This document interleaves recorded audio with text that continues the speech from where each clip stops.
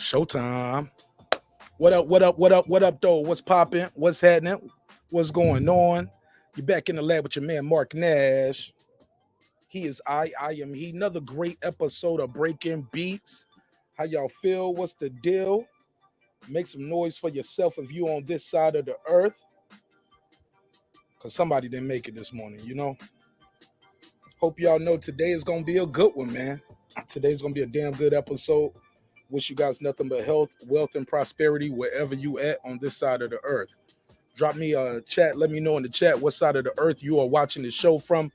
Man, we got a good one for you. Got a few good topics on the docket. I'm back in my original setup right here, as you can see. A couple things are different, but yeah, this is the original setup.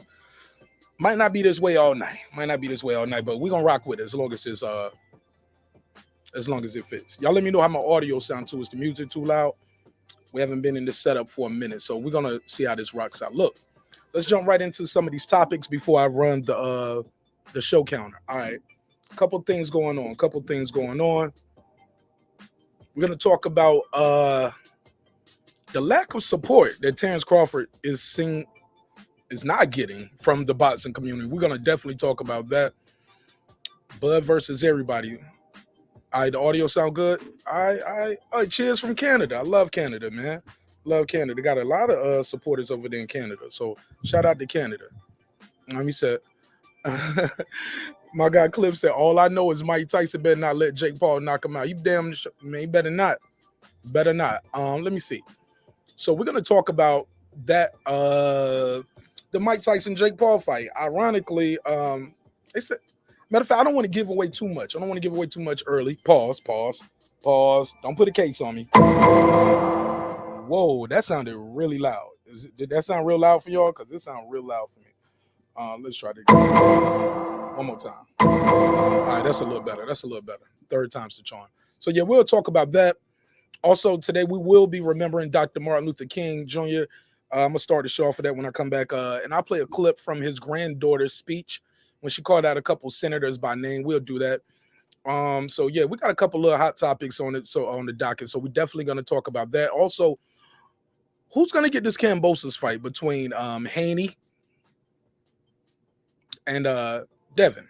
I'm sorry, between Devin Haney and Tank Davis, or does Lomachenko have a shot of getting that fight? We're going to talk about that. Also, I'm going to ask you guys, who is the most hated person in boxing? We got a survey going in the chat right now as I speak. It's a survey going in the chat. I'm asking you guys, who's the most hated person in boxing? So yeah, all of those and more. And at the end of the show, I don't know, I'll probably do this at the beginning of the show. Yeah. I'll save that. We got a couple more surprises, a couple more fun little topics. So with that said, man, let me run this show intro. Let's run the show intro. If you can, share the link. Smash up the likes. Let everybody know in the chat what side of the earth you calling from. Yeah, man, it's your boy marqnash, baby. We back. Y'all ain't seen me in a minute, huh? Yeah, man, but I heard you was looking for me. But guess what? I was looking for you too. It's your man marqnash, Breaking Beats. We'll be back in 5 minutes. Don't go nowhere. 5 minutes. We'll be right back. Let's let this room populate. Let's share these links out, and I'll see y'all in 5 minutes. Let's get it. This is my passion. This is what I love to do. But some days, sometimes, I'm just like you, man. I hate this job. Damn, I hate this job. Damn, I hate this job. Damn, I hate my job. Damn, I hate this job. I'm just like you. Damn, I hate this job. Man, I hate this job. Man, I hate my job. From a good dream I wake, sun rays on my face, planning out my day, hoping this ain't the one that I catch a case. I feel so good, I feel so straight. My manager keep calling me saying, hurry up, you late. Hurry up, you lay off. Y'all, man, I hate this job. Man, I hate this job. Been trying to play it cool, but it's hard to play it off. I've been hanging on to this bush, cause my car still ain't paid off. I know I'm on my way up. My boy just got laid off, so y'all, man, I hate this job. Man, I hate this job. These hoes is so ratchet. These hoes is so sneaky. Y'all don't even really pay enough for y'all to only pay bi-weekly. I'm trying to double up my cash. Take this job, shove it up your ass. Yo, man, I hate this job. Sometimes I wanna say, walk in and slap my boss. This shit is getting hard. Damn, I hate this job. Gotta make it out of this struggle, bruh. And I don't really mean to take it out on you. You just a customer, but damn, I hate this job. Damn, I hate my job. Damn, I hate this job. Damn, I hate my job. Damn, I hate this job. Damn, I hate this job. Damn, I hate my job.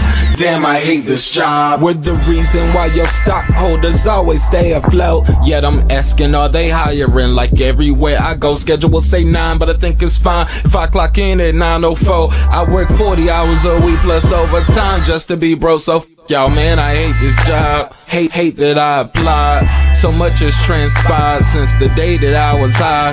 Told me I could advance, but you were telling me lies. Gotta give your notice before I quit, but you don't say shit right before I'm fired. Damn, man, I hate this job. Sometimes I wanna say, walk in and slap my boss. This shit is getting hard. Damn, I hate this job. Gotta make it out of this struggle, bruh. And I don't really mean to take it out on you. You just a customer, but damn, I hate this job. Damn, I hate my job. Damn, I hate this job. Damn, I hate my job. Damn, I hate this job. Damn, I hate this job. Damn, I hate my job. Damn, I hate this job. You and your procedures. You and your protocol. You and your policies. None of that shit don't apply to me. You and your quotas. You and your standards. You and your 2 sick days a year. Y'all niggas bananas. Wonder why the postman's posted with hammers. Going postal with Popo on camera. His wage got him enraged. Stressed out, it's hard to maintain. He flips the middle, grabs his. He said, if you don't get the picture, I quit, you ain't shoot. Mother, man, I hate this job. Sometimes I wanna say, walk in and slap my boss. This shit is getting hard. Damn, I hate this job. Gotta make it out of this struggle, bruh. And I don't really mean to take it out on you. You just a customer, but damn, I hate this job. Damn, I hate my job. Damn, I hate this job. Damn, I hate my job. Damn, I hate this job. Damn, I hate this job. Damn, I hate my job. Damn, I hate this job. Look, man, I hate this job. I put my pants on one leg at a time, just like you. I'm out here trying to take care of my family. Damn, I hate this job. It's not always glamorous, for real, but I do what I gotta do for me and mine, you know? Damn, I hate this job. Damn, I hate my job. Damn, I hate this job. Damn, I hate my job. Damn, I hate this job. Damn, I hate this job. Damn, I hate my job. Damn, I hate this job. Damn, I hate this job. Damn, I hate this job. Damn, I hate my job. Damn, I hate this job. I'm just like you, nigga. Damn, I hate this job. Man, I hate this job. Man, I hate my job.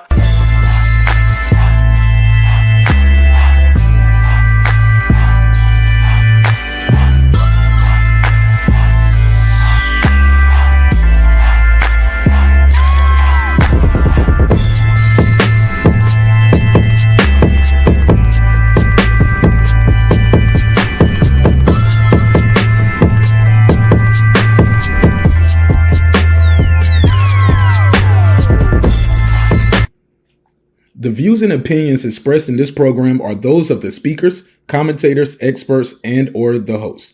They do not explicitly nor necessarily reflect nor represent the channel's policy or the views held by the channel or broadcaster.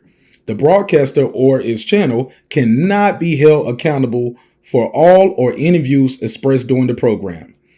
Basically, if I didn't say it, don't come for me. You come for the person who said it. And please don't sue me for somebody else's words.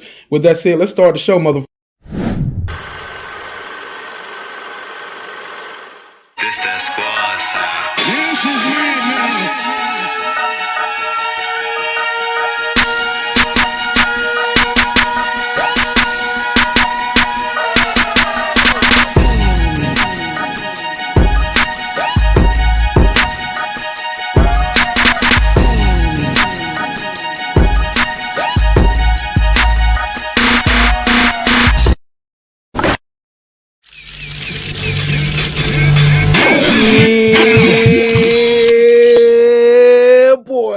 What up, what up, what up, what up, what up, though? What's popping? What's happening? What's going on? You're back in the lab with your man, marqnash. He is I am he. Another great episode of Breaking Beats. Where you at? Where you at? Where you at? Let me know in the chat what side of the earth you roaming the turf at. You already know we reporting live right here from ATL, Georgia, shawty. Got my glasses on because I messed up my eyes reading these screens late at night doing these long YouTube shows. So doctor told me, marqnash, you need some glasses or you're going to be blind. Man, I'll be in here doing the shows and my eyes will just start watering. Feel like Lenny Wilkins. And the tears will well up in the wells of my eyes. Yeah, it was terrible. It was terrible. Just all day wiping my eyes. So definitely had to take care of my eye health. Your optical health is very important, believe it or not. So yeah, man, how y'all feel? What's the deal? Let me know what up, though. Let's do these drops. Let me know where y'all at. Let me know what side of the earth y'all at. I see Canada's in the building. Let me get my drops ready. Let's do these drops. Man, rest in peace to Dr. Martin Luther King. What up? Rest in peace to Dr. Martin Luther King. What up? Y'all let me know if them drops too loud, too. I could turn them down. Yeah, we back in our original setup now. You know, my eyes have healed enough where I can sit in here and do the show this way. Let me see. Let's take it from the top. Uncle Kenny, what up? What up? Shout out to Uncle Kenny. Con Shonery, what up? What up? Cheers from Canada. Oh, yeah, it's international Nash. Yeah, we in the building, baby. Well, we on your YouTube. We on your phone. How about that?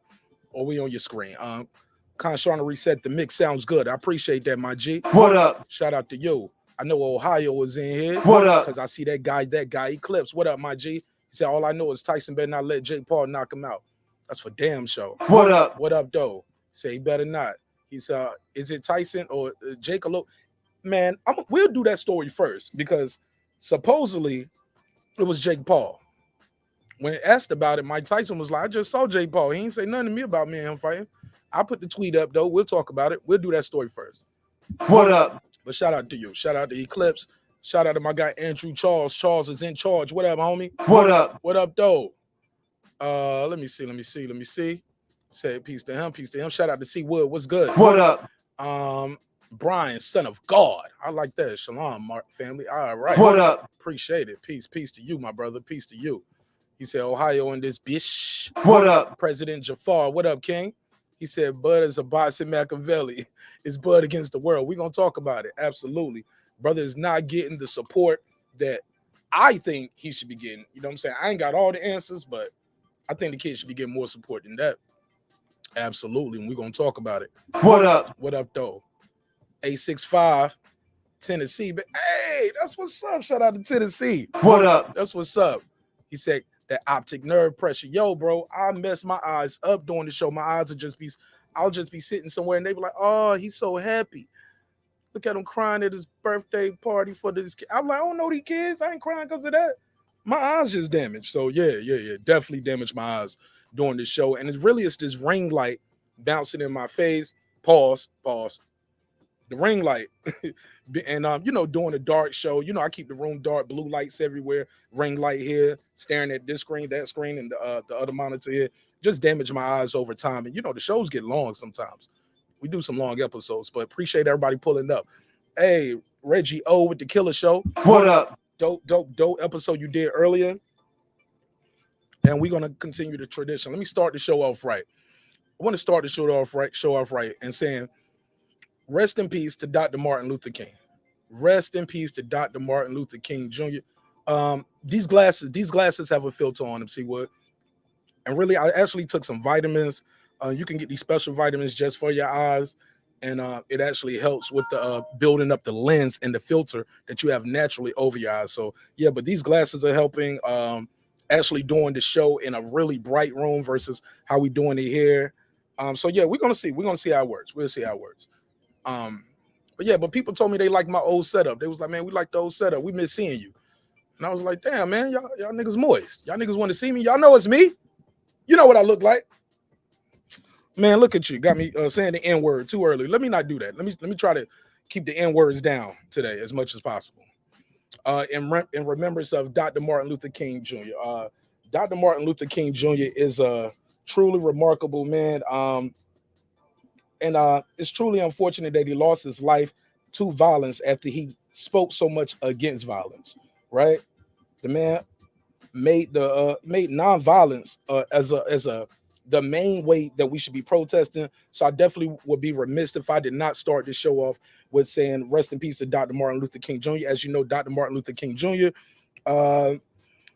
He died on April the 4th, 1968. His birthday was actually Saturday the 15th. So definitely want to say rest in peace to this good brother. Gone but not forgotten. He was married to Coretta Scott King from 1953 until his unfortunate passing with murder in 1968. Let me play this clip though. Before I start the show, I'm gonna play a short clip of what his granddaughter had to say at a speech for him. She did a speech today. It's kind of starting to become a thing where she gives the speech for the family. And I like that because I went back and heard her other speeches and I'm like, oh, she's getting better and better. I'm proud of her. She is leading the legacy of the family very well. And she's young. She says, but basically she's talking about voters' rights. And it's sad because year after year she's giving these speeches and a lot of things haven't changed. And she's seeing it in real time. But these kids are going to be the ones who grow up and vote. These kids are going to be the ones who run for office. These children will lead the way. So let me play this quick clip. And then after that, we're going to get into this boxing conversation. But I got to do this part of the show in remembrance of Dr. Martin Luther King. It's going to be a short clip. All right, let's hear her out. Are deciding. It's our voices they are trying to silence because they know our voices are powerful. They may tell us hundreds of times that we're too young to understand, but those who try to undermine our power do so because they know young people will not stand down in the face of injustice. If you, like me, can't vote, just let me tell you about some other ways you can fight for the future right to vote. You can write a letter to Senator Sinema and Senator Manchin. You can call their offices and tell them that you want to see them choose your future over the filibuster. There we go. She want them to, she's calling on the young people her age, say, hey, we can't vote, but get involved. Start now. I think this is truly remarkable that his granddaughter had the courage to do this. It's not easy to go out there and speak in public. I can tell you that personally. Anybody who ever did anything on YouTube like this can tell you it's not easy to put yourself out there. That's the hardest part. The hardest part is to put yourself out there and say, well, what if they don't like my mustache or my gap right here, or I got some freckles on my face, or I got a pimple over here, or my bucket hat looks funny, or my chain ain't big enough. Man, please, bro. You get out there, put yourself out there, tell people what you think, how you feel, and fight. You'll be surprised that you are not alone. You are not alone. So with that said, man, I just wanted to start off the show properly. Yo, yeah, she was calling out the names, homie. She called out Senator Manchin and call their offices. You can write a letter to other ways you can fight for the future right to vote. You can write a letter to Senator Sinema and Senator Manchin. Sinema and Manchin. Called them out. Called them out by name. Called them out by name. Holding up progress. So with that said, man, somebody said a booger in my nose. Right. Whatever it is. Oh, I got one. I got a booger in my nose. Man, if I got a booger in my nose, it's going to stay there because I ain't about to pick it right here on camera. I'll cut the camera off and get it. Like, hold on, let me get this booger out my... Nah, but I'm serious, man. Yeah, smash up the lights, man. I appreciate everybody tuning in, but I would be remiss, like I said, if I didn't start this episode off with that. Also, it's another topic I'm gonna save for the end of the show. It's a hot topic. I'll save this for the end after we don't die down some. But this woman, matter of fact, I'll do it now. Let's start the show off right. Let's get the hot topics out the way, and we'll get into some bots and talk while I'm waiting for the room to populate. Now, this woman in the middle has accused her ex-husband of grapes with his daughter. Keyword is grapes. Take the G off, if you know what I mean. Took a lie detector test. Come to find out. And also, guys, I got a community tab on the Facebook channel. I mean, on my YouTube channel. So often click on the YouTube, the community tab, and you'll see what the show is going to be about before the show starts. All right. So she accused this man of doing that, right? And I'm gonna play a quick audio, but basically he took a lie detector test. She took a lie detector test. He did not do it. She admitted that she lied. I'm asking you guys, could you forgive her before we get into this boxing talk? Could you forgive her? I felt they always did know it. You felt they always did know and didn't speak it because They didn't know no better. Now, he said his kids didn't know no better. He said the kids are, he was like, because after he passed the lie detector test, she was like, how does that feel to hear that? And he was like, I'm gonna show my face. Let me come my camera on. She was like, how does it feel to hear that? He was like, feel how? I knew I didn't do that. How should I feel? I know I didn't do that. Oh, how do y'all feel knowing? She was like, but how does it feel to hear that in front of your children? He was like, well, I felt like they always knew it. But what was the words he used? They didn't know no better. They didn't know no better because of the person telling them that your father molested you or touched you as a child is the mama. Now, I'm going to fast forward because she took the test and it come to find out she lied. touching your children in the sexual way, Mr. Monsell. Why didn't you fight for him? In the sexual So this is after she admit. Hold up, listen to this. Acknowledged that her story about you touching your children in the sexual way was not true. So she acknowledged that it wasn't true. Then they're gonna ask her, "Do you got something to say?" Listen to how she responds. So, Miss Yvonne, is there anything that you wanted to say to Mr. Monsell? Why didn't you fight for him harder if you knew you Excuse didn't me. do it? And what is it that he could have said that would have made you not believe the lie you were telling? Get her, Miss Yvonne. Yvonne, you told the lie.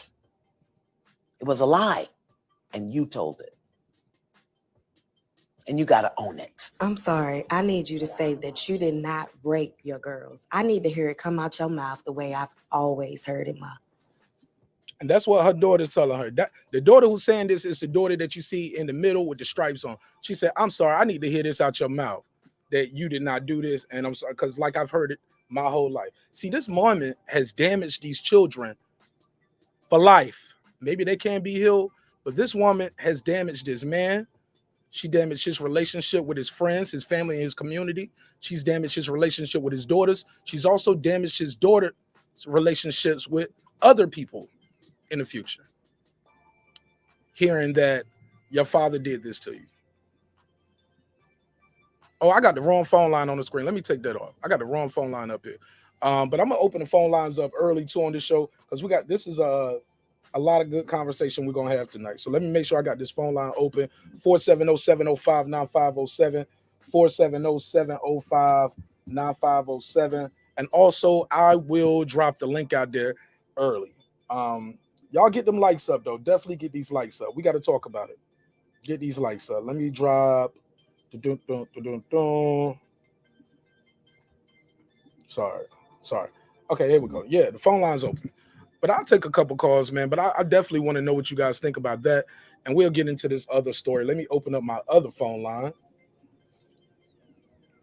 And we get into this boxing talk. We can go and get into this boxing talk. But I definitely would have been remiss if I didn't tell you guys about that. I think I'm going to start the show off like that. If we have time, on days where we have time, I can get into these other topics.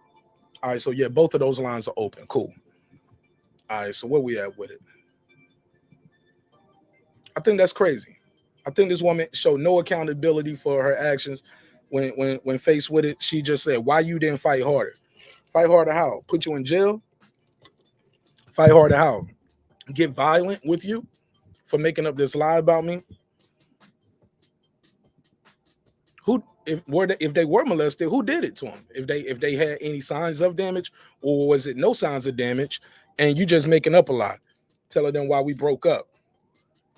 But now, as adult women, you have damaged these women. These women are damaged growing up thinking, because they don't told the story several times over in different relationships with friends and other partners. Like, yeah, my father did blah, blah, blah to me. That's why it's hard for me to trust people. Really, no, your mama did this lie to you. So truly unfortunate. what she did here. Rest in peace to Dr. Martin Luther King. We'll talk about that later. If anybody want to call in, y'all can call in and give me a moment of that. Y'all want to speak on this, but in the meantime, in between time, let's get into this boxing talk. Yeah, man, we starting to show off right. Let me see. Did I miss anybody else? Shout out to my guy Rob G Film. What up? What up? Shout out to Rob G. What up, Rob G? Let me see what they saying in the chat before I continue to this boxing. He said, "Hey, Marq, P my comment above. Just read it. It will help." I don't even know what that means. He said, "Peep my comment." Shout out to Godbody News. What up? Yeah, I missed a lot of them. Oh yeah, he said my eyes stay red on the minute. He said, "Marq, fuck the ring lights and get some quasars." Yes, I need to probably get some quasars and put the lights on a boom stand with the C stand and have the light over you. It will look better, and there's no ring light reflection in the glasses and eyes, and easy on the eye. Okay, cool. Get a quasar, and put it above me. I got a ceiling fan above me. Maybe I can put it above the screen over here. Okay, cool. Yeah, I got a ceiling fan above me right here. So I could probably put the quasar up there or something like that. Maybe it'll work over here, over there, or I don't know. Maybe I can mount it up on the bracket. Oh no, we'll figure it out though. But yeah, that's truly crazy, man. Let me get through on. Let me see before we get into this topic. Am I missing anybody? If I am, that means you was late anyway. So that's all I got. Let's get into it. I'll shout you out as I see you as the show proceeds. But thank you. Welcome home to everybody in the neighborhood. Another great episode of Breaking Beats, where we about to break down the business, entertainment, art, technology, sports, and anything else you and I feel like squeezing into those letters. Philip, what up, though? What up? Rewind it, man. You missed some good stuff earlier. Pause. Damn, put a case on me. All right, take a shot for that one. Take a shot for me. All right, let me see. Yeah, that definitely damaged her daughter's Uncle Kenny. That was one of the stories we talked about earlier. Y'all rewind the show. Y'all will love the first 30 minutes. All right, let me get into the topics. Let's get into why we came here today. Let me see. All right, cool. Let me put this on the screen so you'll know what I mean when I say these things. Let's jump right into this topic right here. This topic right here is something that I saw going around. They said Jake Paul will be facing Mike Tyson. Jake Paul versus Mike Tyson. As you know, Jake Paul is coming off a devastating knockout. Devastating might be an understatement when he knocked out UFC Hall of Famer, man. Guy got to be a Hall of Famer, Tyron Woodley, right? Got to give it to him, right? He did what he's supposed to do in his respective sport. Not in this boxing match. Nah. Face first. He got knocked out so bad, people thought it was fake. Maybe that'll work for him in the future. He could always like, man, that shit was fake, man. You know, I already know I get down. Nah, bro, you got put face down, ass up with your dude wipe shorts on. Had dude wipes on his butt. Got put to sleep. I thought it was 100% legit.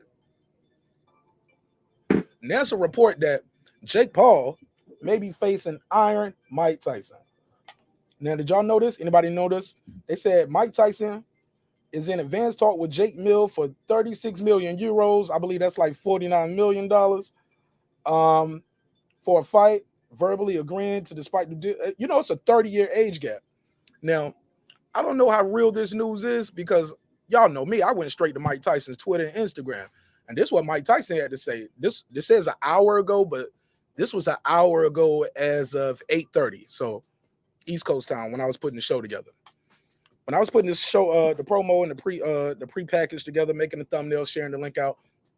So that had to be about 8:30. So that means this tweet might have came out about 7:30. Mike Tyson said, "This is new to me. I just saw Jake in St. Barth's." He never mentioned it in his reply to this fight right here. So is this fake news? I don't know. Did they misreport? Was it supposed to be Logan Paul? Because Mike Tyson said he don't know nothing about it. So are we going to give this the buzzer or the bell? Is this fake news? Or do you think Mike Tyson just keeping a lid on it right now until they send his pre-check? He's like, I ain't promoting shit. Let me see what the chat's saying. Y'all think Mike going to take this fight? Because I saw him do a clip and he said, man, I can't fight Jake Paul, man. My kids and my family, they would hate me. They love this kid. He's like, they love this white boy. Love these white motherfucker, you know what I'm saying? They love him, yo, you know what I'm saying? I can't fight him, man. I can't fight him. Fake news. Fake news. Hey, look, I say fake news and ESPN buzz off. Let me give it a fake news buzz today. Chat said it's fake news. According to Mike Tyson, it's fake news. Mike Tyson said it's fake news. Thomas Jones, what up, my G? Let me give you the shout out. Appreciate you, Thomas Jones. What up? Appreciate you. What up? Thank you so much. Said just stopping through to hit those likes for the great channel. Appreciate you, homie. What up, gangsta? I appreciate you. God knows we do. We need more of this and less of that. You feel me? So I appreciate you. Let's keep it moving. Let's keep it moving. So that's what I got on that, man. I took that as like, fake news. And we'll keep it moving. I don't know how much I believe in that. Mike Tyson, he said, this is new to me. I just saw Jake Paul. Well, I saw Jake Paul. He never mentioned it. Uncle Kenny said, he said, if Mike says fake, it's fake. That was clips. Uncle Kenny said, I saw that on Tyson's podcast, and he said he won't fight the kid because his kids love those white. Well, he said that white boy. I think he will fight Logan, though. He'll fight Logan, but they love Jay. So we'll talk about it. I'm gonna open the panel up shortly. Let me get these lights up, man. Please get these lights up so we don't have this panel opened up in vain. All right. So smash that like button for your man marqnash, and make sure you click that subscribe button and the bell as well. Another topic we had on the docket. What's next for Canelo Alvarez? Now I saw this clip going around where it keeps saying they keep saying Canelo's next fight is probably going to make some boxing purists upset. And then I saw this ad. Let me share my screen. Where did I get this from? This is from. All right, so this is boxing. They said Canelo Alvarez next fight potential rivals are in Japan, Dubai, China, and the UK. No. Who he gonna be fighting over there, homie? Who will he be fighting over there? Who would he fight? Ain't nobody for Canelo to fight in Dubai, UK, China, Japan. Oh man, who he gonna fight? I'm just curious. Anybody can tell me. Anybody. Exactly. It's crickets.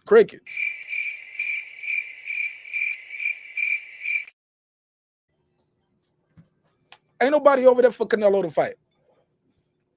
Now, when asked about this, his trainer, Eddie Reynoso, said this. He said, let me see. Reynoso also talked about, let me rewind. He said, that's one of the projects that we have to fight. That's one of the projects that we have to fight in the United Kingdom, Japan, even China or Dubai, said Eddie Reynoso. That's what we want to do next in Canelo's career, fight around the world. Reynoso also talked about the possibility of Canelo moving up in weight to fight Alexander Usyk, the Ukrainian heavyweight champion, is over 50 pounds heavier. He said, I think that the weight is more complicated to get to, but we don't have a limit. We're going to keep working. Challenges will arise, opposition will arise, but we are going to keep our feet on the ground, he added. So that's where we at with it, with the good brother Canelo Alvarez. Now, I like Canelo Alvarez. If you ever been on this show before, you know I think Canelo Alvarez got the goods. I think the kid is everything he said he was. He can box. He can bang. He has good head movement. Definitely, y'all already know I love his pull counter. He got one of the best pull counters that I ever seen in a long, well, I can't say ever, but, you know, Mayweather has one of the best because it's so fast. But Mayweather always did his pull counter with the right hand. He'll pull and counter with the right. Canelo a pull counter with the left uppercut. You know what I'm saying? Wow. Come on. Who does that? A lead uppercut is always dangerous, but come on, man. He's doing it off a pull counter. Kid is special. So I'll drop the link out there. Shout out to my sister Lisa Bell. Lisa Bell, what up, though? Let me give it a drop. What up? Shout out to you, Lisa Bell. What up? Appreciate you. I think Canelo's special. I think he gets a bum rap. That's going to be part of the topic when I open up the panel for everybody. I want to know, who do you guys think the most hated person is in boxing, and why? Is it still Mayweather? Is he still the pay-per-view king and the most hated? Is it Canelo Alvarez? Is it the Paul brothers? Or is it Terence Bud Crawford? We have a survey going right now in the chat, ladies and gentlemen. Got a survey in the chat. We got a survey in the chat. Please take the time to look at the survey and click an answer. Click an answer up there. I'm gonna let you know though, once you click your answer, you can't change your answer. It won't let you change your answer. So choose wisely. Choose wisely. Answer. Let me see where we at over here. Let me see where we at. We got okay. Wow, we got 42 votes, 25 likes. So that means people are here. Some people are coming in and out the room, pause, but they are not smashing the like button. So far, believe it or not, Canelo and Terence Crawford are head-to-head. Pause. Head-to-head. 33% for Terence, 33% for Canelo, and also the Paul brothers and Mayweather are even. So 33-33, 17-17. Wow. That's rare. I never seen that. Let me take a screenshot of that. Take a screenshot of that. So y'all will know where we at on the survey. Let's get these likes up, man. Let's get these likes up to 50 likes. We got almost 50 votes, 27 likes. Let's keep it moving. All right. 1010. What up? Let me get 1010 to drop. Welcome in. Welcome. What up? He said Mayweather was retired from pro boxing. I wouldn't say him personally. Man, he still get the hate though. He still make the news. People are upset about the fact that he's fighting on a helipad in Dubai. He retired. He's doing exhibitions. People are still upset that he's doing exhibitions. The man already told you he's gonna do those exhibitions. You feel me? So What up? What up, Timmy Grant? So I wouldn't even get upset about that. I mean, you want to put a case on his legacy? I don't know if that's gonna work. His legacy is his legacy, and you can't take away what he did for the sport, and you damn sure can't take away the money he made from the sport. The man did what he had to do. I mean, you just got to give him his credit. But if you disagree, we're gonna open the phone line up and let you call in. So it's all good. We do not have to agree. Again, everybody, the point of this show is not for us all to agree. It's for us to have a place where we can trade dialogue, get your bars off. I'm gonna listen to you. Please hear me out. I do mute mics, so don't get offended if I mute your mic. If we talking over each other, we can sing together, but we can't talk together, homie.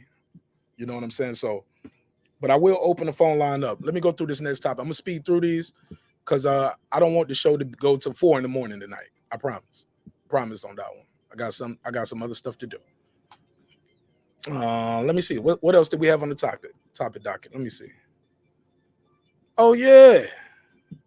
Who y'all think gonna fight Kambosos? Gonna get this Kambosos fight?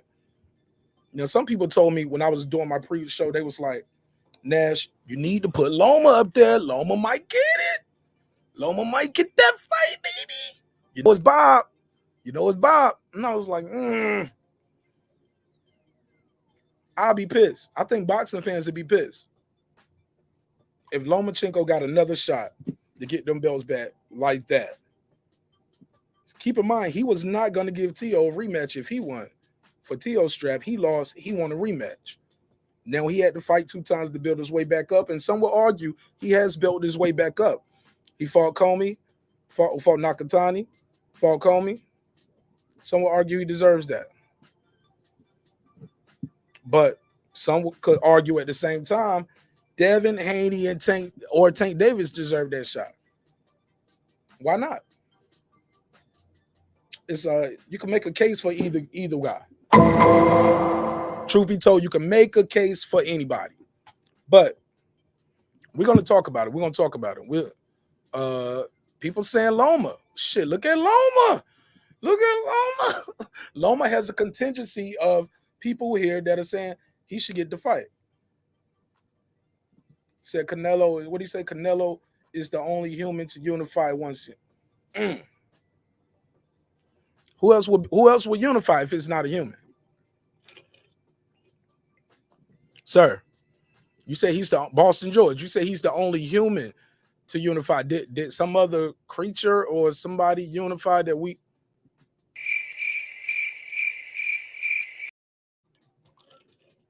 I'm just saying, only humans are out there boxing.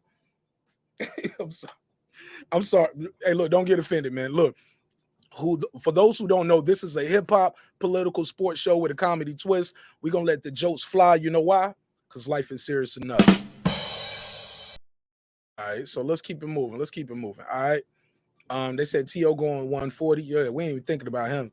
I see Loma. I said, don't put Loma because they may, what do you say? They may be factoring new media ratings. Yeah, I don't look. I think he's gonna go for the person. Whoa, middle finger to Loma. Okay, thought that was pointing, but no, I didn't even know I had that emoji on my phone. I could send that out to people. Oh man, I didn't even know I can do that. Yeah, let me find that emoji. Yeah, and copy and paste that one and send that one out. This is Sprint telling you your bill is due. I got emoji for you. Let me return that. All right, just jokes. Let me see. He said no, he should not get the fight, but he will. Damn, Uncle Kenny. Uncle Kenny said he gonna get the fight. Jed, what up though? What's popping, Jed? Thank you for your time. Thank you for your energy. What up? What up? What up? Appreciate you. So he said, Jed said he gonna get the fight. So look, let's keep it moving, man. It's because he said, don't do it, bro. Ty, what up? What up? Appreciate you, man. Yeah, so let's keep it moving.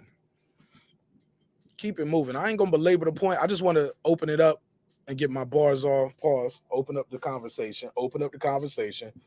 Take a shot. Put a case on me.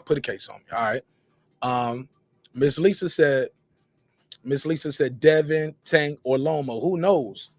Who got the most money? That's what I'm gonna ask y'all. Because for George Kambosos, it seems like two things are gonna factor in who he decides. Two things. Somebody said hit the lights. Somebody said pause. Appreciate it. Two things. One is gonna be a non-starter. I mean, both of these things sound like a non-starter. If you can't do that, I want to get paid the most money, and I want to fight in Australia. Now, Devin said something that was very telling when he said, oh, in his tweet, he said, oh, you want the most money and you want to fight in your country? All right, bro, come on, Devin, you knew that. We all knew that before you sent over the contract. If you did not send over a contract talk about fighting in Australia, you started off wrong. That's why you ain't getting no call back. That's why what's going on. Because Devin sounded like he's like that was new news to him. Let me put the tweet up. You find this tweet. Devin was like Devin versus Kambosos, Devin versus Kambosos tweets. Devin Haney Twitter. Yeah, man, what you mean? Devin, you already knew that man wanted the most money, and you already know he want to fight in Australia. So if you send over a contract that did not have Australia beside that money, you bullshitting. Respectfully, you bullshit. That's me. That's marqnash. That's what I'm saying. It can't be in Australia because the COVID got it restricted. Okay. Even now, that's what's going on now. Let me mute this. Let me see if this can work. I don't know where they at with it right now. Is that where they at with it? I don't know what their restrictions are as of right now. But I'll find this tweet real quick. Pull up Devin Haney Twitter with him and Kambosos talking. Here we go. Devin Haney. That's right, bro. Loma is out. Okay, Devin Haney. Okay, let me share my. Oh shit, man. All right, let me share my screen over here. They talking on Twitter now. This was okay. This is yesterday. This was yesterday. Got a bot in the chat too. Let me get him out of here. Okay, he said, so you want our money? Oh man, come on, Devin. You knew this already. Let me share the screen. Actually, I'm gonna just take a screenshot and I'll put it on the screen for you guys. Here we go. Because this, my thing is, it's a non-starter. I mean, if you ain't talking that, pardon me, if you ain't talking about giving him the lion's share of the money, if you're not talking about, because he wants the lion's share. He already talking the A-side shit because, like, it's on his side. He wanted to fight over there. Here you go. Let's go through it. He said, He said, so you want, no, matter of fact, it was a tweet before this. I'm gonna go backwards. We'll go backwards on this. Let's go backwards. Let's see the tweet before that. Because he replied to him and he replied to him.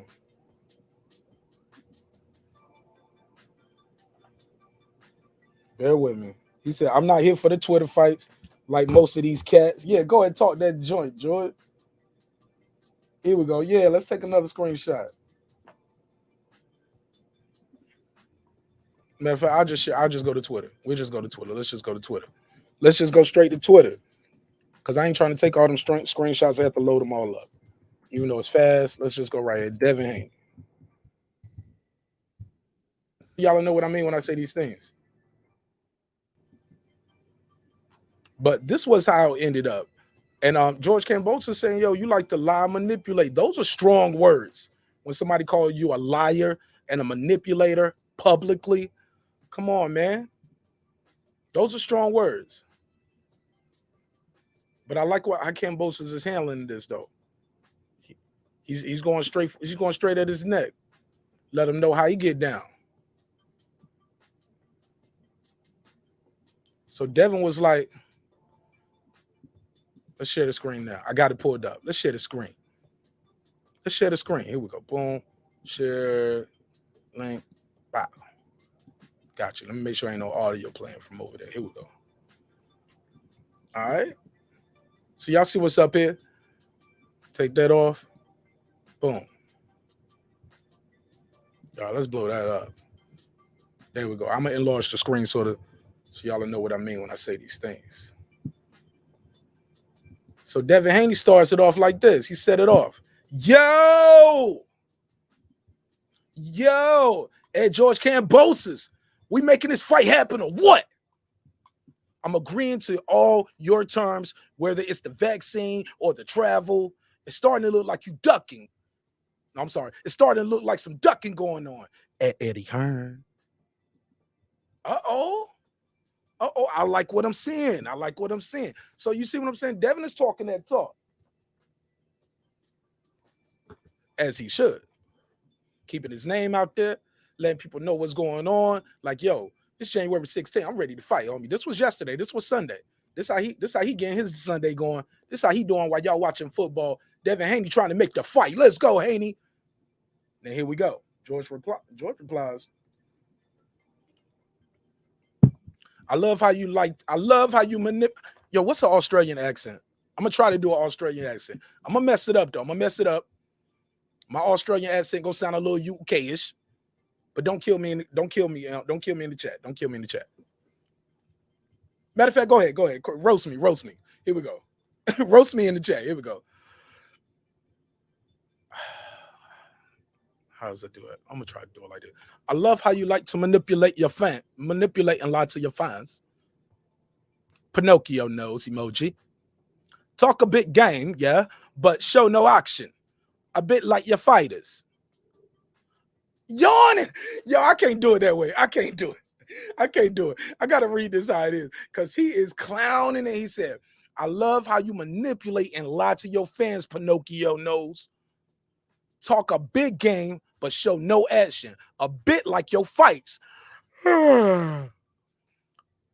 Boring emoji. I'm patiently waiting with all my belts. You gotta love this energy. Let's go, George. He said, I'm patiently waiting with all my belts for the offer from your boss. George Kambosos is talking that shit from your boss, because you ain't your own boss, like you said. He said, from your boss, Mr. Eddie Hearn, because I got a stadium ready in Australia. But I can see the excuses already. Oh, shit. Yo, make some noise for George Kambosos. Sound like the block bully. I love it. I love it. That's what you supposed to do. Kambosos talking that talk. Man, salute to the Greeks. Respect the Greek from Sydney, yeah? Has a Greek, man, I don't know what a Greek Sydney accent sound like, man. I ain't good, man. I got two accents. One is YouTube, the other one is trying to get a job. Those are my two accents. Employed and unemployed. Who out there know what I'm talking about, bro? I got two accents, unemployed and I'm ready for hire. Come on, man. Y'all know what I mean when I say these things, bro. Hell yeah, Kambosos talking cash shit. Shout out to Coach Malachi Williams, New Media Today, USA Boxing. Man, if you don't know, you better know. This man got the best daytime talk show on YouTube. Hands down. Hands down. No debating. No debating. He the best in the business. And the numbers speak for itself. So what up, Coach? What up? Make sure y'all subscribe to Coach Malachi Williams. Super funny. Super funny. Super talented guy. And today is his birthday. So happy birthday to you, Coach Malachi Williams from Marqnash, and everybody here at Breaking Beats. Everybody in the chat say happy birthday, Coach. Happy birthday to Coach. Truly remarkable individual. Truly remarkable. So yeah, so Kambosos is talking that talk, right? So it don't stop there. It don't stop. Oh no, it don't stop. Let's go to the next one. So let's go back. Let's go back one. Okay. Now let me see. Kambosos like Kambosos like, I'm not here for no Twitter fights like most of these cats. I'm here for real fights. To be honest, you got to give respect to myself, Tio, and Loma. Out of the one emperor, 4 kings, and Matrix, we 3 stepped up and fought. It's facts, though. It's facts. They did fight. They did fight. While the others fought on Twitter. Did he do the Twitter finger emoji? Look like he got his little typing emoji out there, like y'all up there on Twitter finger. He said, I'm just stating facts. Now you tell me who ducks. Don't play with my name. He ain't lying, though. He ain't lying. He ain't lying. He stepped up and fought T.O. A lot of people counted him out. A lot of people didn't even know who was he. People was like, who the fuck is that guy? Respectfully. But Kambosos did what he had to do. He didn't just go in there and lay down. He dropped a man in the first round who said he was going to knock him out in the first round and proceeded to strategically, and I'm going to say this with the utmost respect. You pardon me for layman terms. He kicked Teofimo's ass. Yep. He proceeded to rearrange his face all night long. Went back to the corner. His dad was like, oh, yeah, you just got caught off balance. Man, you got caught clean, bro. He knew he got caught clean. I don't care what his daddy told him. He knew he got caught with a clean shot. And that's what happened. Let's proceed. Let's proceed, though. Let's get back to this. So it ain't over. It ain't over. The Twitter shit's still going. Let's go back. Let's go back. Boop. Devin Haney said, that's right, bro. Loma's out. He replies to that with, that's right, bro. Loma is out. That's all he had to say about that. Loma's out. He's trying to lead the witness. Get somebody. Yeah, I get it. I get it. Lead the witness. That's right, bro. Now he's bro.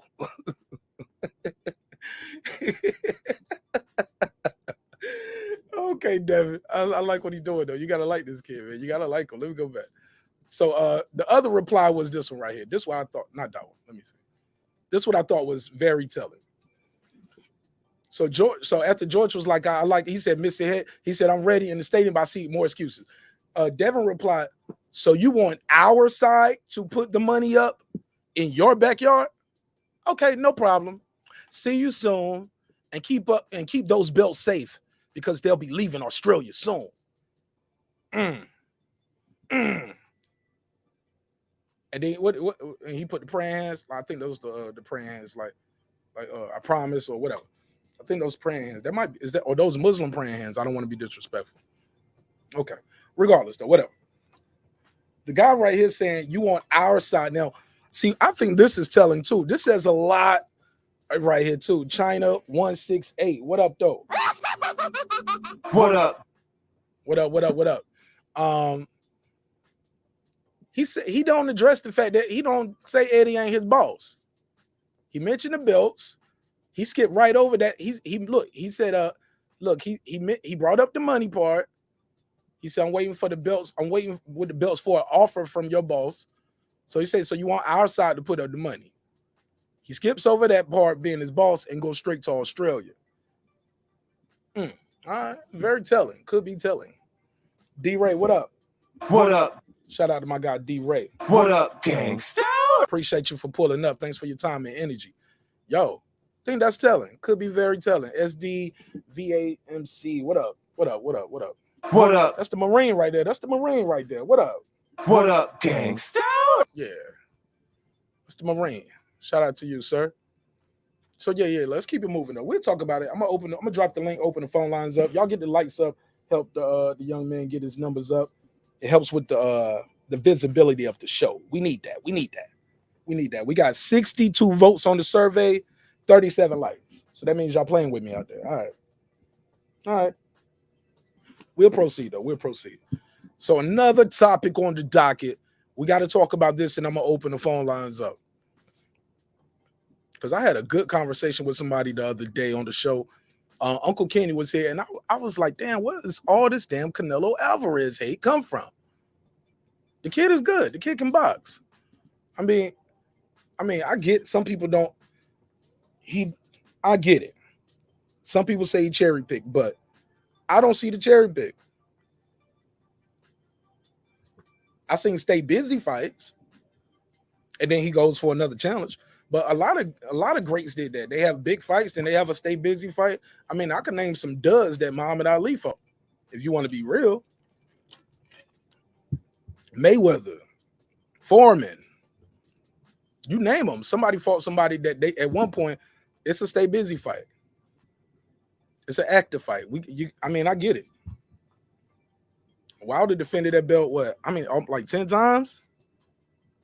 You don't remember all 10 of those guys. You probably remember 5. You know what I'm saying? What? Real quick off the top of here, you remember Spilka because he spun him around when he knocked him out. The way he just ducked under and spun out the way. You remember the Brazil. You remember Stavern. You remember him fight the defense against Fury that was a draw. And you remember the defense against Fury where he lost. But for the most part, you don't go through, you don't remember all them guys. And that's with anybody though. Everybody got somebody that they fought that they shouldn't. Like, man, why are you in there with them? Stay busy, fight, make a couple dollars. Then you look at that pay scale and be like, oh damn, you got paid how much to fight who? Yeah, I would have fought them too. But that's the problem too. A lot of people break that commandment. Shout out to Coach Malachi Williams. Thou shalt not pocket watch it. Thou shalt not pocket watch it. And I hate that. I hate it. So we'll talk about it, man. We'll talk about it. Let me pull the topic docket back up. So we talked about Canelo, what was next for him. But we're also going to talk about the hate from Canelo and the Paul brothers and Crawford. But it seems like it's Crawford versus everybody. Hold on. Excuse me. Bud Crawford versus everybody. Now, why isn't Bud Crawford getting the support I think he should be getting from the boxing community? I don't know. I get it. Some people out there don't want to damage relationships if you're in a certain media group. But this was such big news that even ESPN had to talk about the lawsuit on their broadcast for Joe Smith Jr. Yep. Can't ignore it. You can't ignore it. That lawsuit has been spoken of more than the fight in the week leading up to that fight. Can't ignore it. You will be lying to yourself. So I do got to give ESPN a little credit if I give them any. I give them that much credit. Now, Tim Bradley had a statement on Twitter. I'll put his Twitter up. Let's pull his Twitter up. Tim Bradley on Twitter. Did y'all see what Tim Bradley had to say? Neighborhood, did y'all see what Tim Bradley had to say? I'll type it in. I'll put it on screen. Tim Bradley. I wasn't going to go here, but why not? We here now. Did he delete the tweet? Don't tell me he deleted the tweet. Come on, baby. Don't do that. Hold up. Where is it? Is it gone? Tim Bradley deleted the tweet. December the 17th. No. Let me scroll down. Tim Bradley didn't delete this tweet. He just put this up. January 16th, Barger. Thanks. Tim Bradley. Come on, Tim Bradley. Don't tell me you did that. Well, somebody got the tweet out there. You already know. We kept the files, baby. Scroll down. I'm going to just scroll down and see one more time. Yep, it's gone. But basically, in a nutshell, he said, they never treated me like that. Now, you can take that statement a couple ways. I'm going to put it on the screen so you can read it. I want you guys to actually read it. So let me type this in so we can actually find this and let everybody see what we're talking about. But Tim Bradley, Terence Crawford lawsuit. He basically said, Tyson never treated me like that. But the way they loaded the question, because when before they passed the mic to him, they said they named all the things that we had talked about was in the lawsuit. It's not the actual, none of the racial components that people have dominated the media with. All the racial components, it has dominated media. However, when they spoke to Tim Bradley about it, they asked him, I want to see if they got this clip right here. Let me see. I'm gonna scroll down. I want you guys to see it when I see it. Because I see the screenshot for it, but do they actually play the audio? So Tim Bradley, Tyson, controversy. Let's see it. Let's see if they're gonna play the audio. I hope they got this audio right here. Because is this gonna be the audio? Damn. Nah, but it said Tim Bradley, in all my years for working for Tyson and Bob Arum, he never witnessed. Nah, he didn't say I never witnessed. He never witnessed racism towards him. Also, looks like Tyson is done with. That's not what he said. He didn't say I never experienced racism. He said they never treated me this way. And when they asked him, they wasn't talking about the racism. They was actually talking about the contract disputes. Like, as in, like, whatever. You get what I'm saying? They never treated me this way. He did not say that. Boxing Vitals, you are misquoting him. He said they never treat me. He said I never got treated that way, because they were talking about, hey, you had this contract, you did this. The lawsuit is about this. The lawsuit is about breach of contract. Basically, they brought up that the fact that the lawsuit is about breach of contract, misrepresentation, and damages. It's the 4.5 million, also the 900K, and the other money is for what they did not mention was violation of his fiduciary duties. That's what they didn't mention. So he said, but then they said much of the media has been brought up. They talked about the racial bias part. Tim, what do you have to say? Tim said, in all my years of being at Tyson, they never treated me like this. And that's all I got to say about that. See, they had just talked about all the money, the breach of contract, the all of that. They wasn't talking about that, the racism part. Now, I get it. Tim is doing and I get where they from. You guys are doing a telecast on the Top Rank event. Oh, we don't drop links in my chat, big dog. Delete that. You can join the panel, but we don't drop links. President Jafar, we don't do links in the chat. I appreciate it, but yeah, we don't do the links in the chat. It's a distraction. My show ain't that big where we can afford to lose the audience and just send them off. We'll put it on the screen. We can discuss it, but we don't put links in the chat. So thank you so much. So where we at with it? Where we at? Let me share this out and open this panel. Open the panel. Yeah, it's all good. You can just delete that, and I really appreciate it. Thank you so much. Yeah. Now, if I had about 5,000 people in here, oh yeah, do your thing, have at it. But we're still trying to grow the audience right now. We do not drop links. You can pull up on the panel, put the link in the private chat, and I'll put it on the screen. No, it's all good. It's all good. It's all good. It's all good. Where we at with it? Where we at? See, I'm even distracted. See what I'm saying? So let me get back to it. So where is the support for Terence Bud Crawford? Where is it? I don't know. We're going to talk about it. With that said, I think that's everything. And we're also going to ask who do you guys think the most hated person is in boxing and why? So with that said, I open the phone lines up. We'll take some calls. I'll open the panel up and we chop it up. It's a late night show. It's a hip hop political sports show with a comedy twist. And we like to let the jokes fly because life is serious enough. So we're going to have a good time. We're going to have a good conversation.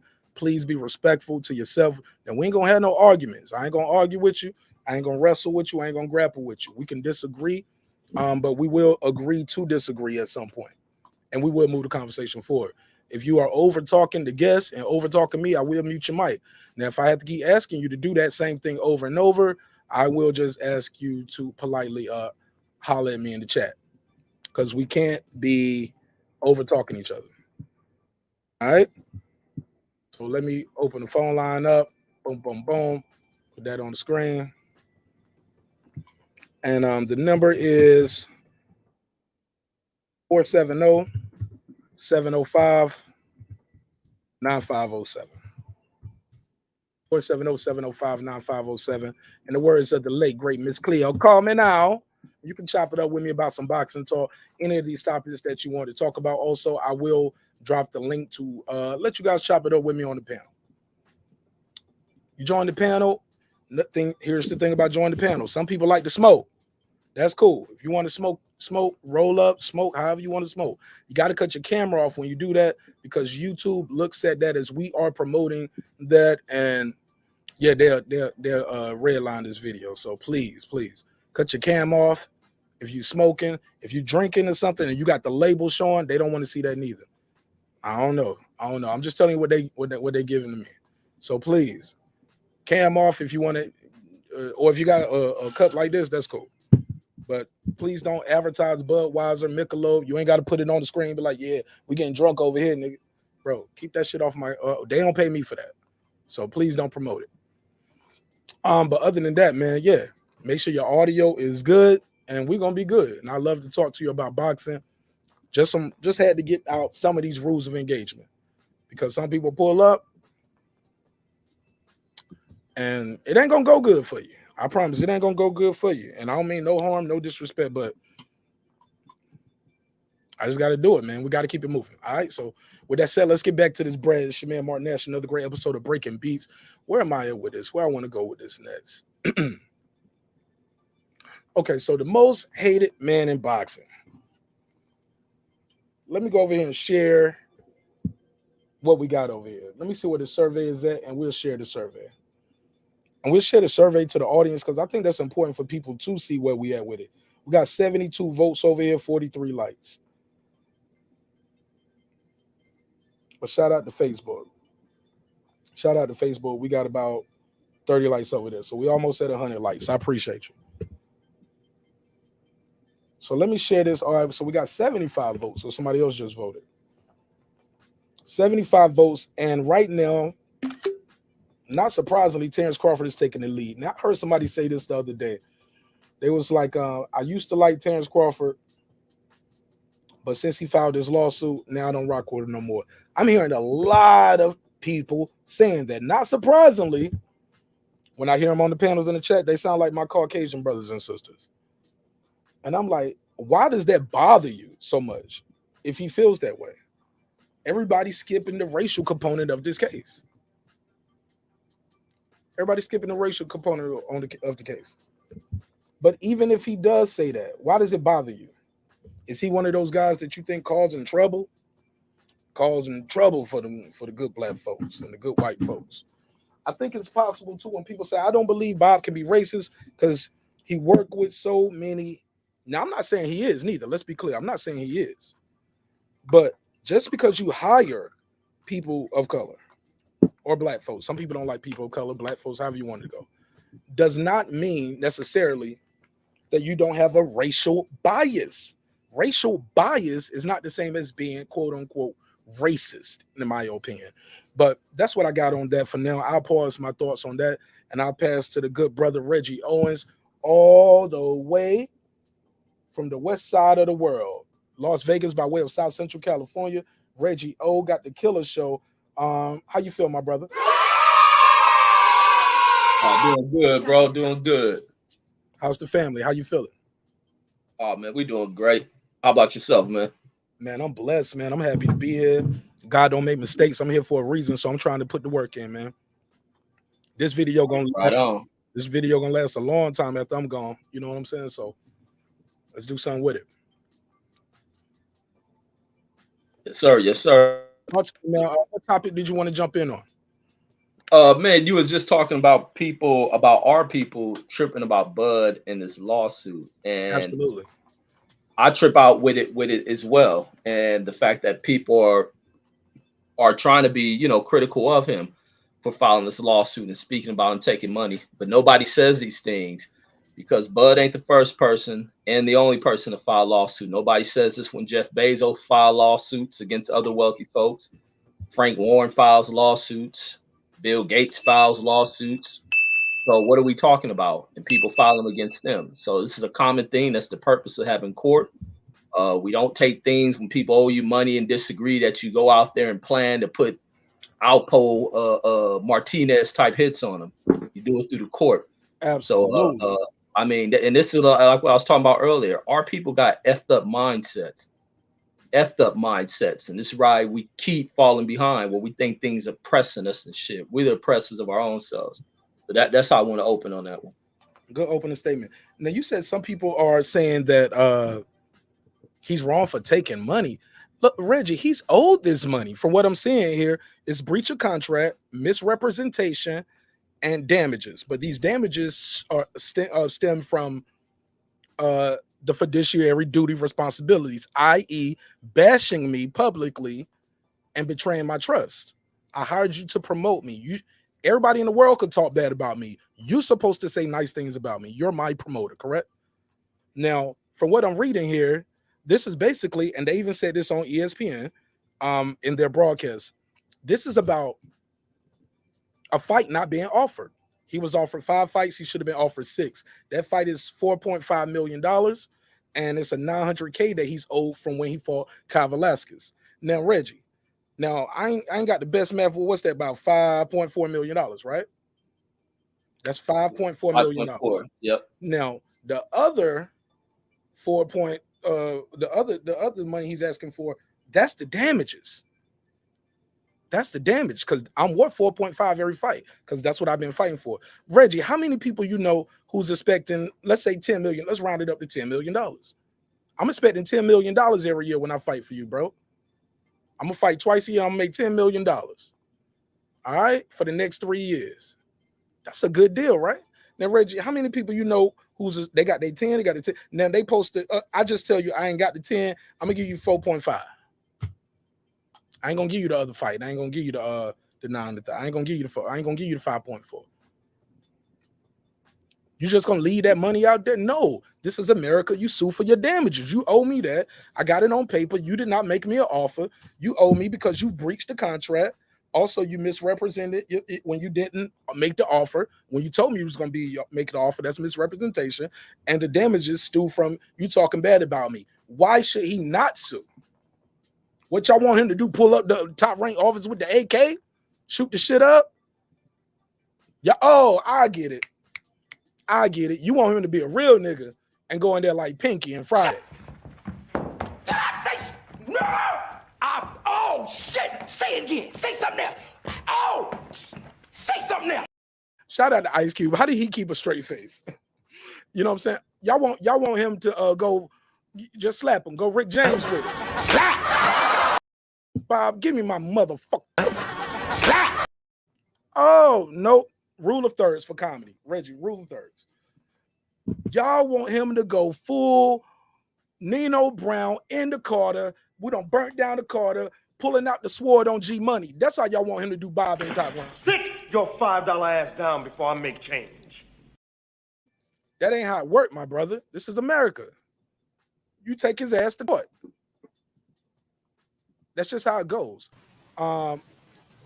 What's up, President Jafar? How you feel? Hey, what's up? What's good?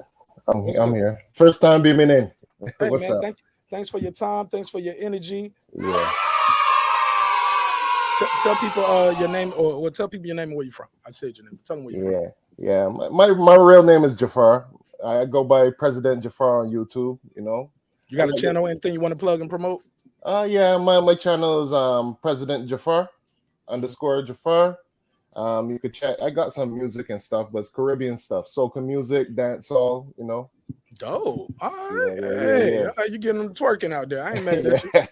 All right. So look, let me ask you this, man. What's your take on this topic? With Bud Crawford? Yes, sir. Typical stuff. When a black man, they tell black people to stand up, and when they finally do stand up, then they start complaining. Oh, you shouldn't do it. You should do it this way. You should do it that way. don't go against the white man. He gave you millions of dollars. You're going against him now. Typical stuff. This always happens. I find that our people like to complain a bit too much. When we take action, then they're still complaining. So what topic made you beam in today? Really and truly, I wanted to drop a link. The link I dropped earlier, I want to drop it in the private chat. Go ahead and drop it for me. Go ahead and put it on in there. There seems to be some confusion with guys with who's the current champions, WBC, WBA. So I could drop the information so you could put it on the screen and like. Oh, it shouldn't be no confusion. Shoot, I can pull up the rankings and show you where they rank and yeah. everything. Rob G was saying that Devin Haney is the regular title holder. That's incorrect. He's the super title holder of the WBC. They don't have a super though. They have a champion and they have a franchise. Right. Well, yeah. But I figure anyone that has the main title is a super. But the WBC decides that's their belt. That's their rules. Well, they still got the other sanctioning bodies don't recognize the franchise belt. That's the problem. Yeah. Because Suleiman is saying that Kambosos is undisputed, but the other sanctioning bodies are not recognizing him as undisputed. All right, what drop that link in the private chat and put your channel link in the private chat too. So I can check that out. All right, thanks, man. Man, thank you. Right. God bless. Good call, man. Good call. Shout out to President Jafar, first time beaming in. But you know what? I've been seeing him in the chat for a long time, and so it's cool to actually put a voice with it. Thank you so much.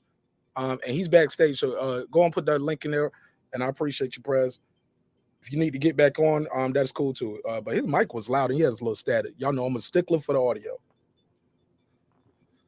But Reg, let's get back to it. Where's the hate coming from? Who leaves that money on the table when you owe $10 million, bro? I mean, you owe when somebody owe you $4.5 million, and if it ain't Errol Spence, you owe me $900,000, so that's gonna be $5.4 million. Who just lets that go? Okay, I lost Reg. All right, let's keep it moving. Haleen Boston. What up? What's poppin', Haleen? What up? Appreciate you. Thanks for your time. Thanks for your energy. What up? Appreciate you. I just feel like it's quick for people to say, yeah, what they would and wouldn't do, but you guys go off the handle if they mess up your order at the drive-thru. They mess up your order at the drive-thru, you ready to shoot the shit up. Imagine somebody owe you $4.5 million plus a $900,000 bonus, so that's 5.4. Come on. Now, I ain't saying the dude is no revolutionary. I ain't saying he out here fighting for civil rights and shit. But damn, man, don't judge the man because he want to get his check. They owe him the bread, yo. Give him his bread. Or you should have made the offer. Because like I said, they set him up with the little piece with the racial bias. Racial bias is not the same as racist. But even fact, if I hire a certain amount of, just because I have people working for me at the opposite race don't mean I'm not racist or don't have a racial bias. It's a difference even between they two, but both things could be true. Look at Donald Sterling. What you think gonna have a whole team full of white folks up there for the Clippers? Come on, bro. He will have to skip half the first day or two of the draft. Like he gonna have to skip half the draft. Reg, you still there? Let me know. Yeah, no, I'm back. Yeah, they think Donald Sterling gonna have a bunch of white guys doing layups throughout games and shit. Reg, they told me they said you can't be. Why would he be racist or if he has? Okay, let's go. Let's rewind. Let's cut the word racist off. First of all, he sued for race. Racial bias is something that's named in the case. That is not what this case is fully about. Can we agree to that? Yeah, absolutely. And being racist and bias is two different things too. Explain it for the audience, please, sir. Yeah, so I can have a whole workforce full of dang equally divided racial groups, but I'm doing certain things that are a little bit. You can see a disparity in the way in which I'm doing things. When it comes to promotions, I'm giving the opportunities to whites. When it comes to certain type of certain type of details you may have. I'm putting the blacks on it, depending on the severity of the detail. If it's a harder, more rigorous detail, I'm putting the black workers out there. The more laid back, chill details, I'm putting the whites out there. But they're all equally employed. Maybe the pay may be a little bit different. So that can add to the biases right there.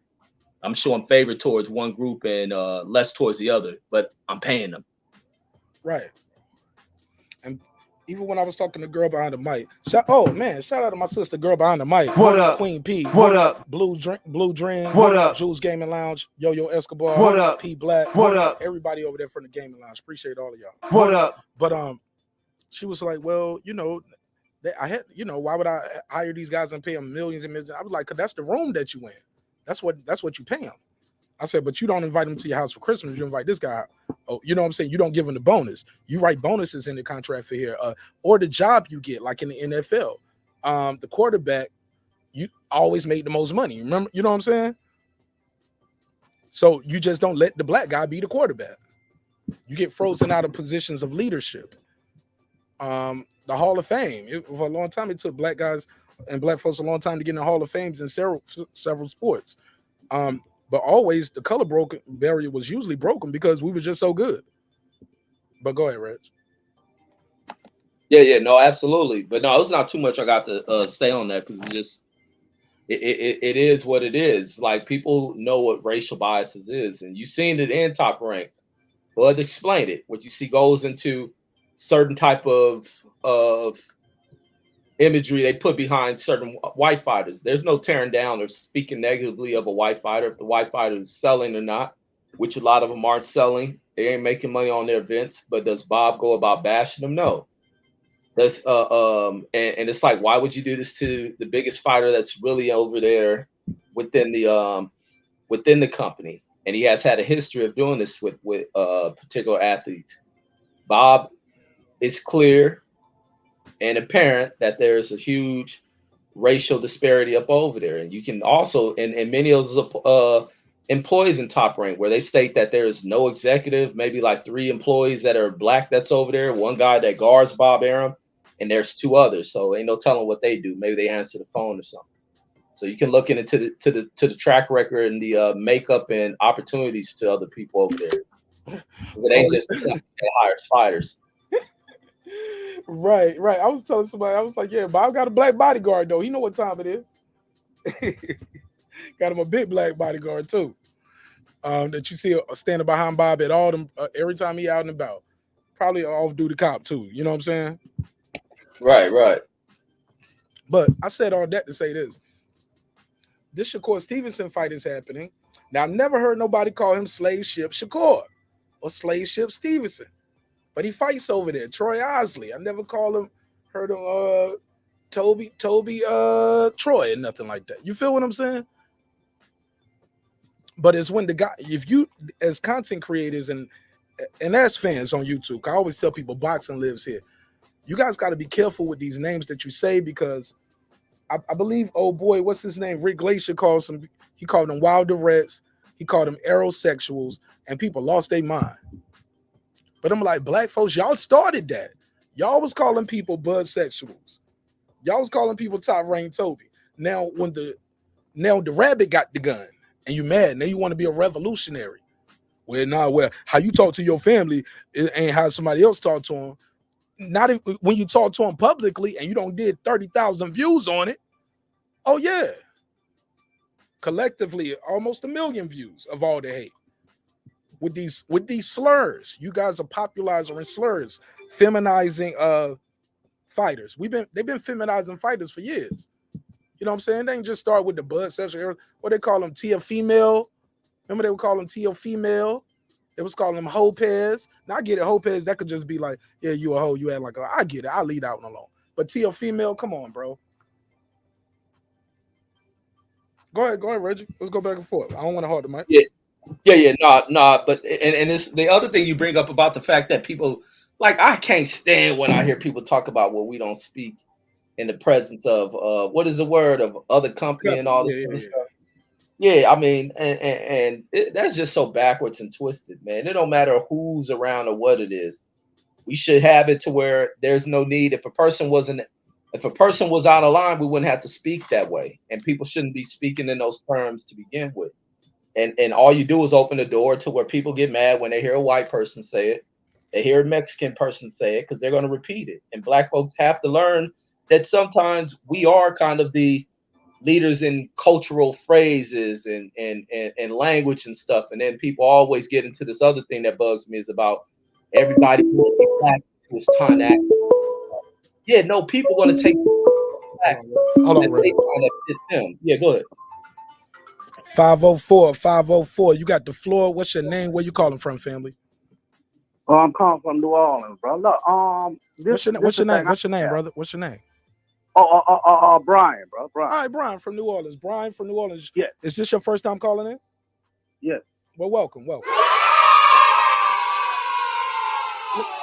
Talk to me, Brian. This is the question I have, bro. Look, he don't do that with Loma. You know what I'm saying? He didn't say he lose money on Loma or anything like that, or you lose a mansion and stuff like that. You know what I'm saying? He don't do that to Valdez and things like that. So I think Crawford has some kind of case. You said Crawford has some taste? No, he has a case. Oh, yeah. He has a case. He has a case. Yeah, he definitely has a case. He has a case easily about the breach of contract. That's just point blank. That's going to be easy to prove or disprove. If Bob can't show documentation that he offered the 4.5, that we got that one. Now the other stuff, the racial bias and the violation of, I think that's going to be easy to prove too. But the fiduciary duties, him violating. Whoa, what's that, bro? What are you looking for? Whoa. What? Reg, let me mute your mic. Whoa. Oh, sorry. Shit. My bad, bro. Sorry to the audience. Let me mute homie Mike. I thought it was you. I was like, I'm looking over my shoulder and shit. I'm in the studio like, who the hell came in here? Get the gun. Get the strap. That's all I had to say on it, yeah. But you're right though, man. You definitely got a good point. Hey, you got a channel or you got a IG or Twitter anyway where people nah, brother. I just be out there preaching with the, just out there preaching, trying to wake up our people. That's it, man. But it's just an interesting question, you know what I'm saying? But I think Bud, he has some kind of case with this a little bit, you know what I'm saying?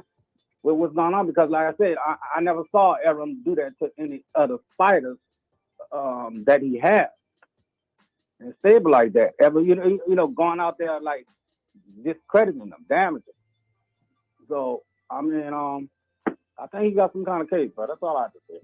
Thank you so much for your time, bro. Thanks for calling. All right, peace, y'all. All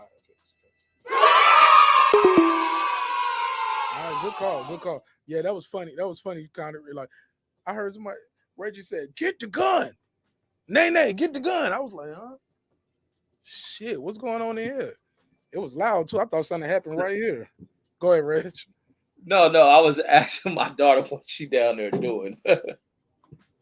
Nay, get the gun. I was like, oh shit. My trainer had to kick in. I was just like, what? I just did like this. But no, it's all good. They said that was hilarious. All right, it's all love. It's all jokes. Yeah, the caller had a good point. I think that's something you brought up too. Just like we don't hear Bob admonishes other fighters who are not packing out the venue, smaller venues too, than Terence Crawford. And I agree with Tim Smith, what he said. Terence Crawford hasn't been quote unquote built up as a pay-per-view star. You feel me? Because he hasn't. But also, let's be clear with what Tim Smith said though. It ain't his job to build him up. He said he got a hard enough time building up his own fighters. And shit, they ain't built no real pay-per-view stars over there at PBC other than I can say Wilder. But even Wilder got to have a dance partner. You know what I'm saying? People weren't out there about to just, because I believe Wilder was put on Showtime in between his fights with Fury. Remember? He fought on regular Showtime. Or am I wrong? Oh, wait, what? Did Wilder fight on? I don't know. You talking about Wilder fight on regular Showtime? Yeah. When in between, remember he fought Fury. In between that, he fought 2 fights. He fought Brazil and he fought Stavern. I don't think them shits was on pay-per-view, bro. No, they wasn't, but they was on. He was on Showtime. You're right, during the Barclays fights. Yeah. Let me see Wilder pay-per-view. How many Wilder versus? Yeah. Matter of fact, I can find it right here. Okay, so him and Fury. The second one, is this the second one? 800,000, 850. Man, ain't nobody doing the first fight. Look, the first fight with them got $325, but it did so good. Man, they doubled that. The next fight, 800 to 850,000 buys. Wait, who is that's for Canelo, right? No, hold on. Let me see this. Let me make sure I put this in right. Wilder versus Fury 2. I want to see what that, because the first fight did 350. Let's see what this pay-per-view was for the second one. Wilder versus Fury 2 pay-per-view, $79 a pop. They did 800 to 850,000 in the US. Between 800 and 850K. That ain't bad, bro. I mean, that's great. It's almost $1 million.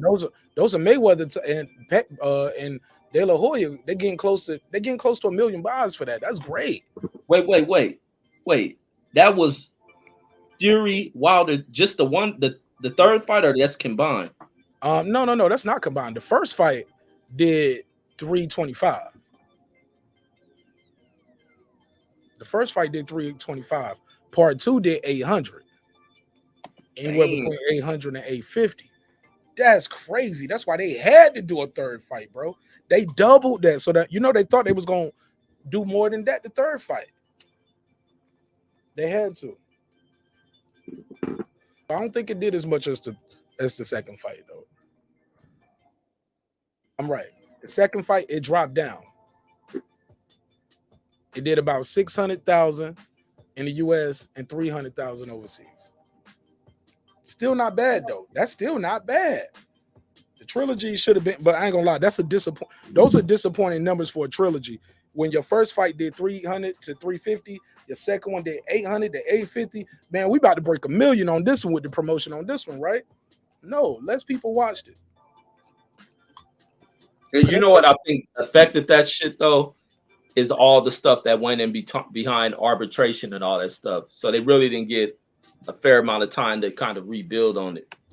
Man, they built up for a year with the egg weights and all the shit. The suit was too heavy, egg weights, motherfuckers got rich off of that shit over a year.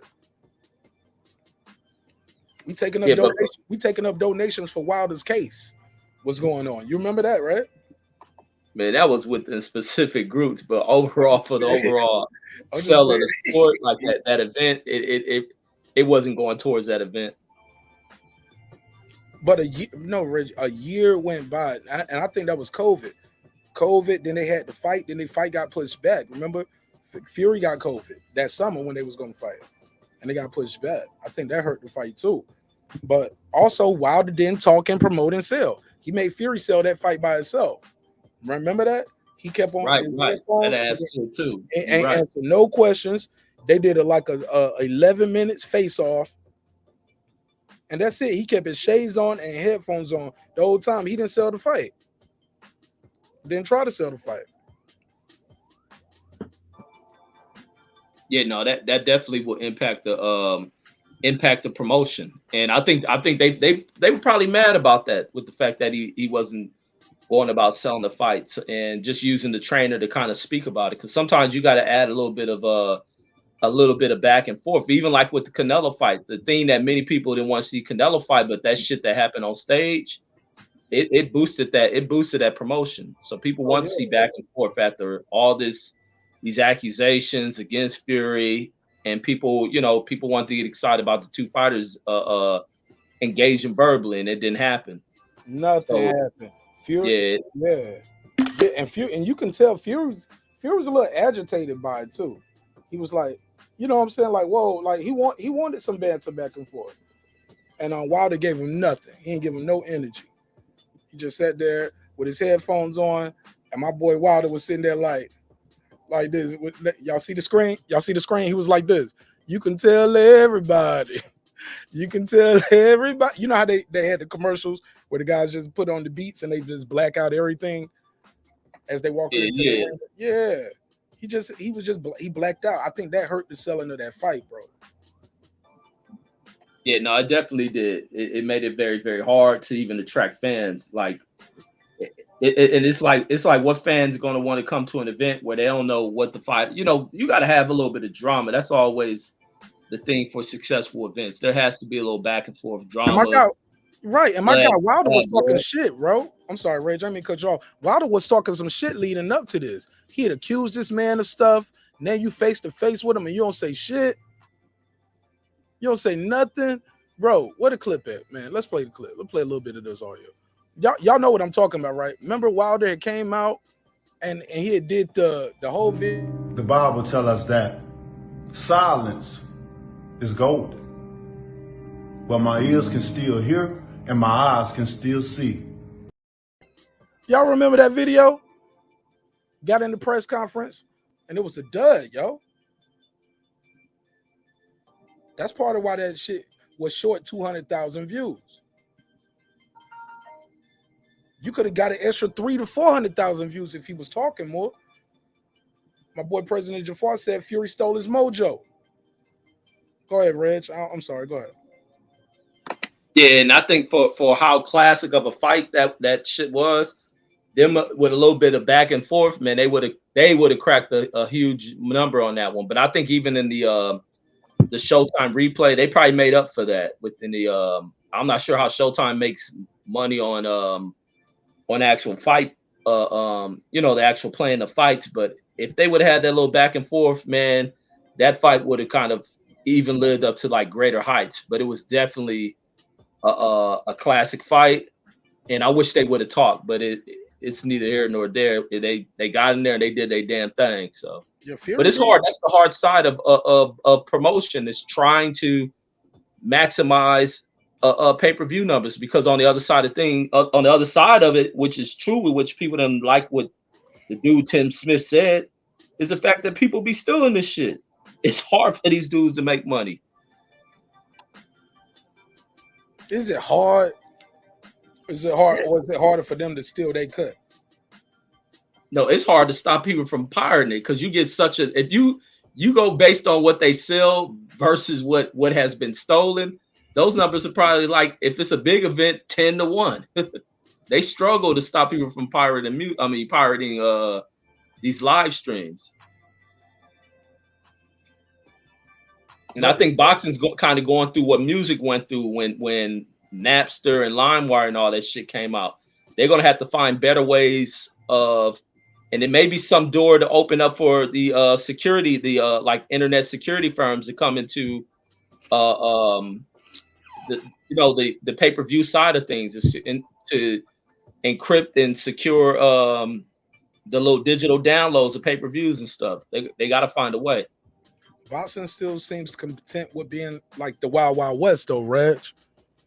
It seems like boxing is content with being like the Wild Wild West, because they don't want to bring the government involved and protect their shit like music and have all these other rights and stuff like that. No, they only bring them involved when they sawing over money. But boxing is the Wild Wild West. Like, these guys have no protection. They're not unionized.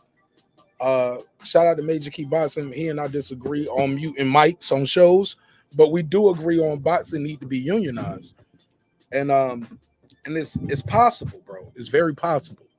And it's truly disappointing, and that we can't get there. Why can't we get there?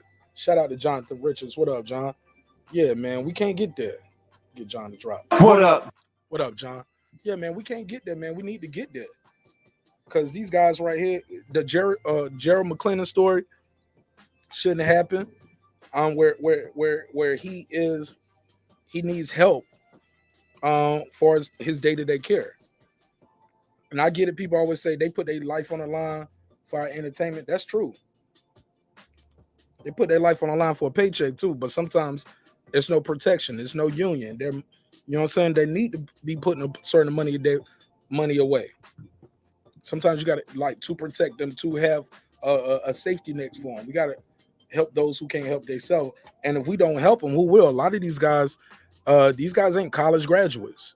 When we always talk about Well, Terence Crawford need to market himself. He need to market himself more. This guy ain't got no degree in marketing. He hired people who have degrees in marketing, promotion, advertisement. Like Top Rank got everything, right? Right, and that's the crazy part.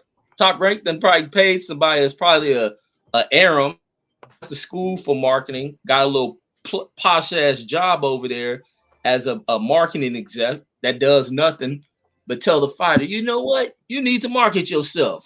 Get out there and do it. And he collect the damn check every month off of the work and labor from the money brought in by these fighters. And I mean, it's a lot of goofy ass crap that goes on within the sport of boxing that fight fans overlook. And it's crazy for a promoter to tell somebody they need to self-promote. Yeah, that's a little additional thing, but to tell a fighter need to self-promote is a foolish thing. What does a fighter need to do to self-promote? Is Lomachenko self-promoting? I don't think it's asked of him. Is Usyk self-promoting? No, I don't think it's asked of him. Is Tyson Fury self-promoting? He does goofy stuff. It's just in his character. Is who else is out there? Did Triple G self-promote? No, I think they did a lot of that for him. Is Canelo self-promoting? Nah, I don't think so. I think they did a lot of that for him as well. So, why? And all of a sudden, the black fighter got to self-promote, but his self-promotion got to be acting like a yeah. Go ahead. I just had to jump in with that. Go. Yeah, absolutely. They want him to buffoon and act out of character. Ain't his character. They stigmatize what the character of a black person is, almost like a Hollywood director telling them, no, bro, that's just not black enough. Come on, act a little bit more ghetto. All right, now action. I mean, come on. None of these fools have to get out here and self-promote. That's the promoter's job. That's the reason why promoters sign deals with networks. The network's supposed to do it as well. But only the black ones need to self-promote. It's crazy. Yeah. And define self-promotion. Being a good role model for the sport, that ain't good promotion. Like these guys got to make the blotter. If y'all remember being, for those who was in the army, that's called getting arrested. You made the police blotter report, and your captain gets one of those every morning. I got to make the blotter report. I got to get arrested. I got to be on TMZ. I gotta be with a Kardashian or something for me to be quote unquote marketable for you. I knock people out. I'm a boxer who knocks people out. That's the market. Boxing. The promotion is your part. He's in a boxing market. Boxing, like y'all don't have a boxing, bro. Boxing is a niche sport. People hate when I say that, but it's the truth, bro. We are not as in boxing. And when I say we, I'm speaking as a boxing content creator, a fan, and a contributor, right? To YouTube, far as that genre. Reggie, this is not NFL. We're not as big as NFL, NBA, baseball, hockey. I believe tennis got a channel on Comcast. Like, cause they got like, bro, we're like 6 or 7, maybe 8. Bro, golf is huge. Oh man, golf is huge in America. Yeah, it's bigger than boxing. I don't think so, but that's what the numbers say. They got a whole channel. They'll sit around and talk about people's stroke all day long. Pause. And look, and that's the crazy thing, because you bringing up those individualized sports, and they got stars over there. Them fools ain't got to self-promote. The damn sports does it right. They The get paid networks more and than the a lot of sports does boxers it right. too. They get paid more than a lot of boxers without taking a jab to the face. Right, because they got the sponsors, they got the endorsements that are there, and it's better structured. So with that, it ain't up to the damn fighter or the athlete to have to self-promote themselves. That's for you to do it. And even looking at with all sports, nobody really has to self-promote. Jordan didn't have to self-promote. LeBron didn't have to self-promote. They get out there, fans know they the top dudes. You put a camera behind them. And it's like, what is Terence Crawford's self-promotion gonna be? What? Because he ain't got a bunch of baby mamas. Terence, you need to cheat on her and go knock up one of them strippers. Just have some baby mamas. That's the fucking self-promotion these fools want out of this dude. And it's sick. And I hope Terence sued the shit out this dude. Bro, football players, you don't even see their face unless they do a commercial or they on the sideline not doing nothing. You don't even know what they look like. You remember that commercial? Hi, my name is Jerry Rice, and I'm a football player. And I like KFC chicken. Some shit he did. Like, yo, shout out to Jerry Rice getting his coin. But you get what I'm saying? Like, who tells them how to market? If you say he don't know how to market himself, okay, you are paid to be his promotional company. Do you have a marketing department? What is his target market? What is his target audience? Did you set up radio dates for him? Did you set up TV dates and times for him? I saw y'all say y'all couldn't promote him. I saw Bob's reply, and I'm going to paraphrase. He said something to the degree of, we had dates for him, and he said he couldn't do it because he was training. Why are you hollering at him during training time then? Like, set it up. Set it up when you know he's not training. Like, in the off season, build his brand up. Hey, you will remember Terence Crawford this summer. He fought with such and such. Hey, Terence, you're a big Nebraska fan, right? What do you think about this fight, this game coming up? Have him on ESPN talking about the Nebraska game coming up. I didn't see him doing those. Now, granted, I do hear Terence Crawford is a gym rat. He's a fighter year round. He don't do the off season. But if you set him up to be on ESPN talking about the Nebraska game, he'll be there. You know, he like video games. I know Terence Crawford like video games just because I follow him on IG and Twitter. Have you got him involved in any of those things? Get him in with the gaming community. Say, hey, gamers, blah, blah, blah, blah, blah. You know what I'm saying? Don't they still make Fight Night? Ain't that an EA Sports game? Don't they still make that? Bud is a character up there. Not the boxing one, though. They don't make the boxing game no more? Nuh-uh. It's no more boxing game. Okay, so I don't play. I don't know. I'm just saying, man, I got to look back and see, what did you do? Because you got the degree in marketing. You have the, as everybody like to say, Bob is a lawyer, so Bud gonna lose. Man, Michael Avenatti is in prison right now, if I'm not mistaken. He's a lawyer. He had went up against Donald Trump with the Stormy Daniels case. Remember that, Michael Avenatti? Y'all remember Michael Avenatti? Then he said he was gonna run for president. I was like, oh Lord, you out of here. Michael Avenatti was wild. Allegedly. That's the fool with the Wu-Tang CD. No. That's no, that was Shrekky. Shrekky. That's the dude who's the he had bought, you know, his company owned the vaccine, or not the vaccine, but he owned the insulin the AIDS medicine, yeah. Now I like this. Somebody said Bob stay losing cases. Yeah, people lose. Sometimes you lose, sometimes you win. Let me see. Let me do this. Boom, boom, boom. I want to put this on the screen so y'all know. So y'all know. Remember who I mean when I say Michael Avenatti. Hold up.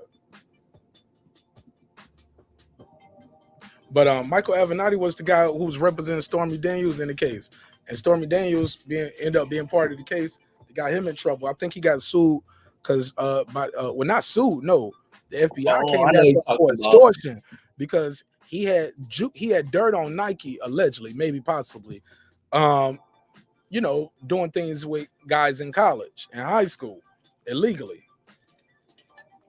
So instead of just filing the case, he goes to Nike on some, look, I got this dirt on you. If y'all just settle for this much, I'll keep it out the press.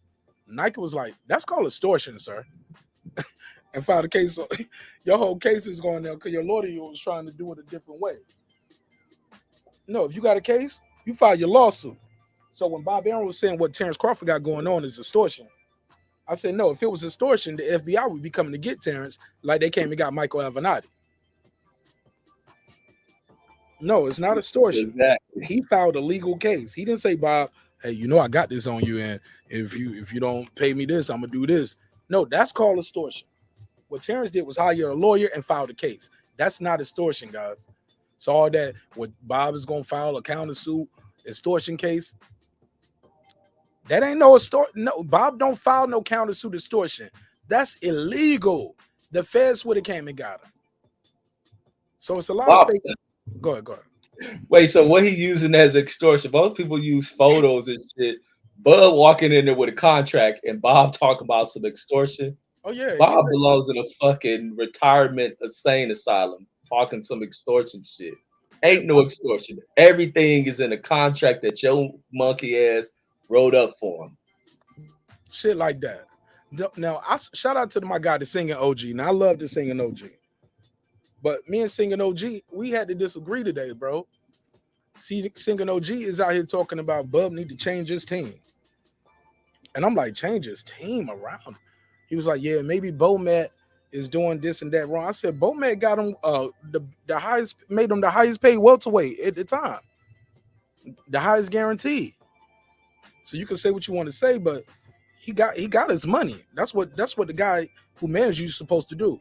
Maximize your money. He was like, well, maybe not as a trainer, you know what I'm saying? He got his money, but as a trainer, I was like, well, I said, as a trainer, Bomat took him to the mountaintop. He undefeated. He knocking everybody out, bro. What you mean? He got Bomat, he been with Bomat since a kid. He's a switch hitter, undefeated 3-division champion, 6 belts, 2-time lineal, 2-time fighter of the year. What do you mean fire his trainer? But just bring some more help in. He got help. He got 2 co-trainers. What are you talking about? He couldn't defend it. And I love the Singing OG. Now, granted, I was in the chat, so I'll wait till we do his show where you can call in and I'll pull up and I'm going to pull up and talk to him because I respect the old man. You know what I'm saying? Got much love and respect for him. But respectfully, he sounded like he was repeating somebody else's talking points to me because he couldn't make those make sense. Chris Bacon on call in. Call the number. We pay for a phone line. Call in. 470-705-9507, 470-705-9507. I love to hear from you. 470-705-9507. See, because if I don't know you, I won't let you on real quick. I don't know if you're going to pull out a penis or something. But matter of fact, I'll try it this way. Let's do it this way. Let's see how the call go. Don Biz, what up? What's going on, brother? What's your name? Where you calling from? I'm calling from Boston. But Don or Dan? Don right. Biz. All right, talk to me. What you got?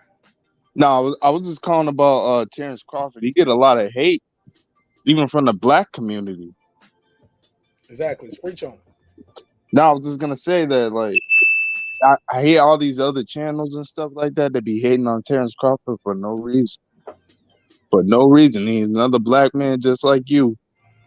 And they be hating on him hard. But for Errol Spence, they'll go hard for, but they don't go hard for Terence Crawford. Do you think it's because of just regional shit? Sometimes I'll be like, maybe I don't know what it is. Maybe like even Omaha's a small market. In Texas, it's a big ass state, bro. You could probably fit a couple Nebraskas inside of Texas. So he got the Dallas, he got North Dallas, South Dallas, East. North South Texas. Like saying it, like some of those parts in Texas, it's about 2 or 3 states away. But he's the guy, so he gets love from the whole state. I don't know what it is. Like even myself, like I'm honest, like I didn't like Terence Crawford at all. I respect his skills, but I didn't like him. That's just real. But I like Errol Spence more. I don't know what it is. What do you not like? What do you know about him that you don't like? I don't know what it is. It's just like you know how you can just walk up to somebody and then just be like, just by like their face, you'd be like, I don't like this dude. Nah, I don't know what that's like. That sounds like some racist shit, sir. Sound like some prejudice shit. I don't like his face. I don't like his black lips. I don't like his nappy head. I don't like niggas. No, it's not. It's not like that. Boy, I hate niggas. That's what you sound like. It sound like that hood talk bullshit is what it sound like. Yeah. We talk to hate motherfuckers for the stupidest shit. Yeah. It's kind of it is stupid, but I'm saying like I don't like how it's just like I like Errol Spence more, but I think Terence Crawford would beat him. Is it because he ain't flashy? I don't know. You know what I'm saying? He don't wear around. But that's my idea. $500,000 chain and watch and shit. You know. Yeah, I know. But he's still wearing a Rolex though. That's what I'd be like. The nigga rocking a Rolex and about an $80,000 chain. Like your jewelry. Like, I'm trying to think of the reason why they don't like how other boxing channels don't like him. You know what I'm saying? Oh, cause they can't get no interview. That's my opinion. He don't interview with you. He ain't about to do no interview with you, homie. He don't fake kick it. If I gotta be here, I'll be here. If I don't fuck with you, I ain't gonna pull up. But it don't sound like he don't seem like a fake kicking type dude. And I can't be racist because I'm black myself. So I mean, It's black people who hate black people. Shoot, there's black folks that are racist. Like if you, I like, love my black hey, queens. look, you own a company and you don't hire no white folks, or like it be the African dude like might have the taxi something. Nah, But I I'm ain't saying fucking for with it. me, Like you can be racist. I'm saying for me, specifically. Absolutely. Right on. Right on. I respect that. Right. Because people be saying, I heard people say that too. You can't be racist if you black. I was like, so you can't be racist if you Asian? They were like, nah, that's different. Can you be racist if you Mexican? Nah, that's different. Can you be racist if you Dominican? Nah, that's different. So why you can't be racist if you black? Nah. Like, nah, blacks can be racist too. And I know some, bro. And I had to tell them, I'm like, nah, bro, let's not do that. That's crazy. I got white folks watching my show too. And they support the show. Like, nah, let's not do that. Yeah, but racism is a complicated thing. I've seen racist white motherfucker with black kids and a black girl. That's how complicated this racial Hold shit on. With black kids and a white girl. No, with a black girl. His kid's mother's black, and that's probably the woman he with, but racist than a motherfucker to black folks. Hurt people, yo. Because you get. Hey, Brandon, it'll be like I'll put it like this. Like with Antonio Tarver and Roy Jones. I like Roy Jones more, but Antonio Tarver beat him. I never liked Antonio Tarver. Slept Roy Jones. Yeah. Slept him. Clean too. One hit a quitter. Roy threw that right, didn't get that right hand, and he didn't get his hand back up, and that left came so fast. And Roy was. Yep. And I knew he was gonna beat him in that second fight. Bro, I'm gonna tell you when I knew he was gonna beat him. When Jay Nady, I think was it Jeff Nady or Jed Nady? What's the referee? Jeff Nady? Jay Nady's or something like that. Jay Nady said, anybody got any question? He said, I got one. He said, what is it? He said, any excuses tonight, Roy? He said, we ain't gonna ask questions like that. You got any excuses tonight, Roy? I was like, oh shit. We got a fight. Bro, he slept Roy Jones early too. This shit didn't even last all night. He didn't wait all night neither. He caught Roy Jones early in the fight. What round? Somebody in the chat. Look, I did good with the referee. Somebody in the chat let me know what round did Roy Jones get knocked out against Antonio Tarver. And Brandon Washington, click the link or call in. But you feel what I'm saying though? Like how they like doing that shit like with these other channels and shit. Brandon, pull up. Yeah, let me say something to Brandon comment because I knew that's what the comment why Brandon was saying blacks can't be racist. Blacks are racist, bro. We racist. It ain't because we ain't got the power to be racist. You chopping a little bit. Yeah, I muted the other caller on you. Say it again. Can you hear me? Yeah. Yes, sir. Go ahead. Okay. Yeah. About us not having the power. We don't affect things like that's people being super technical with these, defining what racism is and all this other stuff. We have the power to be racist because there's powerful black people in this country. And there's powerful black people and Obama got into a powerful position. He could have been racist if he wanted to. Some black people are in executive positions. They have rights to be racist. But I think the overall racism that affects people is not people in powerful positions. It's people in regular societal positions and the way in which communities treat us. We can be racist and effed up because racism affects people mentally, and we have the power to really affect people mentally. And I think we all have done that. It's many of us who have done things that have probably affected some white person mentally, effed them up. So anybody can be racist, man.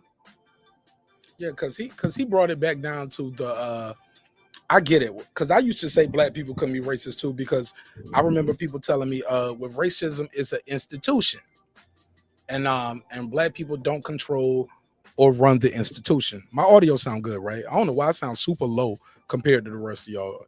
How did my audio sound? I'm good? Yeah, no, you're good.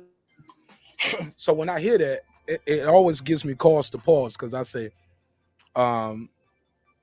and shout out to Punch. I think Punch used this example. He was like, what if you're an African man who own your own taxi? You could say, I ain't picking up no black people today. Exactly. You can be racist. You are an independent contractor. You can pick and choose. You was racist towards that black man. I'm scared the black people gonna rob me, so I can't, or they gonna jump out, or they ain't got no money. Their car gonna decline when I get them there. Gonna fuck up my whole night. So yes, you can't like, cause even in a smaller way, you as a independent business owner can be prejudiced and say, I'm only gonna hire black folks. You ain't hiring the best person for the job? No, blacks only. All right. Good luck with that, my nigga. Respectfully. You know what I'm saying? Sometimes you gotta hire the best person for the job if you want your business to be thriving in fashion. And granted, can you now, is it possible? Is people in that genre of business that can do that job and they all black? Like, yeah, it's very possible. But some people, I don't want to go there. I don't want to go there. I'm gonna just say this. Okay, they say I need a slight bump. Slight bump. How about right there? That good right there? Thank you, Con Shonery. Let me know if that's good. Actually, that does sound a little better. Thank you. But I feel like it's possible, man, to have a racial bias, either for or against your own people, no matter what you look like. Now, granted, it's very rare that you hear a white guy say, man, I ain't fucking with these crackers, man. I need some niggas up in here. Yeah, they might say that. They might not say that in this boardroom, but they'll say that when they do their draft pick. You get what I'm saying? Am I making sense? Y'all picking up what I'm putting down? Yeah, no, it's absolute. Hey, man, I ain't picking him. I'm picking Jameis Winston, homie. We want Jameis Winston. Man, he might flop, he might do whatever, but I'm picking this nigga right here. Like, look what he did. Let's be clear though, man.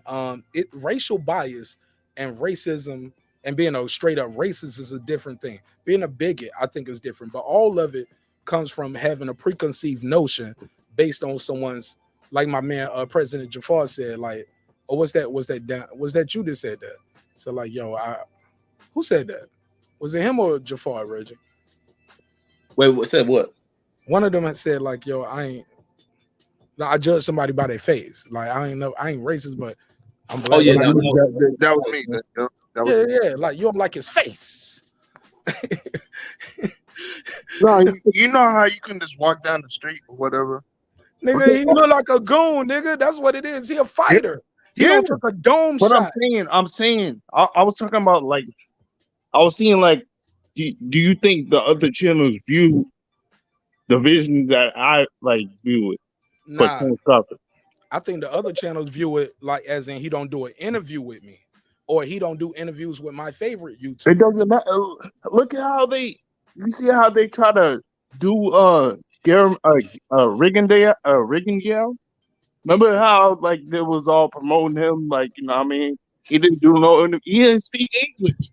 Right. But why Terence Crawford? Why they ain't? I'm gonna tell you why. I'm gonna tell you something different too. They wanted Riggindale to beat up the Great White Hope, Lomachenko. See, Terence Crawford beating their favorite fighter goes against their narrative though. Because remember, Rigo was chasing Loma until he got his ass kicked. Respectfully, he did lose clean. He quit in the corner. But he be smoking them squares too, though. You can be in there boxing smoking squares. My nigga be like, y'all, whenever I see a boxer coughing up loogies in the corner, he be like, I be like, he probably gonna lose. Like, damn, nigga, you coughing up loogies in the corner? Like, damn, you got coal in your throat, nigga, you smoking them squares? He in that blunt? What's going on? And you know what I'm saying? That's a whole nother conversation. We'll do another episode about that. But yeah, I think that's the difference between Rigo and Terence. Terence doesn't fit the mold of their narrative because he's gonna fight their favorite fighter and possibly beat him. Go ahead, Don Bills. No, that's all I had to say about that. Well, let me ask you this then. Why I got you here? Mm-hmm. Who's the most hated in boxing? Is it still Mayweather? Is Mayweather still the pound for pound most hated in boxing? Because people don't like the fact he's about to fight on a helipad in Dubai, possibly. I don't even. Canelo. Hold on, let me set the table. Mm-hmm. Or is it Canelo?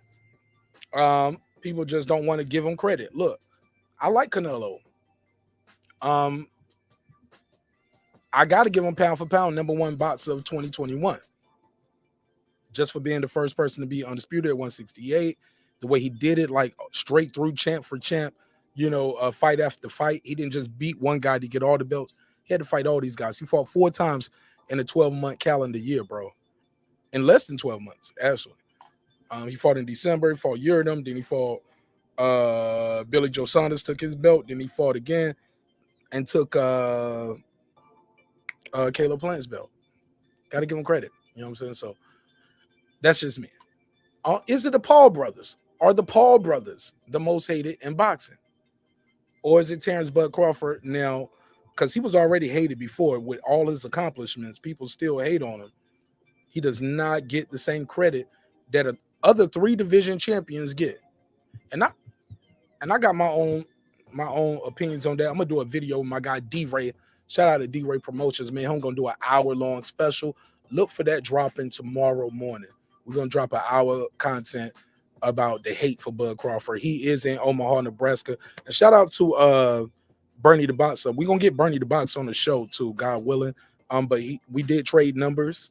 So we are looking forward to having Bernie the Boxer up here, and we're gonna talk to him about Bud Crawford. But Don Biz, talk to me.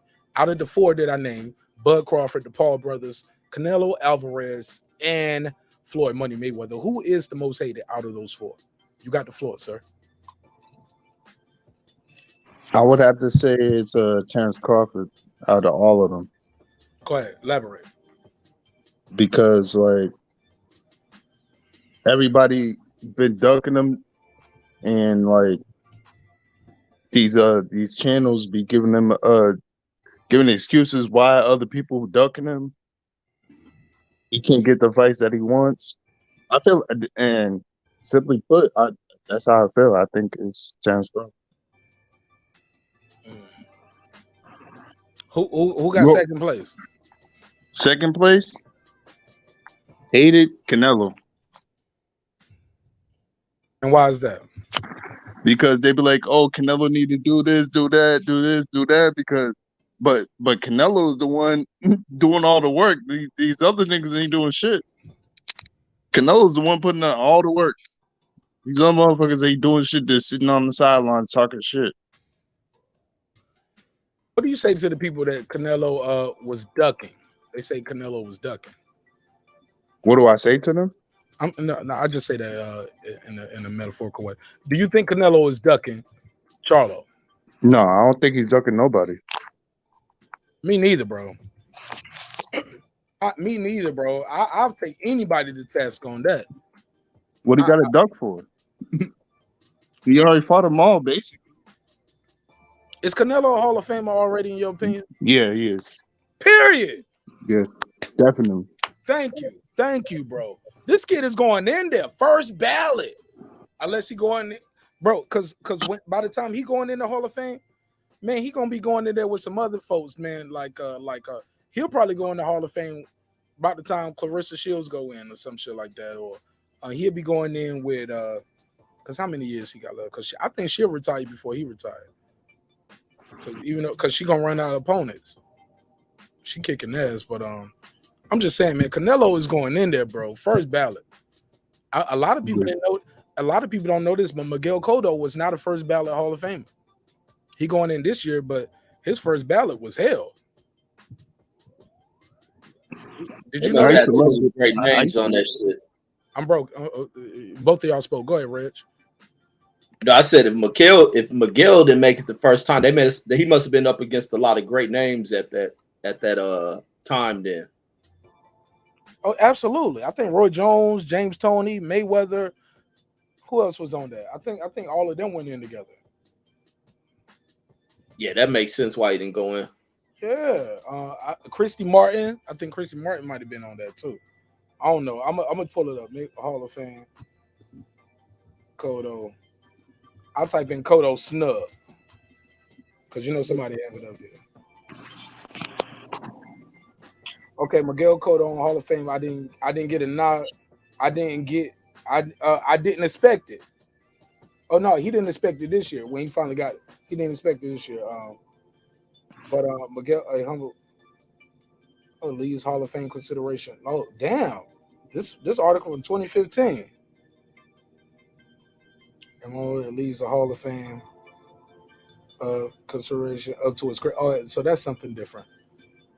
Shout out to the boxing voice and my guy Nestor Gibbs. Thank you so much for everything you did. Nestor Gibbs has shared the link before. He comments on my IG post. He'll pull up in the chat.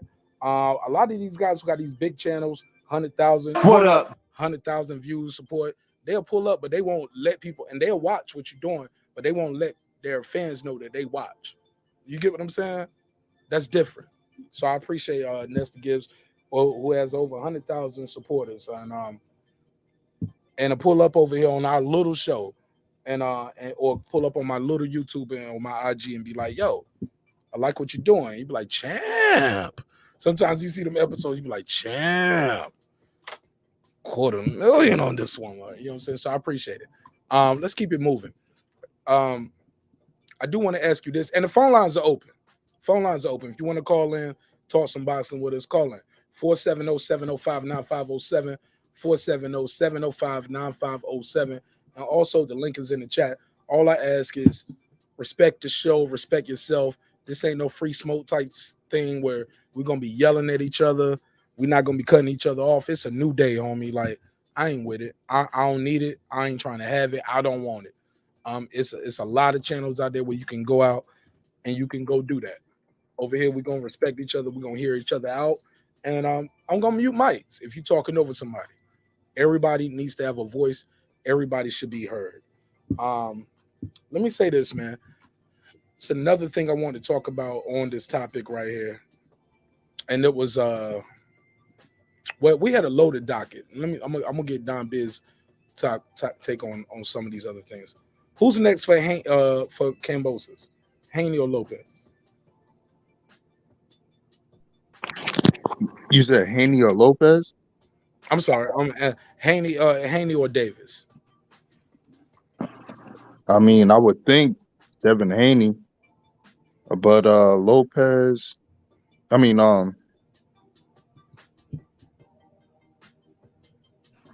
Tank Davis, Devin Haney. Let me put that picture up on the screen. Yeah, I got you. My brother. Look, I froze too. Look. We was downloading. Start downloading. We're like, hold on. Who you? Nigga, what? Nigga, who? Yeah. These two guys versus this guy. Who do you think should get the fight? Who do you think will get the fight? Do you think Lomachenko is still in the mix? Yeah, I do think Loma's still in act. It's up in the air for me, like, because they could put money up for Tank and Kambosos. I don't know. Most likely Devin Haney. Man, Bob could offer Kambosos a deal. I think Bob Aaron is still in this with Loma. He'll say, man, fight Loma. We'll fight you in Australia. We'll give you X amount, but also we're gonna give you a top rank deal for the. We'll give you this much up front, but we'll also promise you this many more fights in Australia. You know what I'm saying? Yeah. And we'll promise you 2 fights in Australia, and we'll promise you another fight in the US. You know what I'm saying? Over the duration of the deal, like they might offer him a 3-fight, 6 fight. That's top rank, man. Yep. No, and on top of that, like Bob Aaron be pushing Loma hard, so I mean he'll put the money up for him, I believe. And sign Kambosos in the process. But I don't know if Mayweather will put up that much money for Tank in Australia. Yep. How much do you think they would have to offer Kambosos to get Tank to fight? And you know what I'm saying? And you got to pay Tank still. Shit, I don't even know. I heard some bad stuff about Mayweather's the Mayweather promotion shit, so I don't even know. Yeah, I remember hearing SHakur talk about it. He was like, I wanted to sign to Mayweather, but they weren't ready. Like they didn't have, basically, I'm paraphrasing, but he made it seem like the business wasn't there. Yep. I heard it from Mickey Bay. Like Top Rank was ready though. Yep. Go ahead. Hold on. We got a call. See who gonna talk to us. D-Ray, what up, though? What's up, marqnash? What's poppin', D-Ray? How you feel, my brother? Oh man, I feel excellent, man, on this great Martin Luther King Day. Malcolm X. Muhammad Ali. My bad, bro. I'm rushing it. I'm a few months early with Malcolm, but hey, D-Ray, Muhammad look. Ali birthday. Hey, D-Ray, go ahead, bro. Do this for me. I'm gonna put another number. Call this number, and I'm gonna keep you on the show. Call 404. Yes, sir. I'm gonna put it on the screen. Call the other number. Call 404. This is gonna be the backup line just for you, so you can stay on the show. 404-692-1766. All right. Okay. 404-692-1766. 404-692-1766. Call that number. Okay. Well, one more time, bro. I'm downloading information. 404 692 1766. And I'm gonna keep the other phone line open, but call. I got it on the screen too, so call the number on the screen. Yes, sir. Yeah, because you're a regular. This is my guy. D-Ray. So I'm gonna keep D-Ray on the show, but I'm gonna keep the other phone line open, so D-Ray can call back in, and I can keep D-Ray on the show while we still take calls. Because I like D-Ray, man. He's super solid. D-Ray was the one that got burnt. Not D-Ray. D-Ray was part of the reason though. That people like, look, this neighborhood thing is growing at a rapid pace, and they was able to get Bernie the Boxer to unblock me on Twitter and Instagram because he had me blocked. Yeah, you might have misunderstood a couple things I was saying. Somebody might send the wrong clip. A couple of it was my fault. I sent him a birthday song. One of my dudes that do hip hop, he got one of those happy birthday songs. I sent it to Bernie. Bernie was like, "Don't send me this." I sent it to him again. Right away, and he was like, "Bro, like, you serious?" So I was an accident. Call from D-Ray all day. To accept, press 1. To send it. D-Ray sound like he calling from prison. You want to accept? Press 1. Yeah, we'll accept the charges. What up, D-Ray? I appreciate you. Yo, D-Ray, talk to me. Who's the most hated in boxing? Terence Crawford, Canelo, the Paul brothers, or is Money Mayweather still pound for pound most hated? Talk to me. I'm gonna go with Terence Crawford, bro. I ain't never seen nothing like it. He get it from all sides. Pause. You know we had to do it. The Bible tell us that. Like, the real thing is, he's from a small place, and he's the first of his kind, bro, to I want to say come from this area, man, but I know I might have to do another pause or something. But you know what I'm saying? It's just, you good. He the first. He the first out of Nebraska, you know what I mean, to really make noise in the, there's been guys before, but not on this level.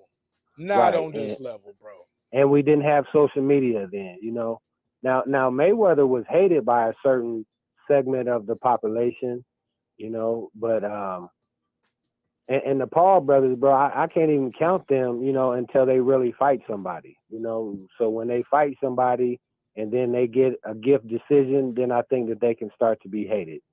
Canelo, I think people just want him to challenge himself, against the best that there is, and that's the difference between him and Crawford.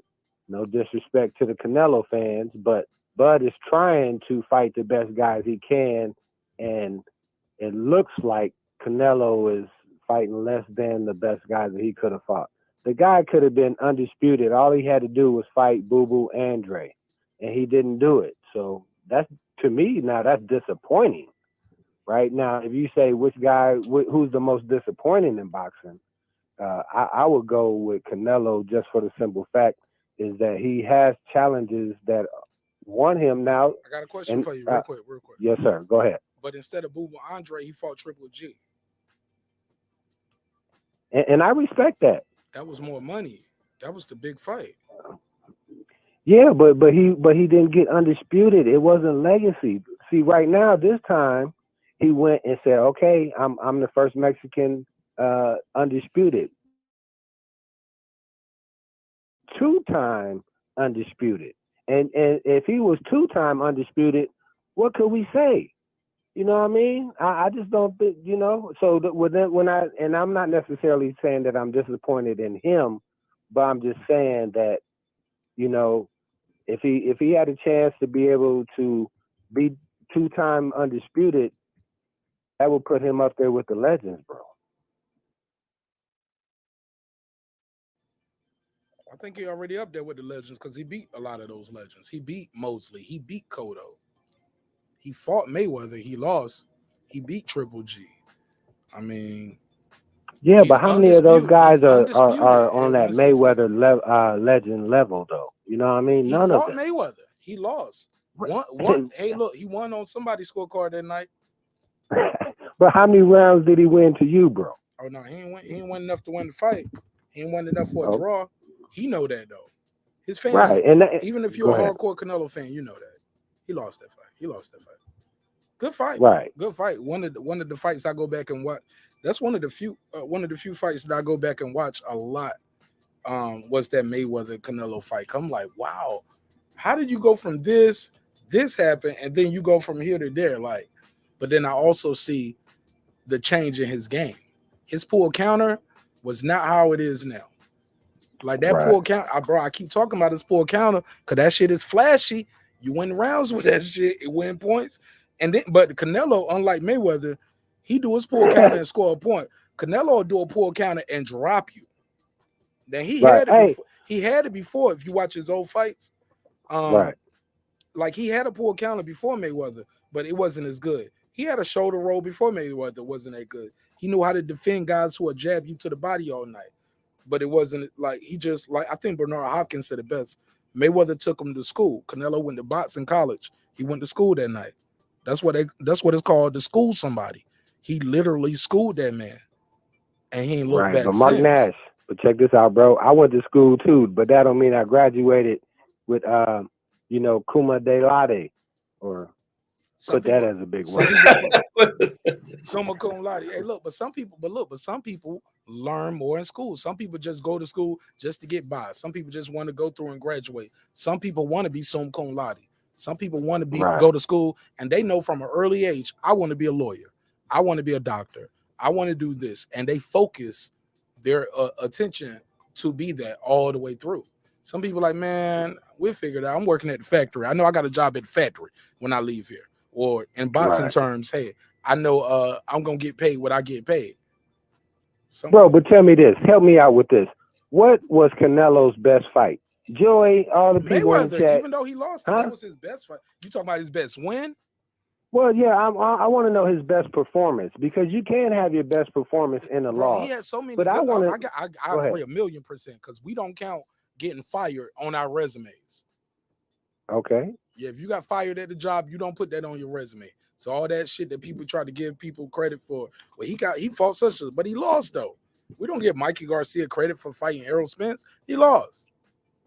Right, but he got washed, just like Canelo got washed against Mayweather. But Sweet Pea Whitaker, when he fought Julio Cesar Chavez, Canelo did better. Canelo did better in his loss to Mayweather than Mikey did against his loss to Spence. Maybe. I mean, to me, big fact. Like, one was a split decision, one was a unanimous, right? Yeah, but that's because you said one of the judges was in Oscar's pocket, bro. We know Oscar is. I didn't say that. Oscar can be bought, bro. That's all I'm saying. I'm just talking about by my eyes, and no, that's what Oscar I'm saying. Oscar can buy some fishnets. You missed. Oscar can buy some fishnets like a motherfucker. He gonna pose for the picture too.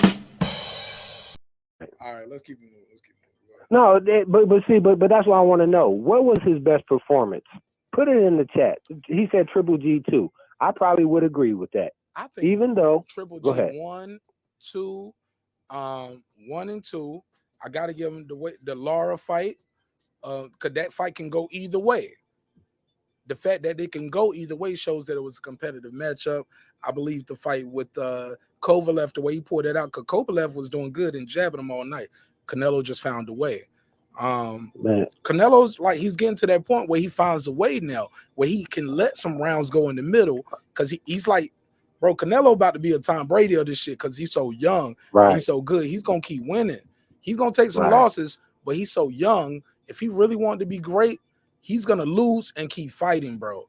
Because say what y'all want to say about the old. I know Reggie ain't gonna like this. Say what you want to say about Tom Brady, but Reggie, Tom Brady is great, bro. You're gonna win more money betting on him than you're gonna lose. Oh, then you're gonna lose betting against him. New England, and he's 6-4 or something like that. But see, that's the thing though, is that now I do give him credit for the Laura fight. To me, I think that's the best performance, even though it was a draw. So since it was what I would call a tainted win, it's hard for me to give him credit, and it's not his fault if the judges, going that way. But I'm just saying, as me watching the fight, there's never and Canelo does have skills, bro. I'm not trying to say that Canelo. Now, if you ask me, is he one of the most slickest rhythmic boxers that Mexico has ever produced? I believe so. You know what I mean? That's just me, because Canelo does have some hood in his boxing. He's slick with it, bro. And I like that. But the thing is, I just want to see him. I don't know if he, you know what I mean, is willing to go fight the best. Now, there's people that say that Charlo What you mean? did not accept an offer and took step aside money. What you Go mean? ahead, bro. What you mean? How can he not fight the best and he undisputed? Explain that to me. How do you get? Man, which one of them champions, bro? Which one of them champions do you think? Let's say if a Charlo, David Benavidez, or Boo Boo went up there. Wait, hold on. Which one of them champions that he beat would be favored against David Benavidez, Maul Charlo, or Boo Boo? I'll wait.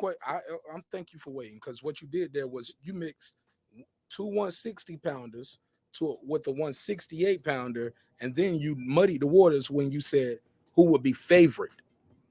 You talking about Vegas? You talking about numbers? Like, that's something different, homie. That's who got the money to put down. No. I apologize. I'm talking about, okay, let's say if he was gonna fight Caleb Plant, those three guys, would Caleb Plant beat any one of those three? Okay, so you switching. Hold up, you switching Canelo out for Caleb Plant, right? And then you against those three, and then you comparing Caleb Plant to David Benavidez, Charlo, right, or who? Boo Boo Andre. The three guys that Canelo beat. I want to know, out of those guys that he beat for those titles, which one of them guys is better than David Benavidez? To me, none of them. Well, he didn't beat. Hold up. Well, you didn't name 3 guys he beat though, because he never. Billy Joe, Plant, and some dude I don't know. Okay, well, that's the first time you said Billy Joe name, because before you were saying Charlo, Andre, and David Benavidez versus Caleb Plant. So you saying switch Canelo out with any guy. So you want to do the triangle theory. You want to say the guys that Canelo beat could lose to these other guys that Canelo hasn't faced. Is that what you're saying? Absolutely, man. I appreciate you putting that, man, because I couldn't have said it no better, but that's exactly what I'm thinking. All right, because cool, Con. I'm surgical with this shit. Let's put you on the doctor's tape. We can play that game all day, but it's not fair. Joey said Plant beats Charlo. And bro, it's possible. It's 8 pounds. When I interviewed David Benavidez, we asked him about that, because I misspoke and said middleweight champion David Benavidez. I was like, and he said super. I was like, you know what, super middleweight. I'm sorry. I said, because that's 168. He was like, yeah, 8 pounds, man. It's the difference.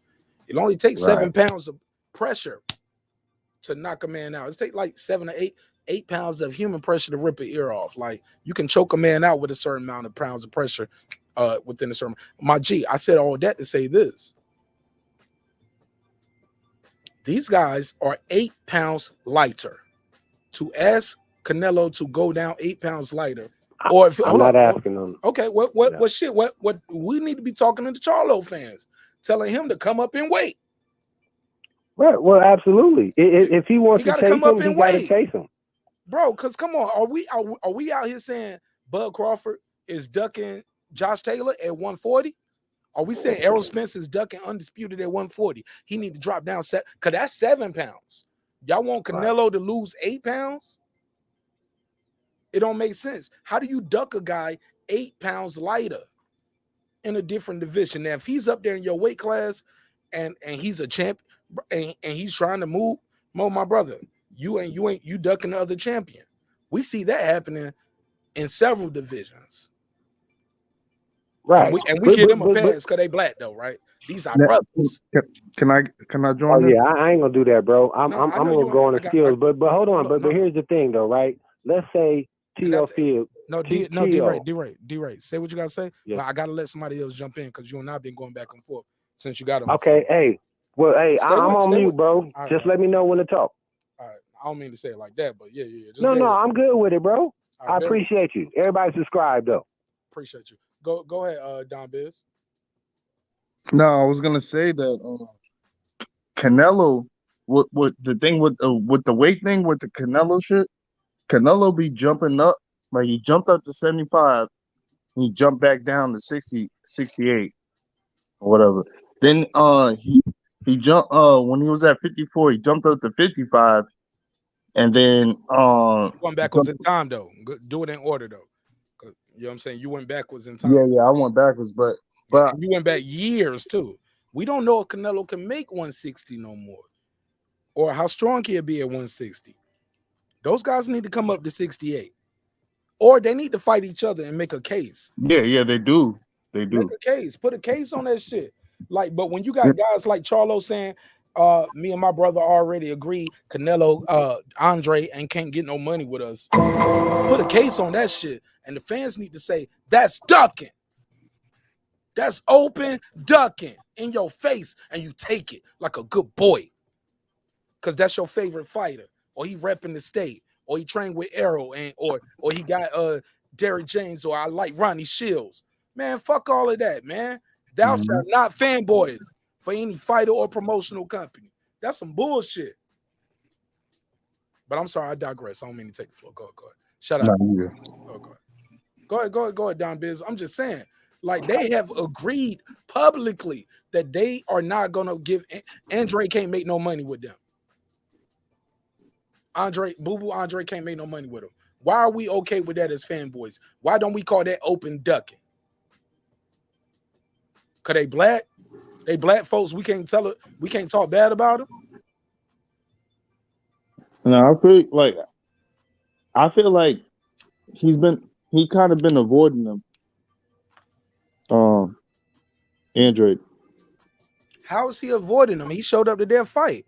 How is he avoiding when they are on camera saying me and my brother have agreed that Andre can't get no money with us? We ain't never fighting him. He's up there saying what Canelo. No, I'm talking about Canelo. I'm talking about Canelo. He ain't avoiding nobody at 160. He's a 168 fighter. Why does he have to sacrifice and lose that weight? He sacrificed and took a catch weight with Mayweather and got his ass kicked. But why you gotta sacrifice and lose to them?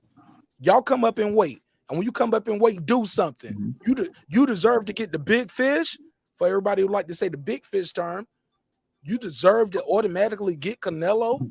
So as you come up to 168, and you ain't even been to 168, we don't even know how your power and your weight gonna travel. You ain't did nothing. How you call out bro? That's the equivalent of 140 pounders calling out Errol Spence or Terence Crawford, bro. Ain't nobody. And look, and Canelo don't fought as high as 175. So that's two divisions. So that's like saying Terence and Errol are ducking Tank Davis. So, but it's two divisions, bro. Yeah, the same thing with Mikey and Errol though too. Were we saying Errol ducking him? No, Mikey said he saw something. Errol gave him the fight. Yeah, Errol shouldn't have gave him that fight over Terence Crawford. Mikey hadn't took the belt off of nobody. He didn't deserve a fight at 147. So if Mikey deserved to fight against Errol at 147, how do you explain not giving Bud the fight at 147? He's accomplished more than Mikey and Danny. It's the promotional thing too, though. All right, so now the goalpost moved again. That's the promotional. I mean, that's what I would think. It would have to. I'm not saying. I'm just saying. I'm just here for boxing. That's it. I'm not with the promotional bullshit, whatever. And all you brought it up, sir. Respectfully, you mentioned it. I didn't bring up no promotion. Yeah, but it would have to. I would assume so. It would be the promotion, right? No, it could be ducking. It just could be what it is. So you think call it what it is? So you think all these fighters that's fighting right now are scared to fight one another? You just changed even the though word they're fighters. Ducking, no risk and rewards. Higher risk, less reward. But your fans let them get away with it. I ain't got all the answers on me. I'm just pointing out double standards. And I just want somebody to make these double standards make sense. Because when it all comes down, the goalpost just keeps moving. You ain't fought nobody. You're not get it to belt first. You get a belt. You ain't fought nobody. Okay, I've fought the same guys you fought. Now it's leftovers, bro. Everybody in boxing is somebody's leftovers unless they undefeated. Everybody is somebody's leftovers unless you have an O on your record. What are we talking about here? And if you got an O on your record, people gonna say you ain't fought nobody. Or you fought him on his way out. He was past his prime. He was too green when you fought him. You get what I'm saying? Look, if you don't like a fighter, or if you do like a fighter and you have an implicit bias or an implied bias, my G, you're gonna make excuses for somebody's win or their loss. And it's truly unfortunate. But go ahead. I'm passionate. I'm not yelling at you. I'm not yelling at the audience. It's just how I get going, man. It's a late night show. Like I ain't gonna be up here talking like I'm in the bed with y'all. I feel you. No. I'm animated. Let's get it. I'm Busta Rhymes. I'm Busta Rhymes on the mic. Let's go. That's I combine. Let's go. Wheeler, bring it back. Come on, man. Let's turn up. Somebody smash the lights. I appreciate it. Go ahead, bro. No, I was gonna say, like with Canelo. Hold up. Oh shit. I thought you booted me for a second. Nah, not yet. I'm just hitting. I got drops over here. I'm smashing the light button. I was gonna say with Canelo, I feel I do feel like he is pound for pound number one in my eyes. Because he fought a whole bunch of, you know what I mean, like recognized dudes and shit, and these other dudes on the sideline. But the dudes that Canelo should be fighting is Andre, Benavidez, Charlo. If he fights these guys, he should shut me the fuck up. Like he should shut me the fuck. Like he is the GOAT. But I think it's like the management team that's like, you know what I mean, like pushing them like in this direction or that direction and shit like that. But I feel like Canelo is that dude. Well, look, we're keeping the phone line open. We got D right here. My guy Reggie Owens is here. I see Nick Castellano is in here. Nick Castellano, called the other number, 470-705-9507. Shout out to Sam D. Sam D, what up, though? What up? Shout out to you, Sam. How you feel?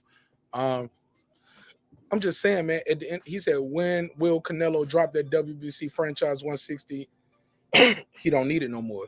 When will Charlo fight Andre?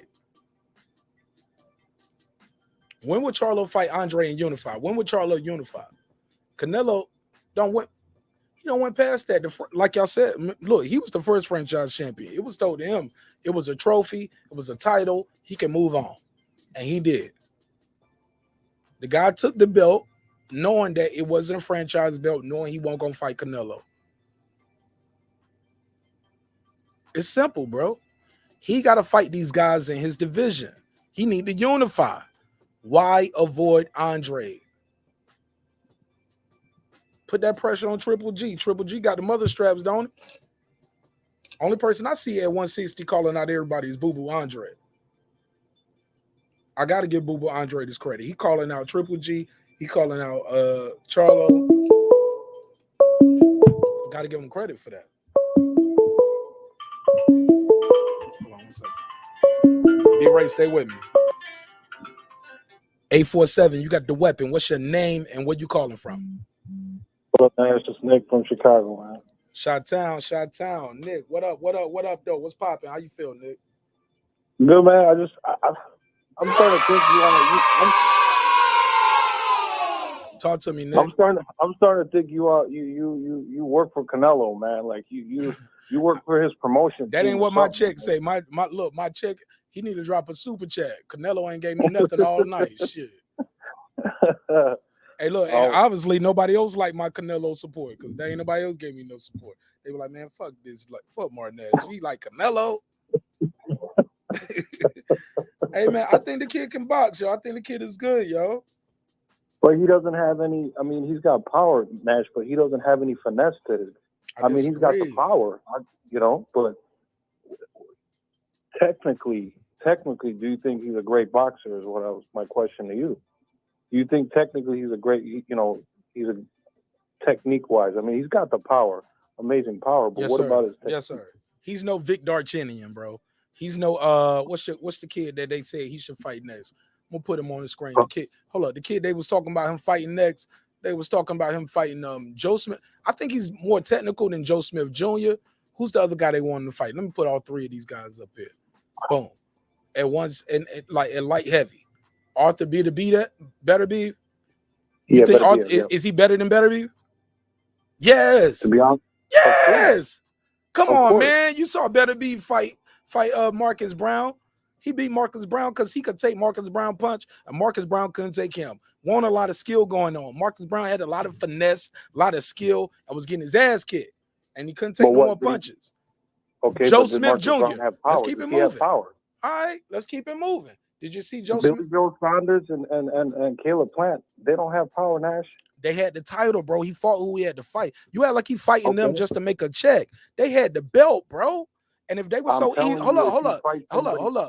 If they were so easy to beat, and they was all of that, why Andre didn't pull up and challenge them? Why could Charlo didn't pull up and challenge him? Canelo went from 160 to 68, went from 75 down. Nash, he pulled up on him at the press conference. Let's go. Let's make the fight. But he's still at 160 though. That's a little guy who ain't came up in weight. Nick, you and I been through this before. You and I, and at the end of that conversation, you agreed and it's recorded, Nick. You was unless you changed your mind, but last time I talked to you, you even agreed with me that like when I said so they get to go up to 168, had 1 foot in 168, 1 foot in 160. They want to do what Kell Brook did. You want payday. Canelo don't owe them no payday. I agree, but Nash, can we agree one thing?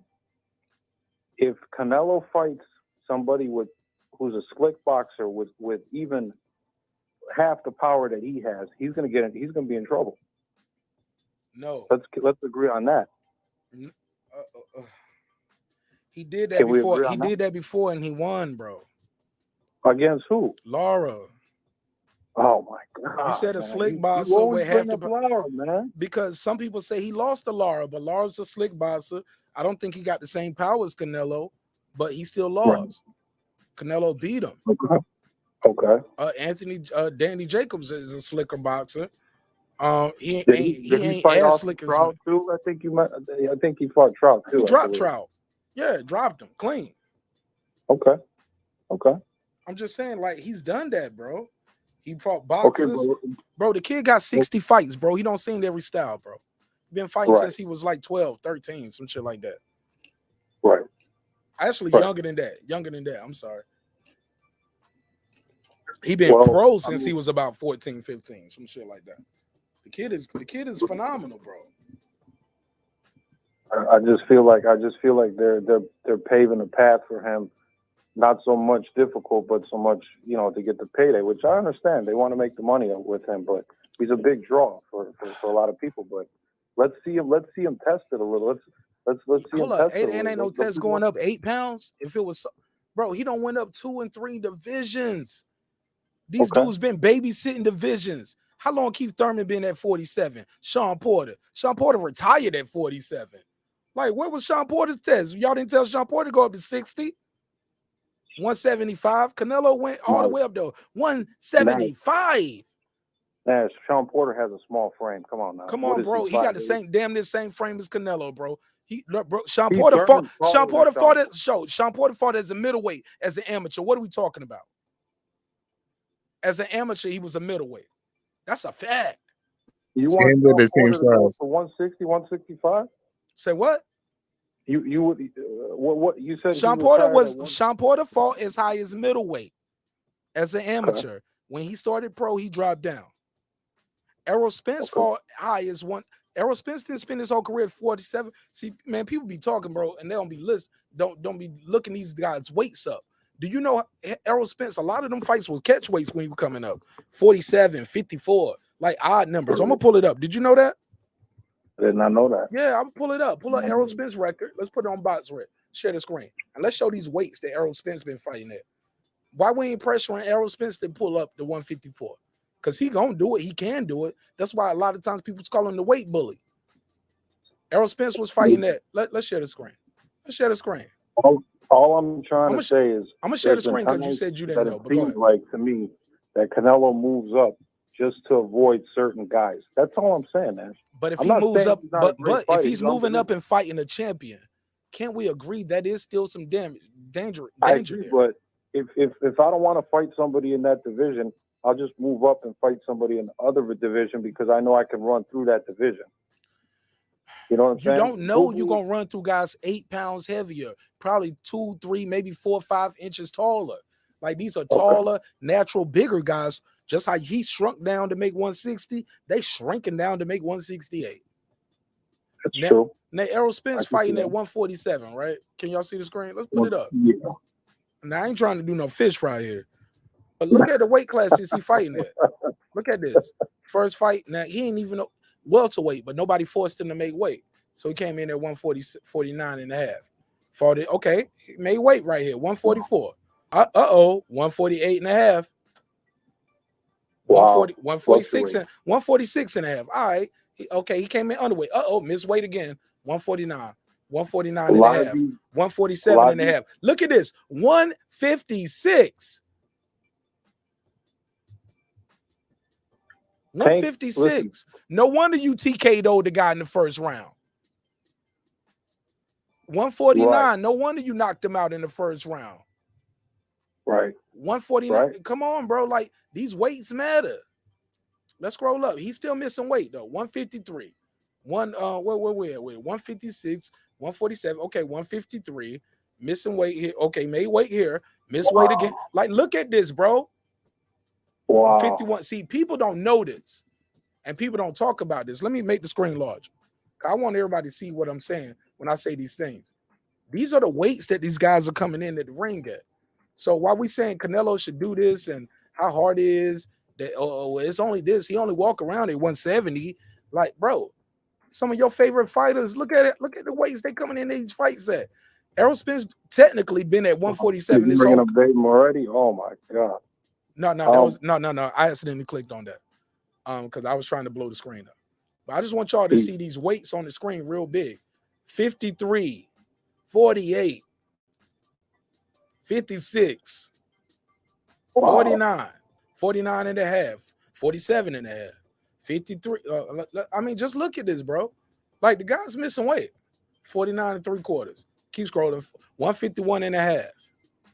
We in 2015. Terence Crawford been a champion a long time at this point. Now round Sam Vargas. Weight. Terence Crawford always makes weight. Now round 147. I mean round 2015. I think this is when he started getting on point with the Sam Vargas stuff. Okay. Yeah, around here. Yeah, so Sam. Okay. Whoa, Chris Van Heerden. Whoa, he weighed 154. No, that can't be right. Wow. Why is he weighing 154 versus Chris Van Heerden? Just to let people know. Y'all see the pounds, right? This the pounds he weighed. Yeah. All right, so y'all see it. Let's just that could be the opponent's weight though. But where's his weight at? That's his weight, bro. That's his weight. Now, when I click on the opponent, it'll show his opponent's weight. So let's click on Sam Vargas and let's see what Sam Vargas weighed versus Errol Spence. That's his weight. See what I'm saying? Now let's go to Errol Spence. Let's scroll down to when he fought Errol Spence. Matter of fact, let's go back. Let's go back. No, I keep it right there. Scroll down. Errol Spence. 20. See, 146 and a half. That's what he weighed. When he fought Errol Spence. He weighed 146 and a half. That's his weight. So I got the when you sign up, that's it. You see what I'm saying? Like when you click on his box rep for him, it'll show what he weighed, what he came into that fight weighing. Now when you click on Errol Spence, that's the opponent's weight. No, bro. So look, I'm gonna scroll down to Errol Spence on that same fight. All right. All right, click on bout. Click on bout because it'll give you the weight of both fighters. All right, cool. Fair enough. So let's click on Chris Van Hill then. Let's click on bout. And if I'm wrong, guys, I accept the fact that I'm wrong, homie. Like I love it. We fact check the fact checkers here on Breaking Beats. I love it. I live for this shit because I go into these conversations with an empty bag, and I ask everybody else to do the same thing. Go into this thing with an empty bag, and go into it to learn something. Don't go into it with a preconceived notions. Oh, all right. So I see height. I don't see the weight right here. Let's click on details. Yeah, I don't see the. Yeah, like I said, let's use this one as an example. Chris Van Hilden, right? So Chris Van Hilden, Errol Spence versus Chris Van Hilden. Let's click on Errol Spence and Chris Van Hilden. We'll use that and see how much you weigh. Matter of fact, let's just start from the top because this will be easy to find. Danny Garcia, 146 3/4. I just want to kill this narrative respectfully. Danny Garcia, 146 354. Now, Danny Garcia's shit shouldn't say that, right? It should say what Danny weighed. So let's click on that. Share the screen. Scroll down. Because that was his last fight too. Last time I checked. So this will be easy. And you'll see 146 and a half. That's what he weighed versus his opponent. Or I could pull it up right here. Danny Garcia versus Errol Spence weigh-in. Danny Garcia versus Errol Spence weigh-in. So we'll know what that means when we see that. How much did Errol Spence weigh in on fight night?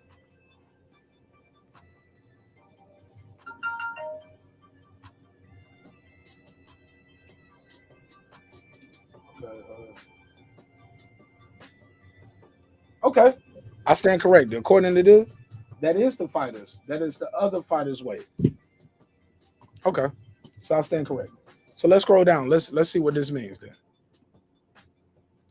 Now, if Errol's fighting bigger guys the whole time too, that's cool too. And I stand corrected and I owe him an apology right here publicly. And I'll do that publicly. So let's do it like that. Let's go back to this Chris Van Heerden. Let me make sure I'm looking at this right. How much does Spence win? How much does Errol Spence win? I ain't a quick first Google. That's what I see. So that means this whole time I've been reading this wrong. And if I'm reading that wrong, shit, checkmate. I love it. I love it. I live for it, homie. Now, let me make sure. Can I say one thing? Go for it. Go for it. While I check this, I want to make sure I'm checking this. You might see those fluctuations in weight early on in his career, whereas later on in the career he's making weight because those are championship fights.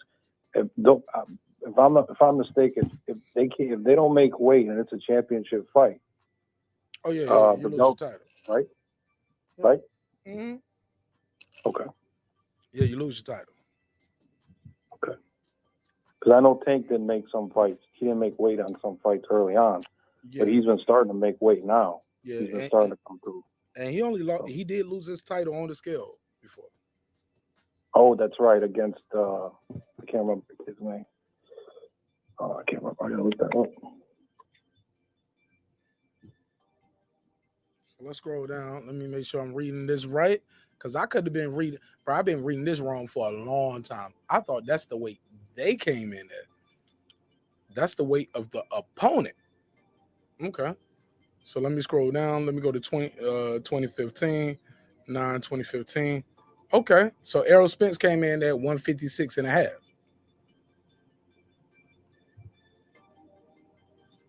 By that same logic. You get what I'm saying? 156 and a half. Yeah. So even like when I look at the Chris Van Heerden, how you say his name? Chris Van Heerden. Yeah. So they both came in heavy. This is not no welterweight fight. That was not a championship fight though. But I'm just saying though, it ain't no welterweight fight neither. It ain't no light welterweight fight. If anything, this is a middleweight fight, and y'all just both came in underweight. But if it's a welterweight fight, y'all in a different division. If it's 154, y'all in a different division. But you get what I'm saying, though. No, I see it. I see it. I know. I see your point. You trying to make the case as to why Canelo would want to drop down to fight these guys. I understand. 154. 154 and a half. Hold up. So damn, hold up. 154 and a half. So old boy came in at 156 and a half. Damn. So he was bigger than Chris Van Heerden. Let's go back down there. Yeah, Earl's big welterweight. So he came in at 156 and a half, Reggie, versus Chris Van Heerden. Right. Yeah, he's a big welterweight. That's why he spars Charlo. Come on, bro. It is what it is. But I'm glad you taught me that right there. Pause. But the point still stands though. Some weight bully shit. You feel me? It's some weight bully shit going on. And I feel like the hate comes towards Terence Crawford because the kid had got the goods, man. The kid is just good. And I think the fact that he lives a clean boxing lifestyle, he don't get caught up in no bullshit. Let's go back to Omaha. D-Ray, what do the people in Omaha think about Terence Crawford? Do they be like, man, if we don't fuck with him, or is the city riding with him? Oh, man, they love him, bro. Say it again. I said that they love Terence Crawford. You see, every fight he's had here, man, had at least 13,000 people. I didn't know that. Hey, one of them was Joe, what's the name? John Molina, bro. You know what I'm saying? John Molina. What's that one guy, bro? I can't think of his name right now. But yeah, man, hey, Omaha loves him, but there are people. He got what's his name? He fought what's the the one Olympian? Canadian brother. No, bro, the Canadian brother. Canadian. Yeah. There's a Canadian brother too. I know he fought. He fought. What's the kid who came out there with Gamboa? 50 Cent? He fought Gamboa there. He fought Endo. Right. Not Endo. I keep calling him Endo. I know my guy. Beltran. I know Tate Jones fought him too. But that Deshaun. Gary Jean, something like that. That's who I'm talking about. Gary Jean. He fought Gary Jean. Right. There. He and also fought John Molina. Both of those guys. Gary Jean was an Olympian. Gamboa was an Olympian. Molina had a name, but also he fought Benavidez in Omaha. And Benavidez. He fought I keep missing over the brother name I'm trying to say now.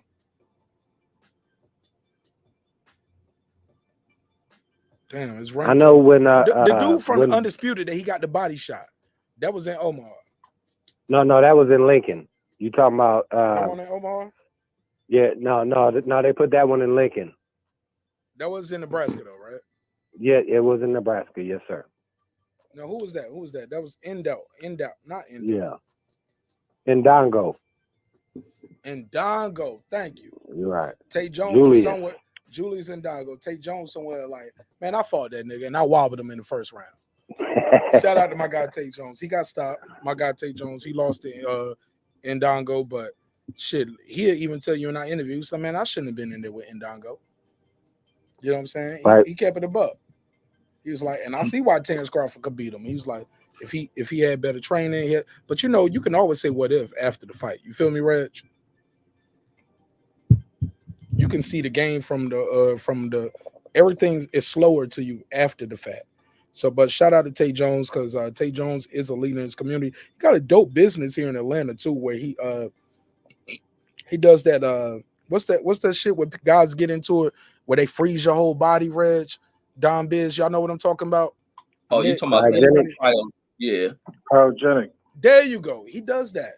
And it's mobile though. He pull up with you with the Cairo gun, and he does the therapy on the athletes wherever you at. So shout out to Tate Jones, and I think it's called Golden. Damn, man, I'm fucking it up. This is a terrible promo, terrible ad right here. But shout out to Tate Jones, man. Holla at Tate Jones, man.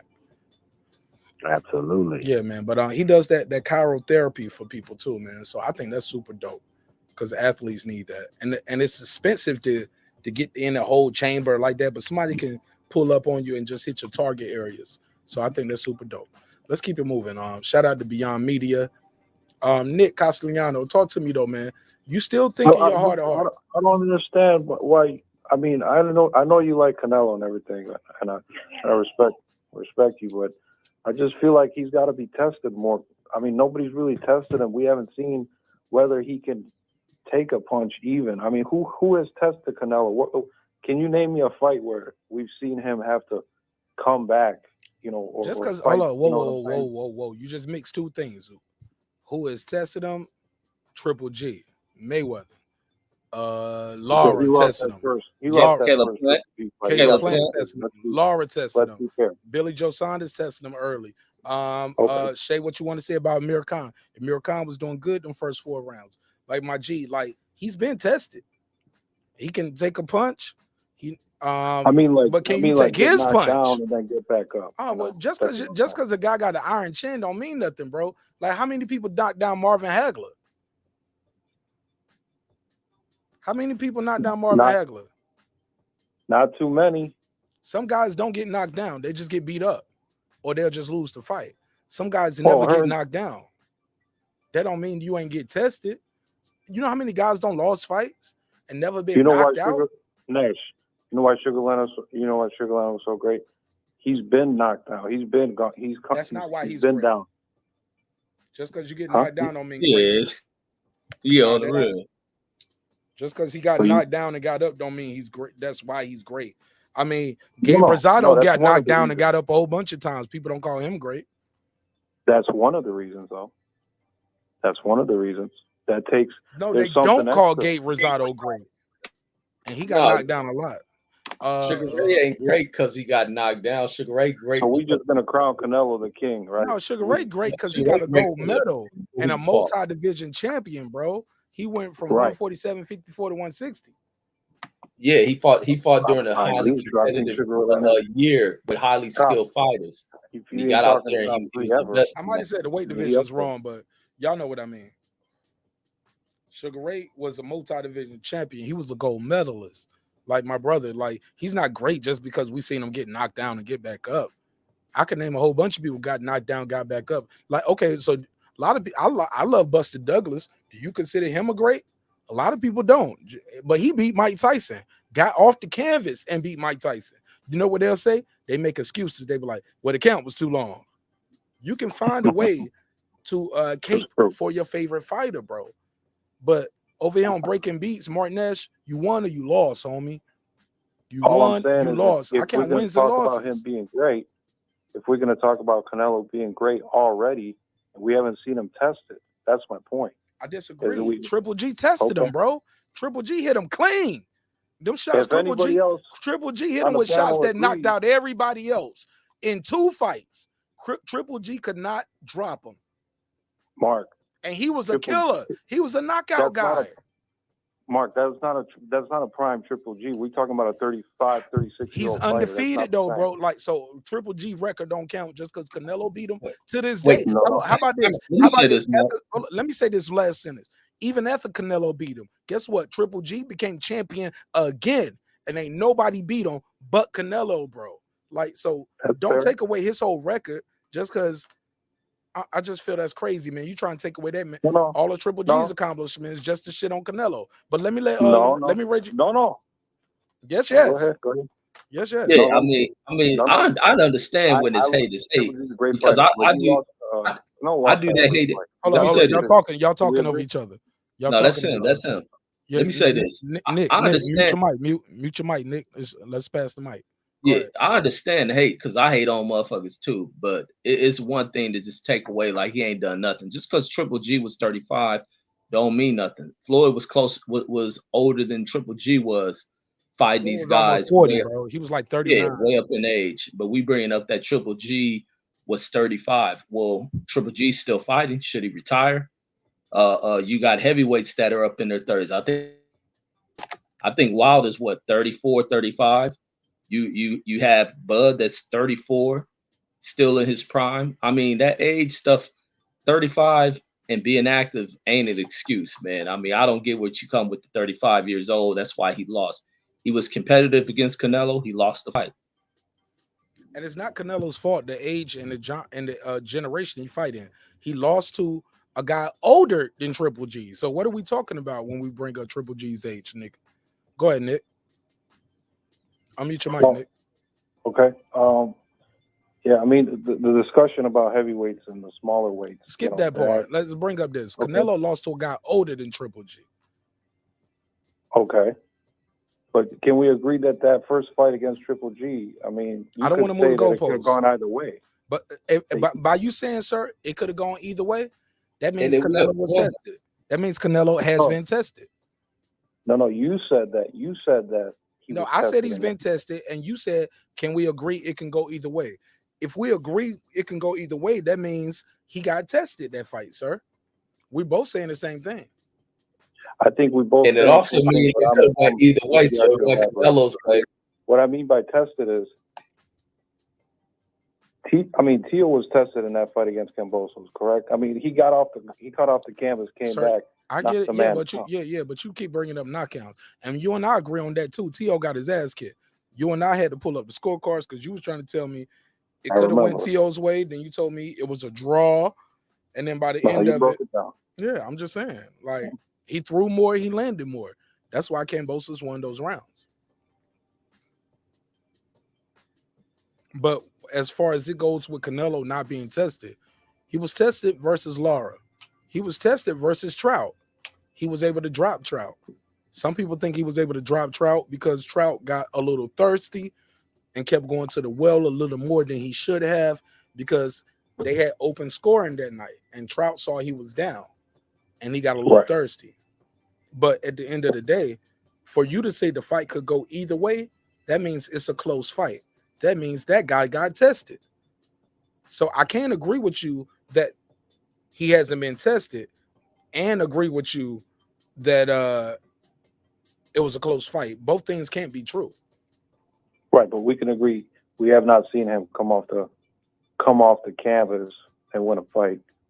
He ain't gotta in come which off the he canvas. was an underdog, in which he was losing the fight. Like if he was losing the fight, come back on the scorecards, get a knockout or get a knockdown. You know what I'm saying? Like we have not seen every single time it's been, if it's close, he gets a decision. Every single time against Triple G, he got the decision in the first fight. Correct? I mean, Yes, he got. sir. That's all I'm trying to say. But that's the difference with him getting a close decision and him not being tested. I don't feel like a guy got to get knocked down to show me he's not being tested. I saw Mayweather tested without getting off the ground. I saw Mayweather get tested versus Shane Mosley. He didn't get dropped, but he got wobbled and rocked twice, or maybe almost 3 times in that round. That was him being tested. The third round, it was the second round, I believe. Second round. Yeah, second round. Yeah. I mean, he was tested against Judah too. Judah caught him a couple times, and I believe at one point he had his mitt hit the absolutely his mitt hit the ground. 1,000,000%. Huh? People 1,000,000%. His glove clearly touched the ground. Could have and should have been called a knockdown, but we don't count that against Mayweather. But we count Bud's glove touching the ground versus Kavalauskas. Well, why? I mean, we haven't seen that with Canelo, so I mean, I don't know what you're trying to tell me. I have not seen. No, I kind of switched it up. I went to Mayweather to Mayweather to Bud comparisons, where everybody's like, "Well, Kavalauskas dropped." I was like, "Well, by your same logic, Zab Judah dropped Mayweather. Do we say Mayweather got a glass jaw?" Mayweather actually got a count. He wobbled him. I mean, he didn't drop him. Technically, to this day, this man, Bud Crawford, has never gotten a count in a professional bout. They never said 1, 2, 3, 8. Let me wipe your gloves off. Are you okay? Do you want to continue? Yes, sir. He ain't never got one of those. But we say this guy got a glass jaw. He chinny. Well, you know, Crab and Lobster dropped him. All right. Well, Zab Judah dropped Mayweather. No, he didn't. Check it out. By your same logic, y'all count on knockdowns that aren't official knockdowns. Yeah, the fans can say it's a knockdown. The replay can say it's a knockdown. But if it don't count, it don't count. I don't like when people say it's a knockdown and it was a stoppage, and people say it's a knockdown, and they stop the fight. Like they say, "Oh, he got knocked out," but it was a stoppage. Well, sir, as I can show you right here on Box Rate, and we can end this one real quick with that conversation. It is no column for TKOs. We got wins, losses, draws, and we got knockouts. TKOs count as knockouts. Period. TKOs count as knockouts. Agree. Ain't no way around it. We got to count TKOs as knockouts. Is a TKO if they're like that Porter fight, right, against Crawford when they threw a towel. 1,000,000%. What would It's that a be? 1,000,000% the same thing. You think, man, come on, bro. Kenny Porter ain't the first corner to stop Reggie Owens. Save me from, I don't want to disrespect this caller, but come on, Kenny Porter ain't the first daddy to stop the fight. Reggie Owens, jump in. Let's pass the mic. No, not at all. And I mean, fight should be stopped. What's wrong with stopping the fight, man? What's wrong with stopping the fight? That's the problem in boxing. I don't think enough fights are stopped. And Kenny seen what happened. He knew who his son was in there with. He knew the dangers of sending his son back out there. His son mentally wasn't there. He's sitting there banging on the canvas after being dropped for the second time. Get him out of there before this dude hurt him. Get him out. They knew he was dangerous. He's a dangerous dude. You seen what the punch before that did, where he rolled a shot, landed on Sean Porter, who was moving forward. To punch immediately stopped Sean Porter and dropped him backwards. So Kenny knew what he's doing. This dude's too accurate and dangerous of a puncher. Go ahead, Nick. Let's go. I like this. I love to hear the discourse. I wish more people was brave as Nick here to put their opinions out here. We having a conversation. It's a conversation, bro. I love when people listen. I love to something. I agree a lot with everything what you say about Terence Crawford. I love Terence Crawford, but if there's something I disagree with, I'll tell you. Like I disagree. I think my question was, do you feel that if it's a stoppage, it should be counted as a KO? That's just what I was asking the panel. If that's, you know, for me, technically he didn't knock him out. They stopped the fight. You know what I'm saying? That's just what I think. But that was just my question. What you guys thought about that? Let's go back to. I think it's technical. Yeah, I think it's a technical knockout. A knockout is a knockout. So I think to not take that away from a fighter that is being stopped, a technical knockout is fair. Go ahead, Reggie. You can speak longer than that. Go ahead. No, I'll be getting straight to the point. Yeah, Reggie editing video. Yeah, it's a live show, so you can speak a little longer. Reggie. No, because it's quick answers to some of these questions that we're speaking on. For sure. Go ahead, Don Biz. Go ahead, Don. Don Biz, you still there? Unmute your mic if you're trying to talk. I think your mic is muted. All right, we'll come back to Don Biz. D-Ray all day. What's up, D-Ray? You think these things should be still counted as knockouts, or should they be technical knockouts? Go ahead, D-Ray. I like the way it is, man, because that's the way it has always been for historical purposes. You know, to me, it's part of the history of the sport. And, you know, if they go back, then you have to go back in history, in my opinion. But that's why I would just keep it the way it is. And that's the thing, man. That was a great stoppage by Kenny Porter, in my opinion. And I agree with Reg, is that more fights should be stopped because you really, you know, but it's that macho thing of you have to prove, you know, not everybody is Diego Corrales, bro. Now, Corrales, that guy, hey, you know what I mean? You had to carry him out the ring, bro. But, you know, and the other thing I wanted to say real fast, though, bro, is that one thing I love when you bring up the Tay Jones versus Ndango, that to me puts Ndango, that helps raise him up a little level, bro, because everybody know that Tay Jones is a real one.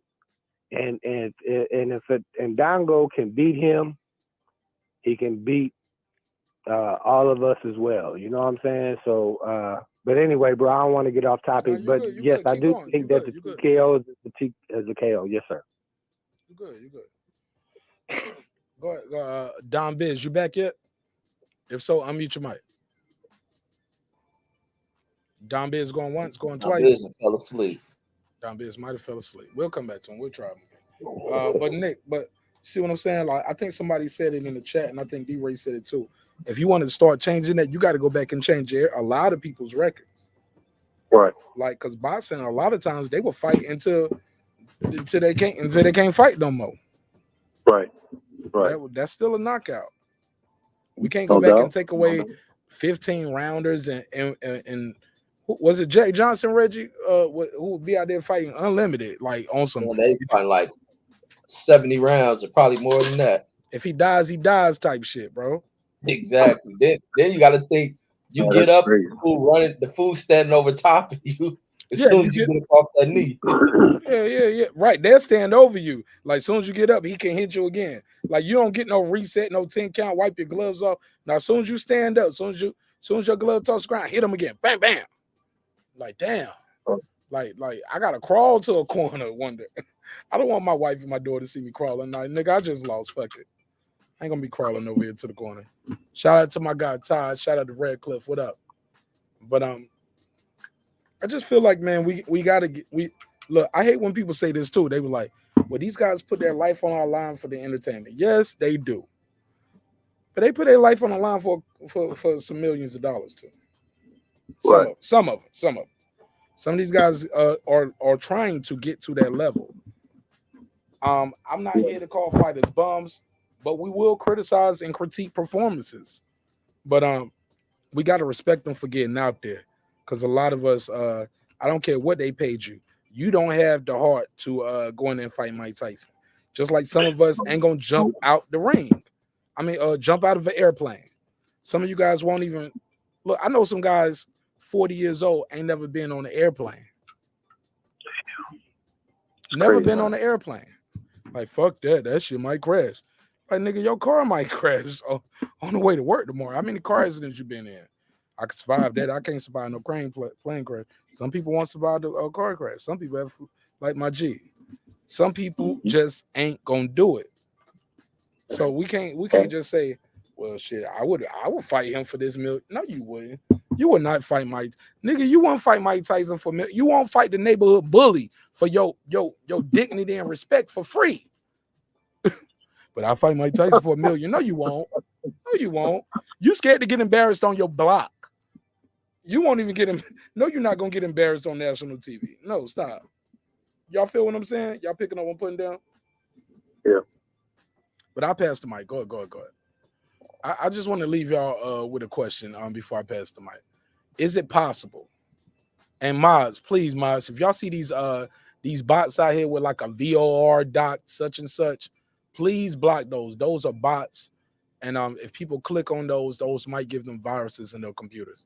So please, what's the point of being a mod if you can't secure the block? You know what I'm saying? Y'all, I need y'all to do security. Get those out of here.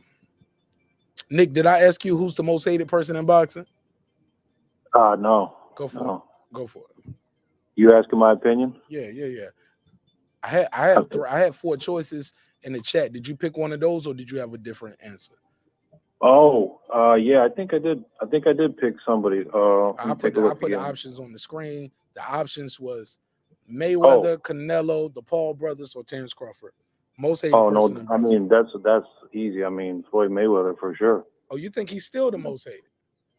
Oh, for sure. I mean, he's like, I posted in the comments, I said he's mastered the art of of learning how to turn hate into money. I mean, whether you hate him or love him, he's still gonna he wants the haters. I mean, if you don't have haters, you ain't doing nothing in life. You gotta have haters.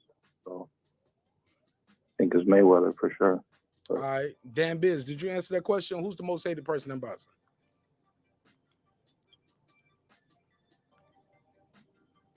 Dan Biz going once. Dan Biz going twice. I got to get him up out of here. He might have fell asleep. Yeah, I want to answer that one. The most hated, I got to say Jake and Logan Paul. Let's go. Let's go.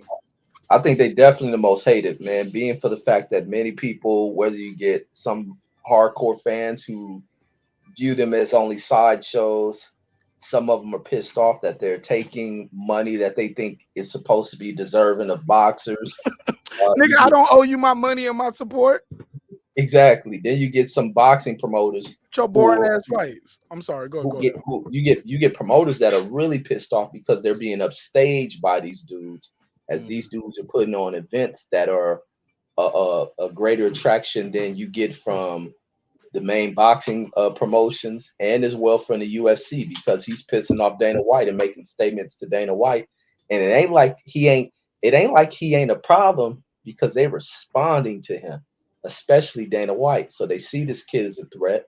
This dude has put fighters on their cards, paying them more than they have got with these large promotional companies. So therefore, that shows that something could be wrong in the sport of boxing. So you have that aspects of things. You get media people that show callers mute your mic. Callers mute your mic. That show a little bit of hatred towards them, and as well as you get some fighters that have shown jealousy towards them, and even those who want to get in there to try to knock them off their throne. But to knock them off their throne and not replace anything, but only to do away with the money. And that's the problem with fighters who have not pushed their promoters to lift to lifting their profile. Because if one of these dudes beat them, it doesn't bring more money. The money is gone from the sport. That's what happens. Anybody want to reply to that? Callers, unmute your mic. If you want to join the conversation, the link is out there in the chat. Click on that link. All I ask is mute your mic as you're coming into the room. Pause, so you don't disrupt the conversation. But please, you can pull up. Also, you can call in 470-705-9507. Go ahead, Nick. Somebody, I'm hearing myself twice on somebody's phone. Bad noise. I agree with Reggie, 100%. I agree with you, Reggie. You want to elaborate or anything? Yeah, no, I was gonna say I like how they're exposing the pay for these UFC fighters, because some of them are getting like 15,000-20,000 a fight. When they could turn around like this Ngannou looking to fight. I heard they're trying to make a Ngannou Fury fight, and Ngannou said he's got a fight coming up against Cyril Gane for the heavyweight title. He said that's going to be his last fight if he loses. So I don't know if they're trying to make that Fury and Ngannou fight, but I definitely think that would be a smart move from him. He's going to make a lot more money in boxing than in UFC. Well, look, Nick, you got anything else you want to say? Anything? I'm going to open the phone line back up on the main line. I'm going to say thank you for the panel, man. I appreciate you giving me time to talk, and I'm excited about that Thurman Barrios fight, because I want to see how Thurman comes out after this layoff, and I'm hoping he comes out and takes care of Barrios and maybe sets up a nice fight with either Spence or Crawford. Thank you, Nash. Have a good night, man. God bless, my brother. Thank you. Yeah, one having no other way. Nick Castellano, good call, man. Good call. Yeah, Nick Castellano made me sound like a Canelo fanboy, because I gotta tell people, man, that like at the end of the day, man, it is what it is. Canelo can box, bro. Canelo got the goods. And all of that, you got to be built into a star. He's not marketable. When did Canelo become so marketable? He barely was speaking any English till recently. When did Canelo become this marketable star? Oh, he fought other marketable guys. You put him in there, and then he will be fighting guys. And these guys weren't in there talking the most shit. Like Reggie and I was talking about earlier, D-Ray, and you can jump in on this. Yo, I think some of the hate come from Bud, because Bud don't be out here, for lack of better words. I know my sister Lisa Bell ain't gonna like me saying this. I'm sorry, Lisa, but I gotta say it. Cooning, shucking and jiving. He don't hump his opponent in the middle of a fight and then get his ass kicked.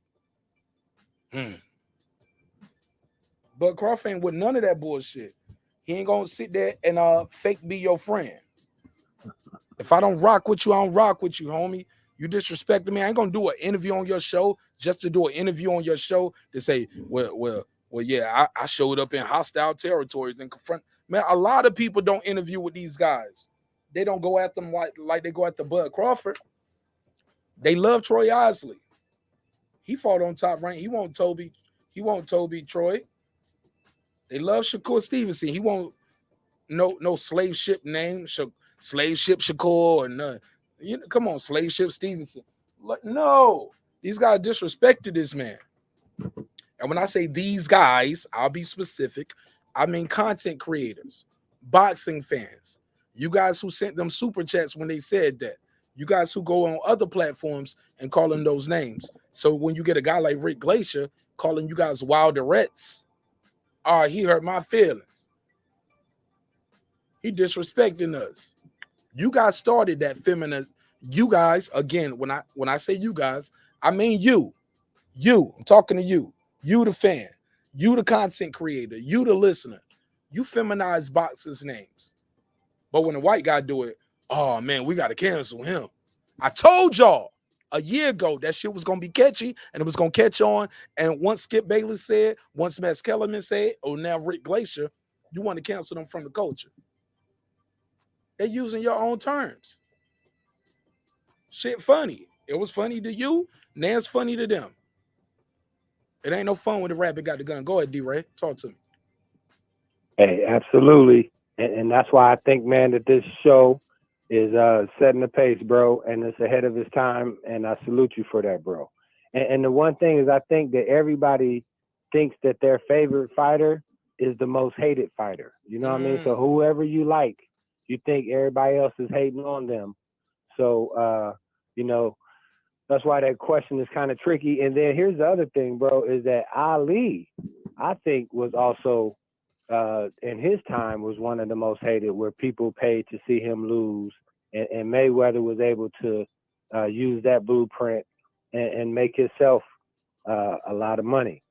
But you know, and that's the thing, bro, is that I think that really as long as the fighters are fair and they're not doing PEDs and you know, I think, bro, that it's really a waste of time and shows really bad fansmanship to attempt to hate on them if they doing it the right way. You know, now they might not do it the way we like it, like say like Canelo, but I don't necessarily hate on him for fighting catch weights or, you know, even going up in weights. I think that kind of restricted his greatness, yes. But now when you got the WBC I'm sorry. changing the PEDs, I apologize for that. No, Go keep going. I'll write it down. I don't want to cut you off. I'll write it down. When you got the Yeah, WBC. Got you. But you know, and then when you get the because that's the thing, man. I think the actual sanctioning bodies are more hated than the fighters. I want you to stay there. You was talking about the WBC changing. I think he was talking about the amount of clenbuterol levels, correct? Absolutely. I've never heard of such a thing. Stay there. Yes, sir. And that's the thing that I think that gives people that want a fair fight ammunition to be able to go at a person like Canelo, because they can say, look, they're favoring him, you know, and even in like the fights where we thinking that he got washed, but one of the judges say he won. But you know, with the performance enhancing drugs, I just think that is not really boxing, because like we go on history, Ali wasn't using that stuff, you know what I mean? And so it's almost like a different sport. And you know, if they want to, and see, and that's the thing, bro, that I have with the Paul brothers as well, you know what I mean? People accuse them of doing PEDs. And you know, so I would like to know, if you clean, hey, I give you all the credit in the world for going in there and winning your fights, you know. But if you are juicing and using PEDs and so forth and so on, I just think that that's something that's outside of the sport of boxing. Go ahead, marqnash. Reggie, you want to reply to that? No, wait, say that. What did he say again? Say that last part again about the PEDs. He said, basically, he was saying, you still there, D-Ray? Yeah, I'm still here, bro. Say what you said again about PEDs, about it being relevant. Well, go ahead. Yeah, well, I'm just saying that when the clenbuterol levels are changed, I think that is a sport that's different than boxing. That's not fair to the other people who are doing it the way, you know, that have to come up to the levels that they've had to come up to, because now there's guys, I believe it was Ortiz, right, where they were saying that Ortiz had levels before that were too high, and they took him out of fights. But Canelo, they was able to let him go and continue on fighting. And then the thing is Triple G, when he had to fight that guy off Computerall, you know, to him, he don't believe it was a fair fight. So and then with the Paul brothers as well, that they're, you know, are they on board, or are they having exceptions because they're such a drawing power? Go ahead, Reg. It's also the state too, because you remember Roy Jones tested positive, but also Fernando Vargas tested positive. But Roy Jones tested in, I believe, Indiana, and he was like 6 or 8 times higher than the levels that were required. But the state of Indiana, it wasn't up to the state of Indiana to retest him again. It was up to the IBF, who sanctioned it, who was the sanctioning body, and they didn't choose to re-sanction him again. And before you know it, it went away.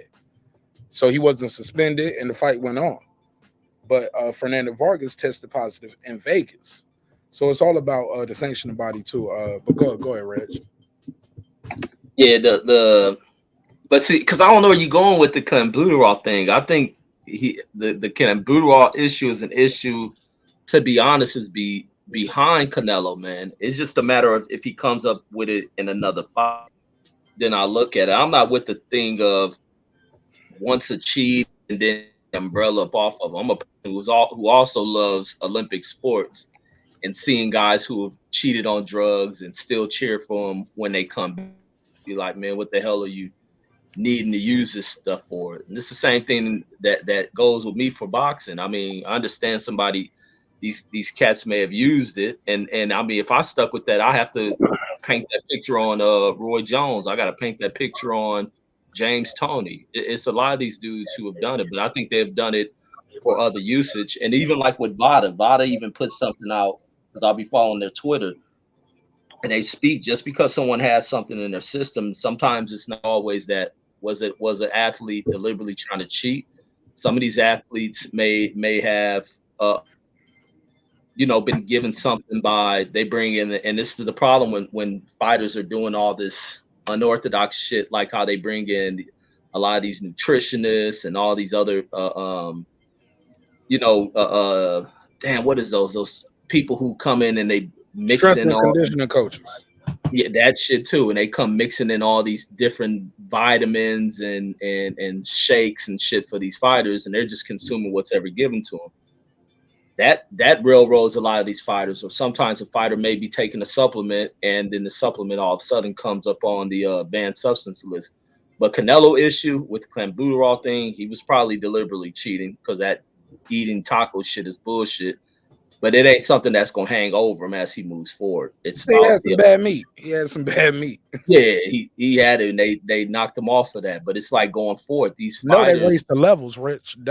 That's what old boy is complaining about. He was like, the sanctioning bodies raised the levels to make the levels that Canelo was at acceptable. How do you feel about that? Yeah, no, it was foul. It was definitely foul. But it's a thing, if we hear another story of Canelo having that issue in the system, that we paint him with that brush. But in that one instant, even with them raising it, I don't think he's had that stuff in the system again. And the other thing, like going forward, it's on the fighters to go in here and be their best version of themselves, because this dude's still a tough ass dude. He's still a tough as nails dude. There's possibilities that cheating shit is still going, but outside the cheating, Canelo has skills that's paying his ass. And these other dudes, they want to get paid.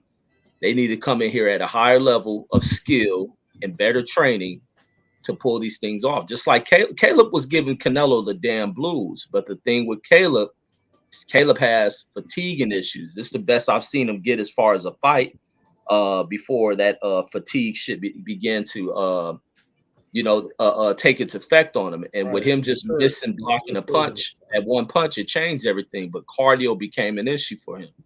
Right, he couldn't run like that all night, and Canelo predicted that too. He said that too. He was like, "I'll catch him eventually."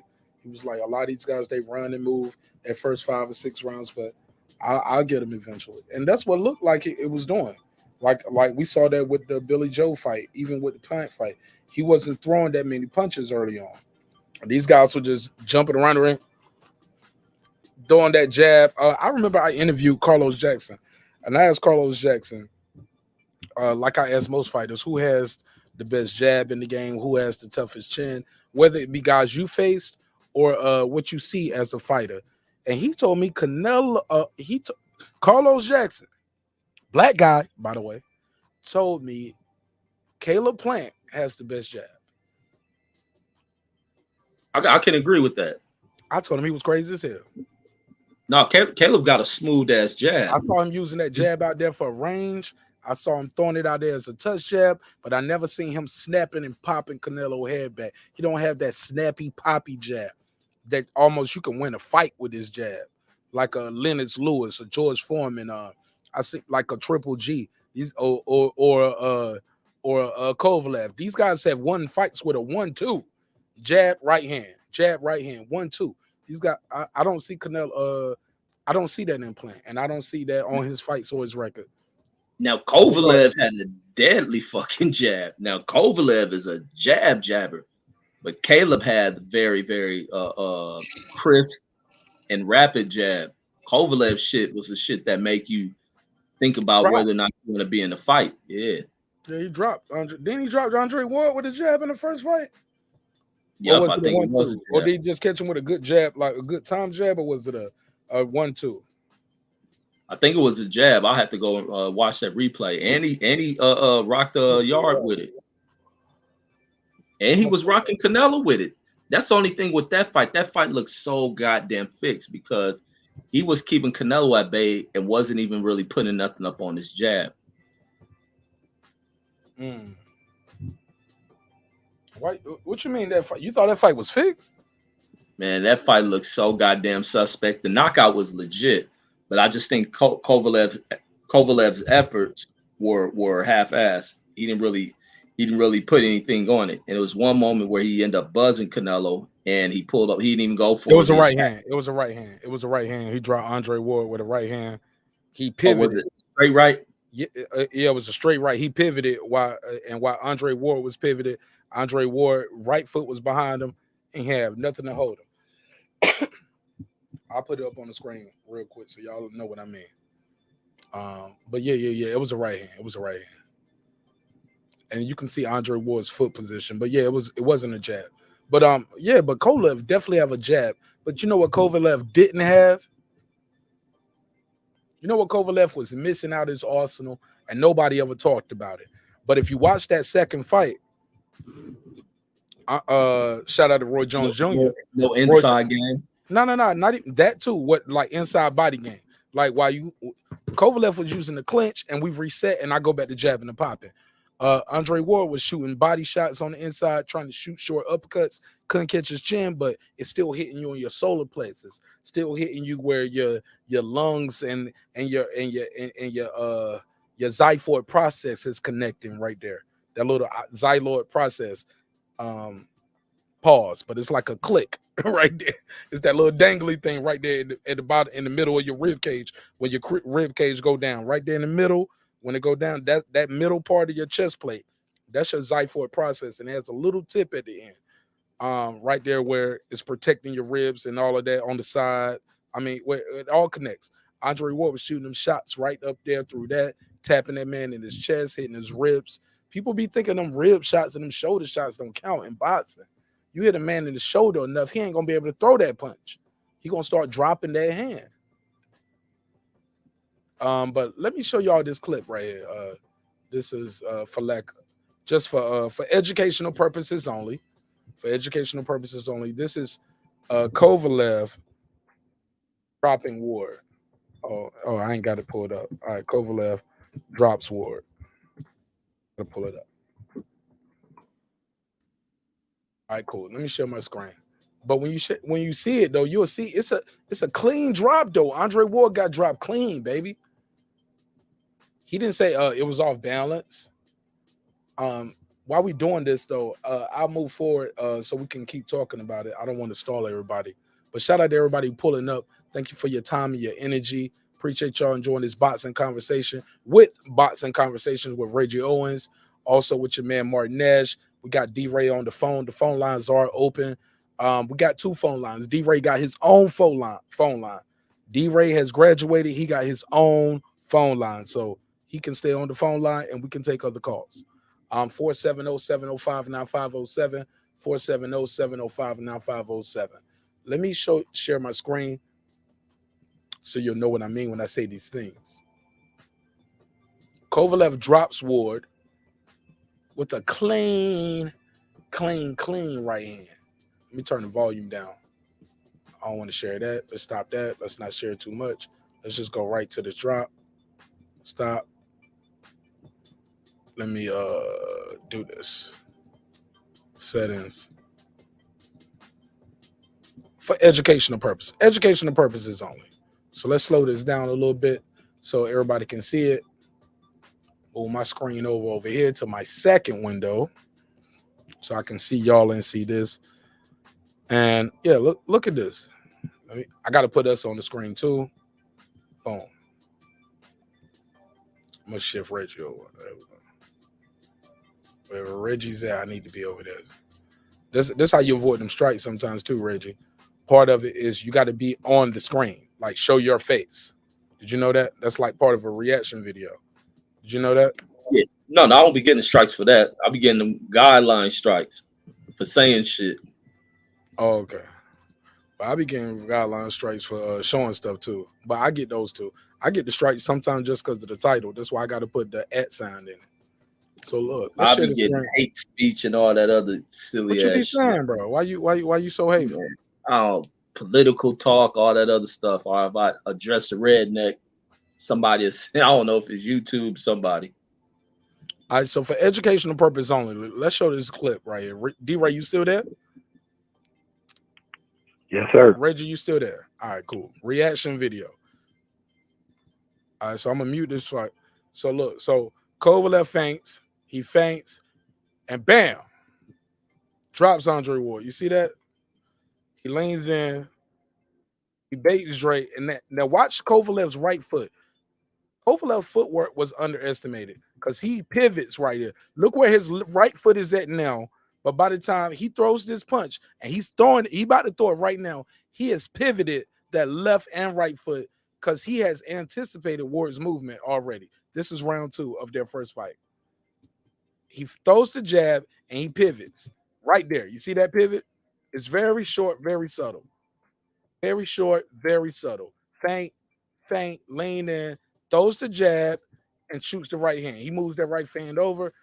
And but shout out to Ward. Ward is trying to counter. Boom. But Kovalev was there quicker. But by the time he throws that punch, look where his right foot is at, Reg. His right foot is like 40, almost 15 degrees different. Right there. You see where he throws the punch? By the time he finished throwing this, look at the pivot on the punch. Bam. He all the way over there. Dude went from like 1 o'clock to 11 o'clock. But Andre Ward took something from him. That fight. Took something from him. He took something from Ward too. But they both went into this fight undefeated. Only one guy remained undefeated. You got to give Andre Ward his credit. I don't think that was a fixed fight. First or second. And then the second fight, I believe Kovalev had some conflicts with his training and his trainer. Remember, his trainer was out there, and it was low key saying his trainer was like, "This motherfucker be drinking, over be out here drinking shots of Russian vodka." Yeah, David Jackson was exposing them, and it was, and also Virgil Hill and them was doing their due diligence of finding out everything going on between that camp. They was doing it the old school way. We about to spy, and we're gonna send spies in on these cats. No. From what I thought, old boy was trying to move over camps. He wanted to switch sides. Yeah, because they knew it was something going on. They didn't want to take it. No, it was Virgil Hill exposing, like he know his stuff going on. Virgil Hunter. You said Virgil Hill. Yeah, Virgil Hill, the great fighter. Virgil Hunter. Virgil Hill. Virgil Hill was a monster. Roy James broke his ribs though. Roy James stopped him with a right hand to the body.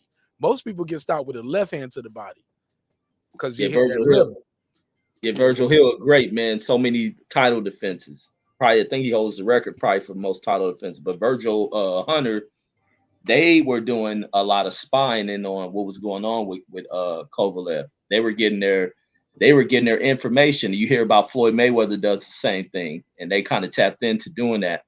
Find out if there's some issues.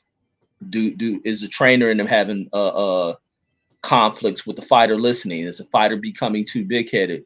What are some of the vices the fighter had? Oh, he's an alcoholic. Oh, is there some racial issues? Does he not listen? And that's what they start discovering. He was disrespecting John David Jackson. David Jackson was ready to jump ship, and Virgil Hunter and them played to that. Virgil Hunter not played right into it, but they used that against him and tapping into him psychologically and making him want to shift away from Kovalev. And it worked. It definitely worked on top of Andre Ward's skills. Go ahead, D-Ray. Absolutely. Thank you once again, man, for having the phone line for me, bro. I appreciate you. Man, just please stop saying that, man. I'm sorry, Reggie. I see what you mean now, right, Reggie? Like it's almost like it's humbling, right, Reg? Like, man, I'm just up here doing my thing, man. You ain't got to do all that. You know what I'm saying? Like, people pull up, salute to Reggie Owens, salute to marqnash. Man, I love y'all. Salute to the chat. Man, it feel like being at church when people got to stand up and like give all honor to the pastor, the deacons. Hey, man, let us give you your flowers, usher bro. board, the choir director, the drummer. You know what I'm saying? The organist. Shout out to the mother's board, the missionaries. Shout out to Mother Macklin on the other side of the church. She got some cakes and some hot dogs ready for you after the service. Rest in peace, Mother Macklin. She did have those 25-cent cakes, 25-cent juices. She used to have like $1 chicken sandwiches. You know what I'm saying? Like, she had all of that ready for us after church, man. Mother Macklin kept us fed at church, man. God bless your soul, my sister, wherever you at. God bless Mother Macklin. But go ahead. I had to do that. God bless her, bro. Yeah, kept me fed at church. Pause. You know what I'm saying? Like, well, I guess I ain't got to say pause. It's an older lady. But man, I look forward to church. I know at the end of the church service, if I didn't fall asleep, my mama give me about 75 cents, 85 cents. I could go to Mother Macklin at the other side of the church at the service. I can give me some cake, get me you get the lemon pound cake and some chocolate cakes with strawberry. Man, she had a couple cakes to choose from, 25-cent, 50-cent slices. She had the little bags of chips. She had the little quarter waters. Or you can get you a chicken sandwich. And the adults got the little chicken sandwich.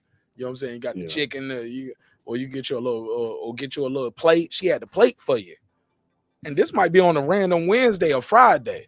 Just Bible service. Man. Like, this ain't even Sunday service. We talking about Bible study on Wednesday, baby. We talking about Bible study on Friday. Yeah, so I grew up in church, man. I grew up in church, man.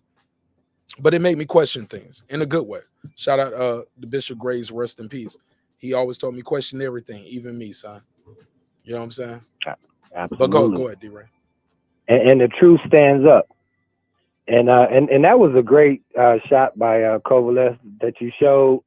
With the fair use and educational purposes. That was a beautiful shot, man. I mean, the first time I didn't even really see it. And that's when some of those greatest punches, man, you have to see them twice to be able to see it, because you have to be looking for it or else it's too fast. And the thing is Ward's momentum carried him into it. But getting back to what we were talking about just a moment ago, though, my man Sam D brought up a great point when he said Valdez ain't helped Canelo's mishap when he popped dirty recently. So that's a trainer gym issue. So and now here's the thing I want to ask you, right? Yes, is that with the Olympics, do they have a computerol level that's adjusted, or and with the Adderall and all that, bro? I'll look it up right now. I do not know. Look, I don't know these things, bro. But my show is so built. I thank God I got a fast computer here, so I'll pull it up on the fast computer over here. I'm gonna give me another one over here. That's the new goal this year. We need a new studio computer. so we can do the show Absolutely. faster. So we're gonna upgrade the studio one more time, and once we upgraded that time, we're gonna be set for a minute. Because I'm gonna be honest, bro, the interview shit be cool, but I like talking to y'all. I like talking to Reggie. I like talking to the audience. I do the interview, and we can do interviews, and I look forward to doing more interviews. But I like the interviews like I did with Stitch Duran, where he's so real, he hit the weed right there on camera. Like that's how real the conversation on got. You feel me, Reg? Did you see Stitch Duran hit the weed on camera on my interview? Yeah. Shit lit, man. Like shout out to Uncle Stitch, yo. Absolutely. He about to be here in Atlanta shooting Creed 3. If y'all didn't know, they are making Creed 3. They shooting it here in Atlanta, and Michael B. Jordan is the director. So I got another Stitch Duran interview coming up. This one's probably gonna be face to face, and we probably gonna be smoking a joint in person. So that's but we ain't passing no blunts though, Rich. I don't do that. Absolutely. That shit is over. Hey, shit should have Nash, I been want to dead. say That shit should never even started. Ain't it right, Reg? Who the fuck passing blunts? Nigga? Like no. Like nigga, well, we passed the square. Why are we doing that anyway? Like, why are we on a public transportation without a mask? Like motherfuckers sneezing in the front of the bus. You get in the back. Like we should have been wearing masks on the trains. We used to clown that bro. I ain't gonna lie, but I know I'm deviating a little bit, but I'm gonna keep it a buck. I remember being a kid watching people in other countries wearing masks everywhere, and I'd be like, "Damn, they wearing that because the smog's so bad, or they wearing those masks because they're more sick." Then I travel to other countries, whether being in the army or just doing vacation, and I realized like, no, you should be wearing a mask, nigga. But now we see the CVID. We got to say that for YouTube purposes. Man, we should have been wearing the mask around these. Like, why is it a big deal to tell people to wear their hands? Keep in mind, guys, even before the CVID hit, it was signs in the bathroom saying all employees must wash your hands. Like, shouldn't we all be washing our hands in here? Like, why did they have to have a sign to say employees must wash their hands when they come back from the? Damn, we got to tell them that. We got to remind them. And we brushed over those signs because motherfuckers be nasty, respectfully. But go ahead, D-Ray.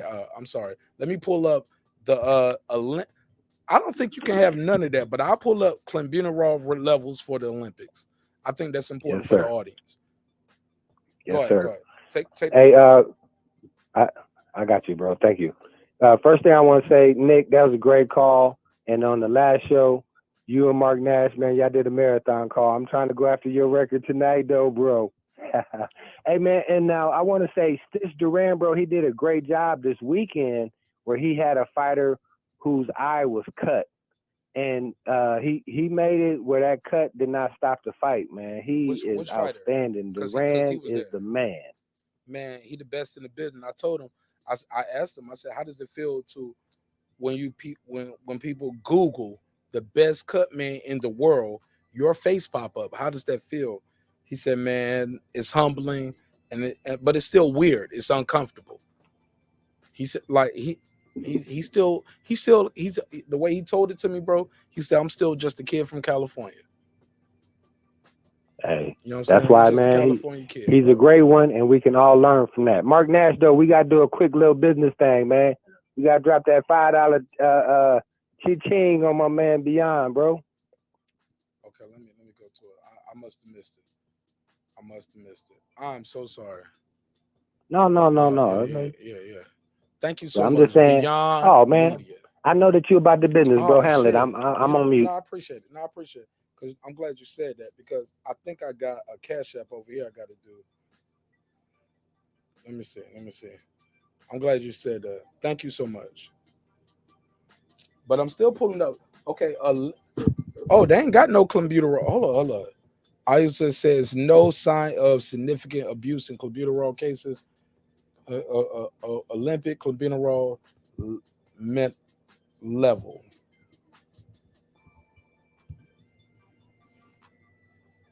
What is the clenbuterol and level? Okay, 2022. Wow. Beijing 2022 Olympic athletes warned not to eat meat products in China by anti-doping agency as they are likely to include banned substances. Did you know that? I didn't know that. When did this article come out? This article came out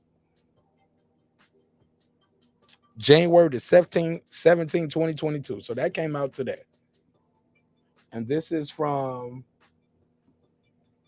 scmp.com. .sports. This is a China. I guess are the new Olympics going to be in Beijing? Yes, sir.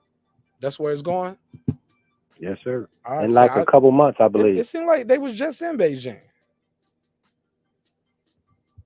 But let me take a screenshot of this and put it on the screen. But I'm glad you brought it up. That clenbuterol thing is a big deal. Reggie, did you know clenbuterol was such a big deal? Because my thing is for people to say Canelo and I'm gonna play the Canelo supporter role. Matter of fact, let me do this. I didn't do this first drop, so let me do this one because he didn't type anything, but we got a sound effect for the donations. Beyond Above Media got $5 on the content, and look, man, we almost at 6,000. Y'all know every 1,000 that we get on this show, we giving away products. But the difference is, excuse me, going before we used to use a company called King Sumo to do our giveaways. So that means we just put it out there. We said we're doing a giveaway. King Sumo does all the marketing and promotion. They are our top rank, for lack of a better word. You get me, Reg? Yeah, I got you. All right. So what we're doing now is where my red bucket? Yeah, we got. I got to do this in real time. Let's do it in real time. Let's make it real. Let's go red bucket Nash on them. Let's go full bucket Nash, bro. When we hit that 6,000, man, we got a new giveaway we're gonna do for you guys, but it's not gonna be King Sumo. We are freeing ourselves. It's gonna go to you, the moderator. So if you got a moderator wrench on this show, you are eligible. Even if you don't have a moderator wrench on this show, if you donated to the show, I'm gonna be able to go through and see everybody who donates. You know, YouTube got it there, so I can go see every person who ever donated $1 to this show. You are gonna be the one who wins the laptop. You're gonna be the one who wins the tablet. It ain't gonna be people who we don't know in our community, in our neighborhood. They just saw a link. I can enter it, put an email in and win, and we just let some random person. I don't mean no disrespect to Darla Paduzzi or any of our past winners, or the sister from Texas or the Filipino brother, but damn, man, it felt so good to see Clips actually win the laptop because he always on the show. You feel me, Reggie? Like this is our neighborhood. So the people in the neighborhood are gonna be people to win. So I'm gonna do my due diligence. I'm gonna put all of y'all names on a wheel, and we're gonna spin that wheel live. You know who you are. You know if you donated, but also I know if you donated because I can go and check the receipts, literally. Because you got charged, I got to check. So I'm gonna go through it and I'm gonna put every person name who ever donated $1. But also I'm gonna give all the people who if you got a wrench, you got a wrench for a reason. Some of you guys, I just see you all the time, but I ain't never talked to you. So I don't know if you got a reason. I mean, some people just be here just to hate. And I still give them a wrench, Reg, because I'll be like, I don't want people to time them out. So I got to give them a wrench just so people don't time them out. You know what I'm saying? That nigga gonna come in and disagree with me every fucking night. I'm okay with it. But the mods, they motherfuckers, snipers. And I love it. I love it. It's cool. Sometimes we need it when it's 5,000 people here. But when it's just 50 of us in here, man, these people, they here for a reason. Leave them alone. It's only 50 of us here. It's not 500, 5,000. So that's something new and dope we're going to do with the giveaways. The giveaways, I'm done with making the giveaways that way, that old way. The giveaways, the next laptop I give away, the next tablet I give away, it's going to be one of y'all. And I see it. I see it. So let me do these drops real quick because we do have a couple donations that I did miss. and we're gonna get back to the boxing talk. I got 5 on it, 5 on it. So shout out to Beyond Media. Thank you so much. And that's what this money go towards. Oh, and he doubled back. He dropped the 15. So let me give him the $10 drop. A 10, a 10, a 10, a fucking 10. And shout out to my guy Taylor Bell. Welcome home. He said, in that case, let me give a couple of. Now, Taylor Bell, you already know you entered, bro. You entered. And I'm looking for my shirt. And I sent you an email. Let me know which one do you want. Do you want one of these? The Dream Require Your Sleep, Goals Require Your Effort. Do you want the marqnash shirt? Do you want the YouTube Daddy shirt? Or do you want one of the What Can I Say shirts? I love these, right? I wear this all the time, bro.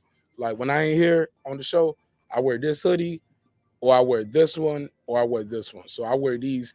Either I wear this black hoodie, or I wear this just the crew nut t-shirt. They are not available in all colors and sizes. They only come in these 3 colors: red, blue, and black. So can't wear it to game bang. Or you can wear it to game bang. I guess you can. But please don't wear this to game bang. Respectfully. It's all jokes.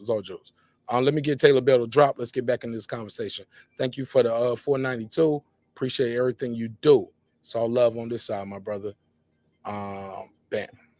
I got 5 on it, 5 on it. Oh, and I got one. I got 2 cash apps. One cash app is from my man G Cobb. G Cobb, thank you. We call this here a little twin. Wow. Nigga. And I got one more. G Cobb, thank you so much, G Cobb. G Cobb gave a dub. I got to show We you. call this here a little twin. Wow. Nigga. And Melissa says, I just love boxing, and it's finally good to see your face. So I guess she been watching the show for a minute. Y'all know I've been cam off for a little bit. So she says, it's finally good to see your face. Thank you, Melissa. It's me, baby. It's me, boo. I got 5 on it, 5 on it. Appreciate you, man. Let's get back to the topics, yo. Let's get back to the business. Hey, look, man. Again, these donations are going towards our next giveaway. But I got a birthday coming in February, so we'll do a different promo for that. Cause I ain't giving away nothing in February. Like, I am. It's my birthday, but I'm gonna give y'all something back. Look, man. At the end of the day, Reggie, do you think the clenbuterol levels and people talking about that? Do you think that's the reason why Canelo gets some of the hate that he gets? Because he hell popped yeah. in the protest. Yeah, hell yeah. Yeah, it's understood too. And then especially with the type of punishment he got and the favor that he was showed from Mauricio Suleiman, because if it was anybody else who failed that test, they'd have been stripped. Because here is Benavidez does something lesser than being a steroid cheat. He pops up with cocaine. His belt. I hear some noise in the background, Reggie. It sounds like you knocking something. I'm sorry. No, can you hear me? Yeah, I hear you, but it sounds like you doing. Well, let me see. Dang, because I had just dropped my laptop too. Let me hear how it sounds real quick. Damn, I hope I ain't messed it up. It sounds like you rolling dice, to be honest, homie. Y'all hear me in the chat? Can y'all hear Reggie? Don't it sound like Reggie shooting dice? Nah, I ain't got no white hoodie. They just like, marqnash, you ain't got no white hoodie, that's racist. Nah, man, I just kept it simple with that design. That design is like a signature piece, and it ain't gonna be out that long. Like, sometimes I'll drop a t-shirt or a hoodie. I just like the design, homie, and I'll put it out there, and then I'll take it down. So if you got it, you'll be like, oh, man, I got this piece. I got this one. Because other than that, like, you won't be able to get it, like, unless somebody try to steal it from you. But yeah, I don't keep them all up. So it's always cool when people pull up on the show, and people pull up on the show in the panel, and they be wearing the merch. And one day I pulled up, and I did the show, and I looked up, and there was 4 people up here wearing the merch at the same time, counting myself. So I was like, wow, it just means something. Like, oh, that's you. Like, cause I don't see who bought the order. I just see the order. And I see it sold. So I don't know who bought it unless they tell me they bought it. So I don't know who you guys are. I don't see, hey, you sold this to Beyond Media and he bought this. I just see I sold this shirt in this size and this color. I see I sold this shirt, this size, this color. So I don't know who bought it. So when they tell me, yo, I bought it, yo, I got it. I'll be like, oh, that was you. You know what I'm saying? I knew I sold a quadruple X. I was like, damn, Taylor Bell, you look skinny on your picture. Damn, Taylor Bell. I didn't know you was a 4X. Like, you the reason why we gotta why I don't get no money off this shit. Cause it was like, nigga, we ain't got enough fabric in the building for this 888. No, I'm joking. But shout out. Some of y'all get the joke. Some of y'all get the joke. They get the joke. Hey, how's my sound now? It's still doing it? Keep talking. Just keep talking. Test. Yeah, it's something like a. I might have to restart it because I had to drop this mug. It sound like you as you talking. It's like a tapping. But keep talking though. Let's hear it. Let's see if the audience is bothered. All right, can y'all hear it? Test. What I sound like? Yeah, it sound like you test. Do you got a Bluetooth in with a headset set or something? No, I ain't got nothing in. Okay, it's done now. It's not doing it now. Okay, cool. Keep going. Go ahead, talk. Okay, perfect. I was hoping I ain't messed this mug up. I just slammed that mug on the ground. It ended up falling down. All right, so we good now. All right, go ahead.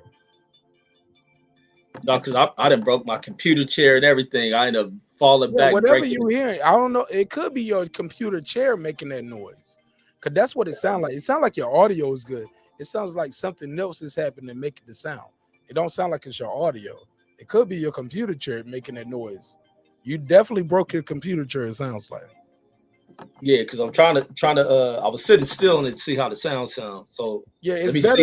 Yeah. When you sitting still, that's what it is. What we hearing is your computer sound of your chair wobbling. We can hear the plastic moving. That's what it sounds like. That definitely explains it. But it ain't that bad though, Reggie. And your conversation is amazing. So we can fight through it. It's not like a bad audio signal. So go ahead, speak clearly.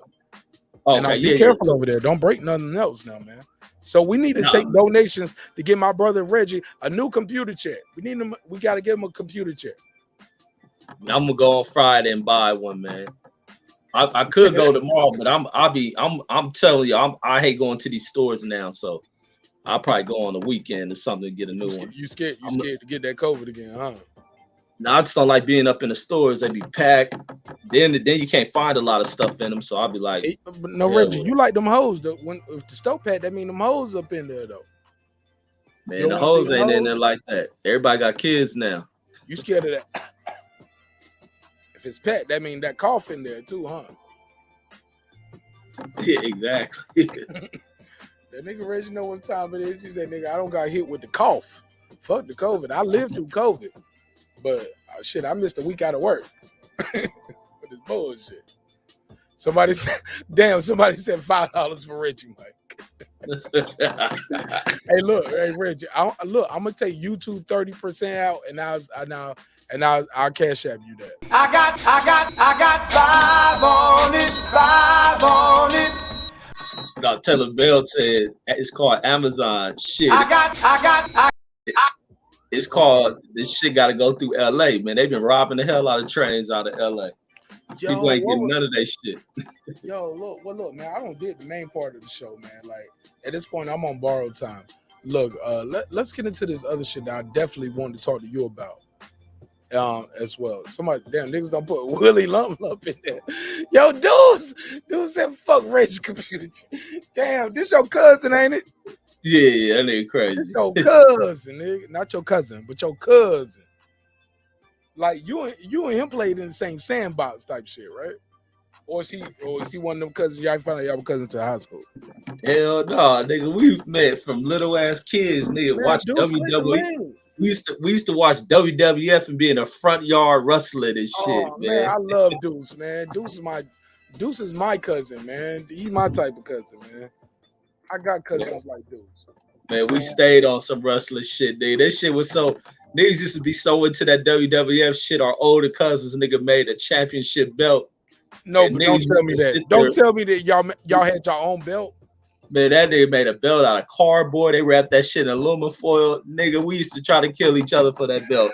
And we would wrestle. Nigga, then we used to do the tag team tournaments. They would be out there wrestling for in the hours, backyard. nigga. In the backyard, y'all fighting in and the jumping front off the yard. bunk bed. They would be in the front. Nigga wrestling for hours. Nigga, run it to the edge of the line like that's the ropes. Nigga bounce back trying to close line. Like, nigga, we had fun as kids. Oh my God.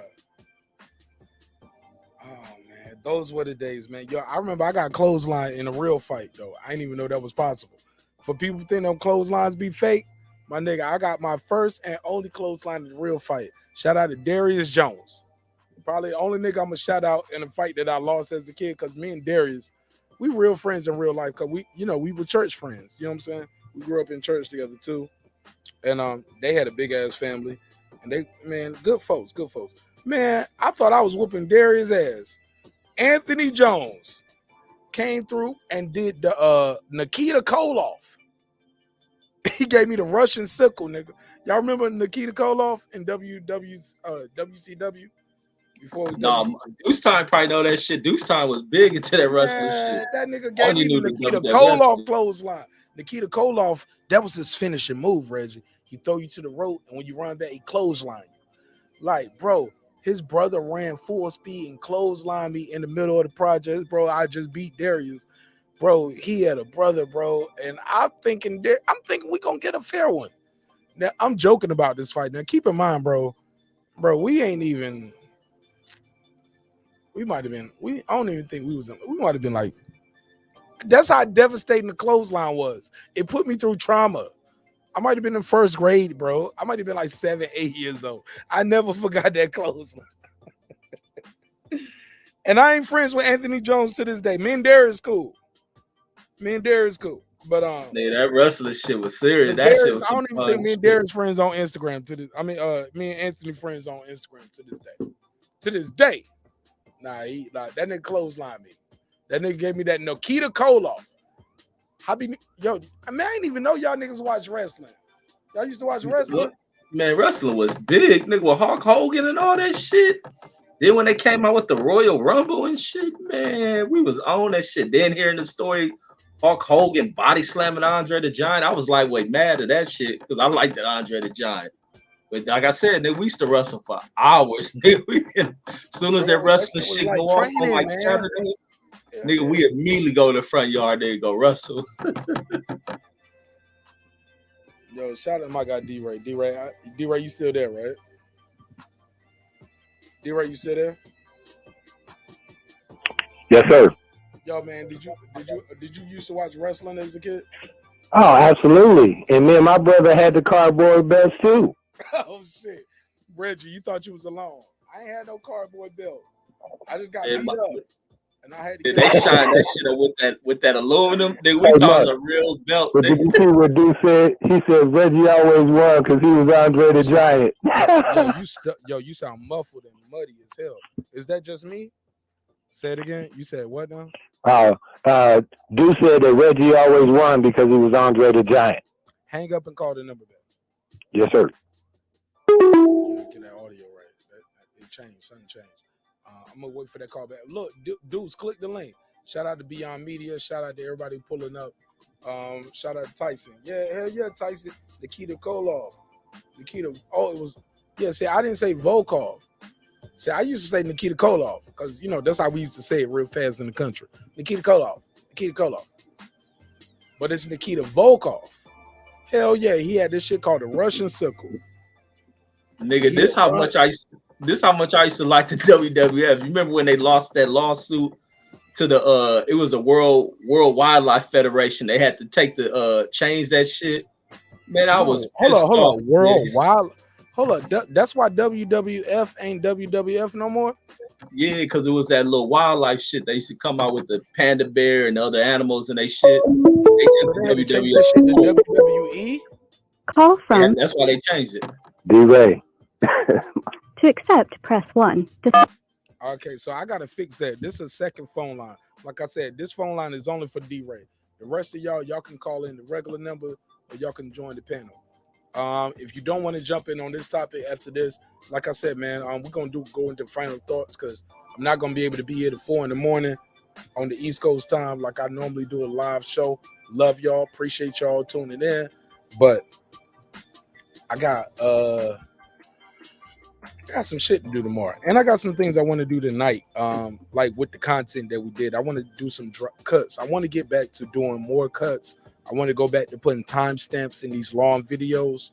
So when we talk about this, we do a timestamp for that. And I think timestamps are important with these long shows. But I love doing it live and long shows, but I don't like doing timestamps. But people love timestamps, so I got to do those. D-Ray, how your audio sound? Check 1, check 2. How's it sound, bro? I work with it. Go ahead. Okay. First thing I wanted to say is my man said I had to press 9 Are you to on speak speaker? to the inmate phone. Hold on. Now, it still sound like, it don't sound like you're on the phone no more. Are you on the Bluetooth or are you on the headset? Whatever you did, it don't sound the same no more. Okay. You want me to try the other number? No. Just take it off. Are you on speaker or are you on Bluetooth? No, sir. It's right to your ear, and it sound like this. Yes, sir. Maybe I was a little bit too. Is that better or? Nah, it just sounds distorted. Like it sounds more like like I'm talking to you and you're on the moon now. Well, I turned the volume down. Let's just like right. It's hard to keep you on the line this way. Before we can just keep you the whole night, but not like this because I can't take that. It sounds distorted.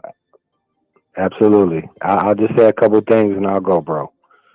Breaking beats is breaking news with that Olympics and the computer all. And then if they're gonna get that merch, you got that promo code for them. And then the Winter Olympics will be coming up, so it won't be boxing in this next Olympics. Everybody subscribe, like, and share. Appreciate you, marqnash, Reggie Owens, Nick, in the chat, especially the super chats and the cash apps. Thank you, sir. Much love, bro. Peace. Yeah, man, listen to the audio. Listen to the audio. Listen to the audio. He'll hear it change. Reggie, it didn't sound like that before. You get what I'm saying? Yeah. It changed up a little. Yeah, it did change up a little bit. Yeah, it didn't sound the same. Yeah, and I can't do the bad audio. I can't even take it. I like to listen back on the shows. Let's keep it moving. For the dope, look, I got a Breaking Beats Facebook page for the things we can't show here on YouTube, or if you got links or anything you're trying to plug and promote, join our Facebook group, and definitely we'll share those. You can put your content out there. We'll share your content on the show as well, because some people have Facebook but don't have YouTube. That's how the show is growing, Reggie, because we plug this shit heavy on YouTube. We and on Facebook. Like we probably in over 200 groups on Facebook, so people are sharing the content, and we appreciate it. The promo code is Nash27, no space, just Nash27, all caps. So thank you so much, D-Ray. Shout out to my sister Lisa Bell, man. You familiar with Lisa Bell, right? Oh yeah. Salute to Lisa Bell. Lisa Bell told me, man, these guys ain't stars. She was like, man, so many other boxers we can talk about, but everybody talk about these same fighters all the time.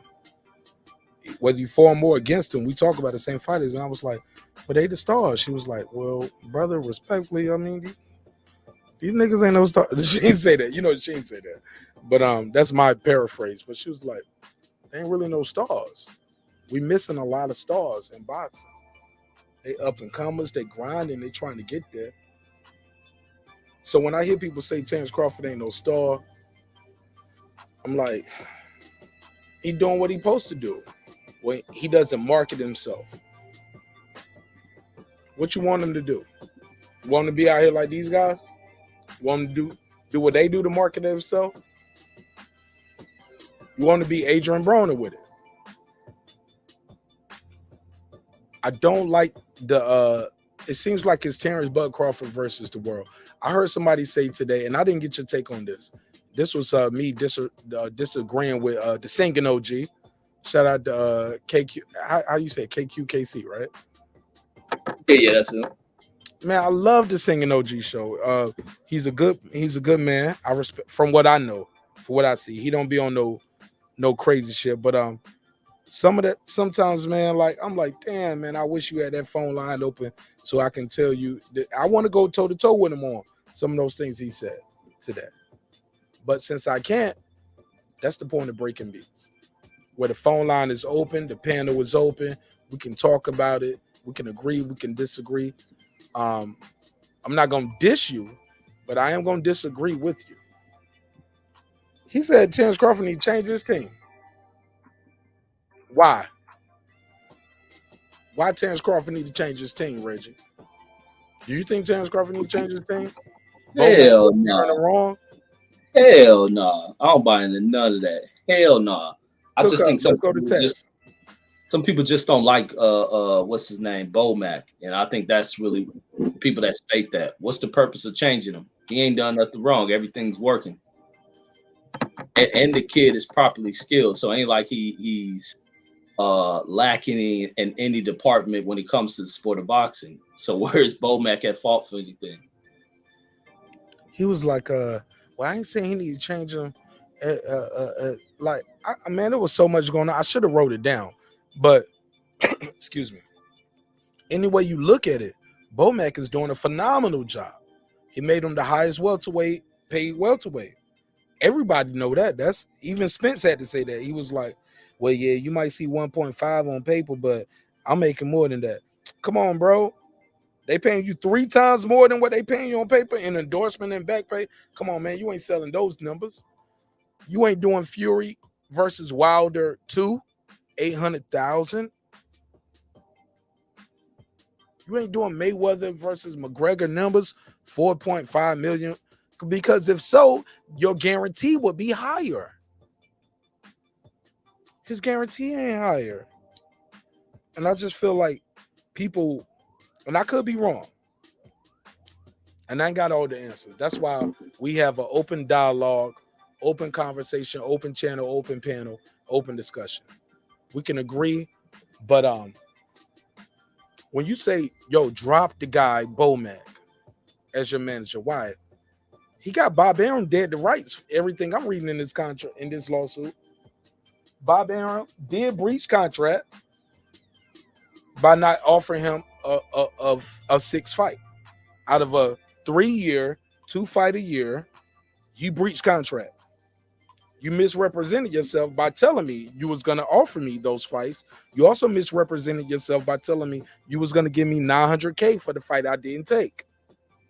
I mean, for the fight I took with Kavalauskas. I say me speaking for Bud Crawford. This is cut and dry. For the people saying whether he have a case or don't have a case, this is cut and dry. Bob Arum and Top Rank got to prove that they sent him paperwork for breach of contract. They got to submit that to court. Reggie, what are we talking about for the people? Like, because look, I was gonna milk this does Bud or Crawford got a case shit, and I was gonna do about 10, 15 videos on this. Still might milk it a little bit because I was like, oh, y'all want to play that game? Y'all still cooning.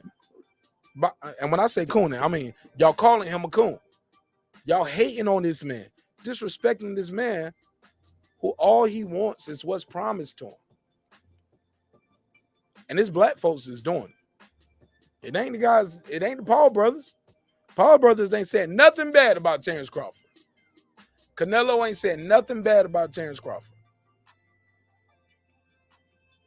It's black content creators, black boxing fans who, just because you got a wrench and you donate $20 on that man's show, you think your voice matters more than the guy who's in the ring, the guy who owns the contract. He signed his name to it, and he got Bob Arum dead to rights. And I think we muddy the waters when we focus too much on the racial bias aspect of this case. But let's keep it clear. These same dudes rooting for Shakur to get his fight. Shakur been calling us for the fight for 2 years, Reggie. You know that? Yeah, I know he's for a minute. 2 years. Now, Shakur Stevenson is a pup. And when I call him a pup, I mean that respectfully. He's a 2-division champion, but he is new to Top Rank compared to Bud Crawford. Shit, he might be new to boxing compared to some of y'all OGs in the game, like Lisa Bell. Lisa Bell probably seen more fights than him because he was a baby. And when he won't no baby, he was fighting, he was learning to fight and trying to fight. She's watching more fight. Like some people in the chat probably know more about boxing, classic fights and what happened, what punch dropped him than some fighters. Because some of these guys, like I said before, are purists. They're introverts. These guys are talent, God gifted, driven. All they thinking about is how to be great. They don't sit around and watch other fighters all day. They out there doing push-ups, training, running in the rain. Only reason we watching these other fighters is because to emulate their style, or this guy's style emulates this guy. Like they training for a fight. Some guys don't like film. Floyd Mayweather is on record saying, I do not like to watch film. Correct, Reggie? I don't know about that one. No. That's a fact. That's a fact. Everybody in the chat know that. Floyd always said, I don't watch film on fighters. I ain't gonna lie. I always thought he was capping. Because the kid was so good. I'm like, well, if you ain't watching the film, somebody watching the film. Because that pull counter. Oh, I'm sorry. Floyd capping. Whatever that new kid shit. He capping. You get what I'm saying? But on camera, he said, I don't watch fighters. I don't watch film on other fighters. I ain't got time for that. No, I'm gonna do me. They gotta be me. They gotta study me. Yeah. But I'm like, Roger watching film. Uncle Daddy Floyd watching film. You know what I'm saying? Roger, rest in peace. Floyd watching film. Floyd, a historian of this sport. Like no different from Mike Tyson. You see Mike Tyson, he look like a bull in the china shop.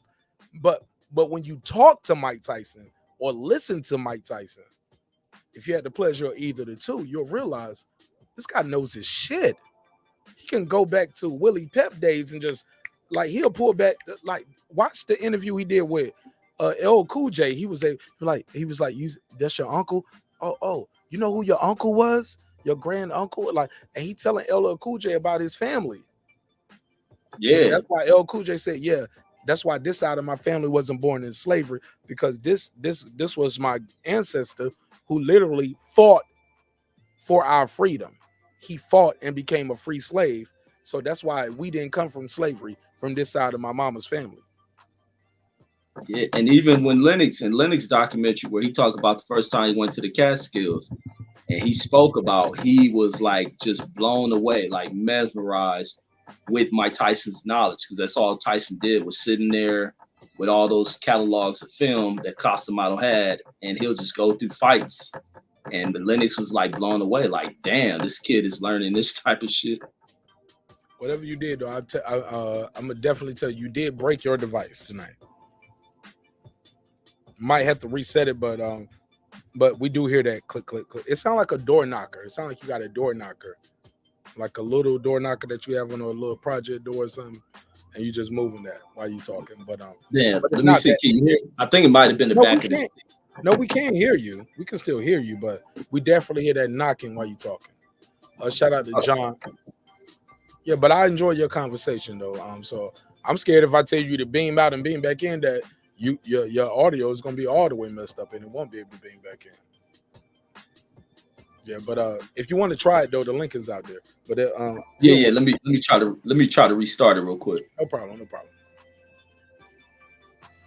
For those who tuning in and listening in, this show is called Breaking Beats. It's a hip hop political sports show with a comedy twist. We like to let the jokes fly because life is serious enough. We talk about hip hop. We talk about boxing, life, relationship issues. Today we started the show off very differently because today, yesterday, if you're on the East Coast, because now is Tuesday on the East Coast, we was talking about the late great Martin Luther King Jr. I was about to call him Malcolm X. Look at me. Y'all see where I'm at by any means necessary. But but it's truly unfortunate that this man lost his life to violence and he lived a nonviolent life and always preached people to nonviolence. His granddaughter did a speech today. She called out a couple senators by name, begging for them to end the filibuster. We also talked about this story right here. This woman in the middle, Miss Yvonne, accused her ex-husband of molesting his 3 daughters. and took a lie detector test, was proven to be deceptive, and she actually admitted that she lied, but still did not accept full accountability. Her words were, "Why didn't you fight harder?" And he did not accept her apology. Some say he should accept the apology and focus more on building a relationship with his daughters. And some people are saying, you know what? Ain't no apology for that. You damaged these 3 grown women, obviously in their late 20s or 30s. You know what I'm saying? These are grown women now, regardless. They ain't teenagers. These are 3 grown women who their whole life has been told their father molested and raped them. I can't say the R word, got to say grapes. So that's everything that we had talked about. We also talked about Mike Tyson was supposed to have a fight with Jake Paul, according to The Sun. But when we pulled up Mike Tyson tweets, Mike Tyson said, I just saw Jake Paul in St. Bart's. He never mentioned it. So we gave the buzz on that, and we call that fake news. Ladies and gentlemen, we call it fake news, fake news, fake news. Or we got to put a case on it. Put a case on it. We'll figure it out. It's all up. Put a case on it. So as of right now, we are not co-signing the news that is going around that Jake Paul is fighting Mike Tyson. Also, I'm asking you guys, who's the most hated man in boxing? Is it Floyd Money Mayweather still? Is it Canelo? Is it Terence Bud Crawford?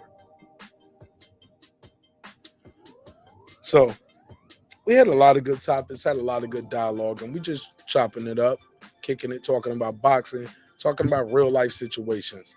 This is what we call breaking beats, guys. We break down the business, entertainment, art, technology, sports, and we give men and women like yourself an opportunity to call in or join the panel. You can't get this on CNN.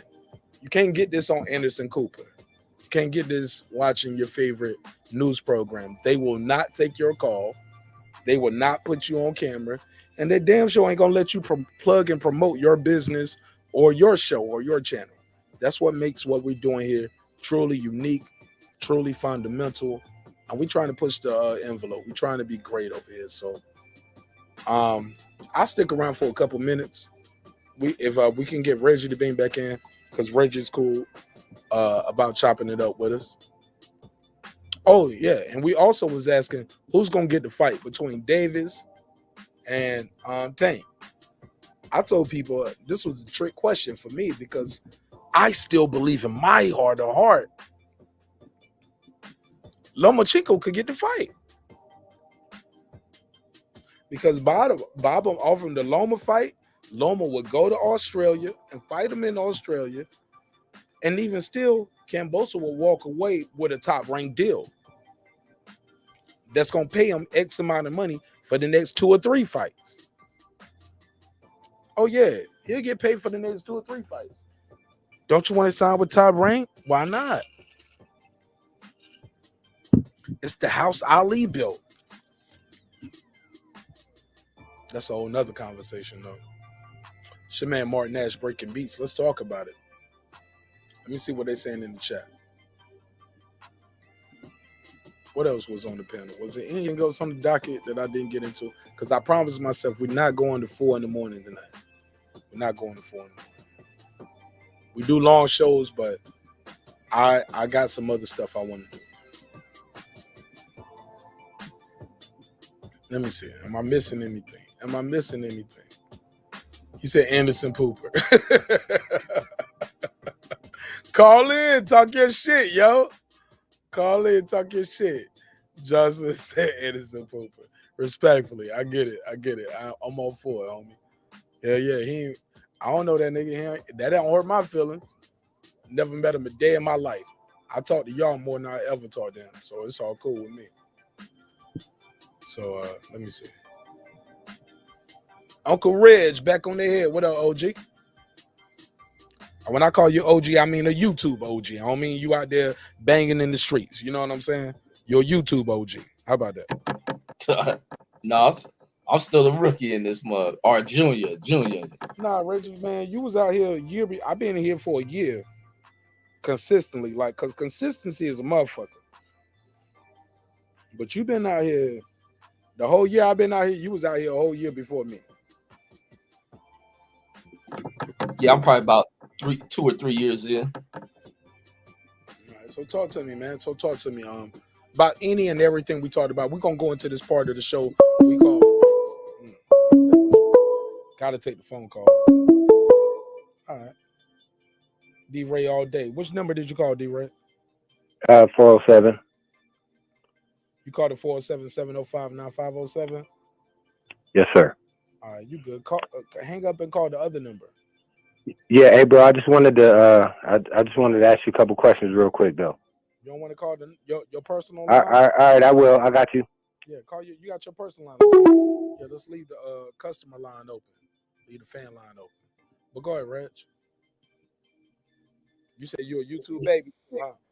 Who's your YouTube? Yeah, now, what's the topic?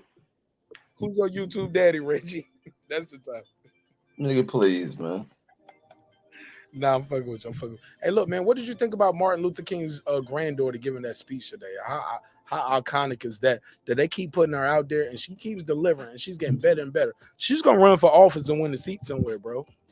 She might be the first black woman president before Kamala Harris. Man, I think Kamala might get it, but it just goes to tell, like, looking at this, I don't think she's gonna get it, bro. Bro. I don't think the world changing, man. The world changing on these rednecks. But look, as a vice president, people are already saying she only can do what she can do. You know what I'm saying? Because as the bro, people don't want another token or a figurehead. And that's what some people are feeling like they got with President Obama. I don't feel that way. He did what he can, what he could do, but man, these same this Joe Manchin shit that's going on, like, it's no political pressure for them to do the other shit. I don't feel that from the people who saying they really run that party. Yeah, but it's part of the system, man. This is why things so complicated to move forward within America. It's just the way the system is balanced out to kind of check powers of people. But it's bad when you get people who infiltrate a party who really doesn't stick with party agendas, party legislation. They play the block stuff, and that's what the Democrats have find themselves with Manchin. That's why they're trying to break apart this filibuster thing, because if it wasn't for the filibuster, they wouldn't need to have this kind of majority vote in order to pull off what they need. Without the filibuster, they can break through that red tape or whatnot. But it's just part of the system. The system is rapidly changing, but people, as long as people don't fall asleep, the more people fall asleep, the more things go back into the way people love the things to be. But this young lady, like, looking at Dr. King's history, what they come from, he come from early line black educated people, college educated black folks, and that's huge. Being his grandfather's a college educated guy, his father, and as well as him, as well as his children, and now as well as the granddaughter. And they're very vocal, well spoken, and they're taking a piece of this country. So she definitely is going to accomplish some major things. President, most definitely. I wouldn't put it past her. Like, looking into Reg. history. They propping her up. They propping her up as they should. They propping her up early. Like, this ain't her first time giving a speech at her granddaddy's bro. She did it last year. She did it when she was younger. She propping her up. They propping her up. I didn't mean to say she propping, but they propping her up. And I mean that in a good way. I don't mean like to say propping somebody up is like a negative thing. But when I say that, I mean the Martin Luther King III, her dad, one of the sisters, somebody else could have went out there. Somebody else been doing it. But they've realized the power in the youth. Put the baby out there. And when you look at the way her eyes are set and her nose, man, she look like granddaddy too. Respectfully. You know what I'm saying? Like, she is her granddaddy's child. And she's out here doing the work, bro. Whether propped up or not. She could have said, nah, I'd rather play Fortnite. No, I'd rather do this. I think the kid is like 13 or something, bro. She's a baby. Out here telling people, look, if you like me, you ain't old enough to vote. Call Manchin and call Sierra. But everybody know Manchin is the hold up. Everybody know it. On everything. In these filibusters. Stop this bull. You gotta respect this kid, man. She propped up or not. For those who saying she was propped up, I'll give you that. How about that? Let's say she is propped up. So what? She still had to go out there and do this. She's a kid. She ain't got to do this. What you got against her? You still like Pokemon cards. So what? Like, what you got on it? You ain't got no dirt on it. She a baby. You get what I'm saying? But more importantly, she's down for the fight, and she's willing to fight early. She's one of those kids that heard those stories about her grandfather at the dinner table and was like, I'm going to dare to be great. I'm going to move it forward. I'm going to do it. You can't make them do it, bro. They got to have it in them. At this age, when she's out there, bro, you know how many people was out there? And how many people this was broadcast to? Is thousands are there. Millions will see it. She went out there and delivered it and did it again. Bro, she's going to do this better next year and the year after because she's going to start a movement of her own, of young people getting active, and their vote is going to change. Their vote is going to change it because it's 4 years every president. She's 13 now. Okay, it won't be this vote, but it's going to be that next vote. Or it might be the next vote because for you to get what I'm saying, it's every 4 years. But go ahead. I do want to get your take on this other topic too, man. About let's go. Yeah. But man, I would be remiss, like I said, yeah, man, it's a hip-hop political sports show with a comedy twist. But I wouldn't be here doing what I'm doing if it wasn't for great brothers like Dr. Martin Luther King Jr. And it's truly unfortunate. Reggie, I don't know if I had this conversation with you about the irony of a man who lived his life on nonviolence to die of gun violence. Because Martin Luther King could have been on some snap my fingers and made this shit turn into some other shit. Him and Malcolm together, yeah, they met up. You know, the FBI monitored that shit. Respectfully. I don't mean to call that conversations some shit for the people watching. I'm passionate, y'all. That's how I talk. I'm talking to y'all like it's just me and you. Yeah, we're on YouTube. Thousands will see this. But I'm talking like it's just me and you, Reggie. You know what I'm saying? My brother. Right. No, you absolutely right. These guys did not plot no civil war, no color war, black versus the whites. These guys had different approaches. One guy, like not for lack of better terms, I know Brandon Washington, and some people gonna kill me in the comments because these guys are more on the historical data. Some people gonna say any means necessary. Some people gonna say nonviolent. But regardless, the goal was the same. Stop burning up our churches. Let us have equal rights. The same thing you guys fought for, and we fought in our family, and our family, and our forefathers fought with you guys on in the Revolutionary War. People always forget about that. Black people have been fighting and dying for this country since the inception. Checkmate. Well, before it was in America, fighting with the British and all that. We fought with y'all. Y'all fought with us. We were side by side. But once the motherfuckers wanted to fight, it was like it goes from bad to worse. You get what I'm saying?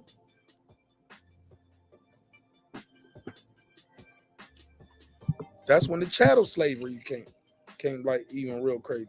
Like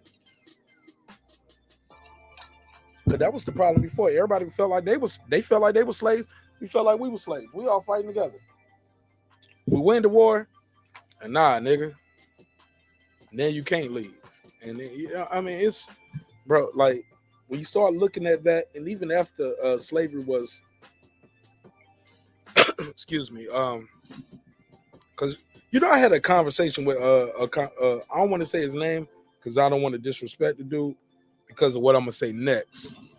But I had a conversation with a subscriber. I'll just say that for lack of better words. And we had a big conversation and an argument. And it was on the show, it's live. And he tried to tell me slavery didn't end with a stroke of a pen. And I say, bro, that's what stopped it. It was a stroke of a pen. And that's called the Emancipation Proclamation. It's documented. Why are we even arguing this? This is not a debate. It's not a conversation. Well, other people ran away and it started with the first slave that ran. Who was that nigga? Respectfully. Because the first slave that ran jumped off the boat. You know what I'm saying? The first slave that ran, shot somebody and got shot in the back. Like, historically, we trying to go back to what freed all the slaves in America, and you trying to say it came with somebody running. Even with Harriet Tubman, yes, she started a revolution. I get it, but that did not end slavery. You guys could get caught and get brought back, and could lose a limb. You could lose your family. You get what I'm saying? It's still legal. You're just a fugitive. You run away. You're stolen property. If somebody catch you with, somebody get caught with you there, you're gonna get punished as a runaway, and they're gonna get punished too for supporting that. Supporting stolen property. Yeah, that same pen took away slave plantation land from slave owners for a number of years. So that pen was very powerful. Legislation is very powerful. That's why some people fight and oppose that shit. Right. Because those same legislative changes changed a lot for a lot of them southern wealthies. Right. Even the place where they got the National Cemetery, that was conquered land. Did you know that, Reggie? Oh, you talking about Arlington? No, yeah, I didn't know. That was conquered land. That dude left his wife there. All of that Arlington Cemetery, that was slave land, man. Google that shit. And if I'm wrong, I'll send you a $10 cash app. Google that. Tell me I'm wrong. Put it in the chat. Join the panel. That was slave land. That guy left. They was using that land. His wife is still there, but the rest of the country, Lincoln's army, the Union, has moved down, and we conquering. We going from here down to there. They storming. They marching downward. Marching down south. And they was using their land for whatever they want to. That's what was happening too in the South too. Like when you say you losing your land, you're losing your land back to the Union because we just conquered you.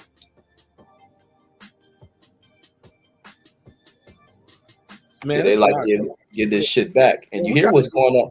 You hear what's going on. Yeah, go ahead. My wife used to tell me, baby, you should be a history teacher sometime, because I love history. I love biographies. I love to look at this stuff, break it down, what happened. And but shit, man, I ain't got all the answers. That's why I like to look at it and cross-reference it and look at different stories. But go ahead. Yeah, and even looking at like the newer approaches that are occurring today, to where you look at, and this is the other thing that's bugged out, to where there's been so many historic places, whether military bases, parks, federal facilities named after Confederate generals and other officers for treasonous country. You have monuments put up for them, and they've been slowly being taken down because it's what has been brought up and checked with a lot of the white folks in this country who have supported putting up the monuments of traitors to this country, and they've been slowly losers. Because they're bigots, they're losers, and all that. To where a number of you're going to start to see a number of military base change, like Fort Hood is going to change because it's named after a Confederate military person. Fort Bragg is going to change. Right. There's so many military bases. We name bases and put monuments and statues up for losers who are not supporting the American way. As long as you keep that going, you are supporting and planting seeds of rebellion for new generations. And even that January 6th shit, even more pushes them towards expediting that shit. Continue. Why is that? Because you have that, you have what fester out of that with the same kind of mindsets that will support you know, kind of this continuation of racial kind of mindsets, stand opposed type mindsets, overthrow the government type mindsets. And the country's realizing that type of shit has to be checked. And mainly it's coming up out of these white nationalist type groups. And you must do away with What's a white setting the nationalist, example. Reggie? Fools who just think it's all about white folks, people who want to go back into slavery, things like that, want to I don't think they reconquer want to what go they back to think is slavery theirs. though, because I seen white nationalists get arrested and they had biracial kids, or had or Latino white, or Remember, I Latino told you white. earlier the complication of racist bigots is that I've seen black racist white folks with black women. Hold on, racist white folks with black women. Yeah, Candace Owens hangs around a lot of them. Oh shit! Can I give you the old shit drop? Oh yeah. Oh shit! Oh shit! Oh shit! Oh shit! Oh shit! Now you said Candace Olsen, Candace host. What you call her? Candace Owens. Yeah, she Owen. We took the S off of her. Okay, so her name is Candace Owen. Why is it not? I thought her name was Candace Owens. Why I always say that? Oh no, we took the S off of her. The Owens committee removed the S from her. Oh, I didn't even realize. Oh shit! Let me give you another drop. Oh shit! Oh shit! Oh shit! Oh shit! Oh shit! I forgot your name was Reggie. You know, I don't even correlate the two. Never correlated the two. So she just got to be an Owen. She can't be plural with y'all. She's by herself. Yeah. Oh, okay. Any relation? I gotta ask. Any relation that you know of? Hell no. Do you feel like some black folks are propped up in media just to talk bad about black folks? I don't think it's just the media propping them up there. Those black folks wanted the opportunity to do that. So they've been given that because it helps to fit that agenda. Because once again, but it's usually people that getting paid money. I don't hear poor black folks really talking about this. You had them too. They start off poor, and then they work themselves up by setting up them contracts. So they may appear like they got money, but in reality, they probably don't have what they appear. People assume when they see someone on TV that they're making millions, and that's not always the case. Speak on that more. Go ahead. Yeah. Everybody has these ideals that they see people who are getting the opportunity of being on television. Oh, they immediately goes into their minds. Oh, they got $1 million contracts.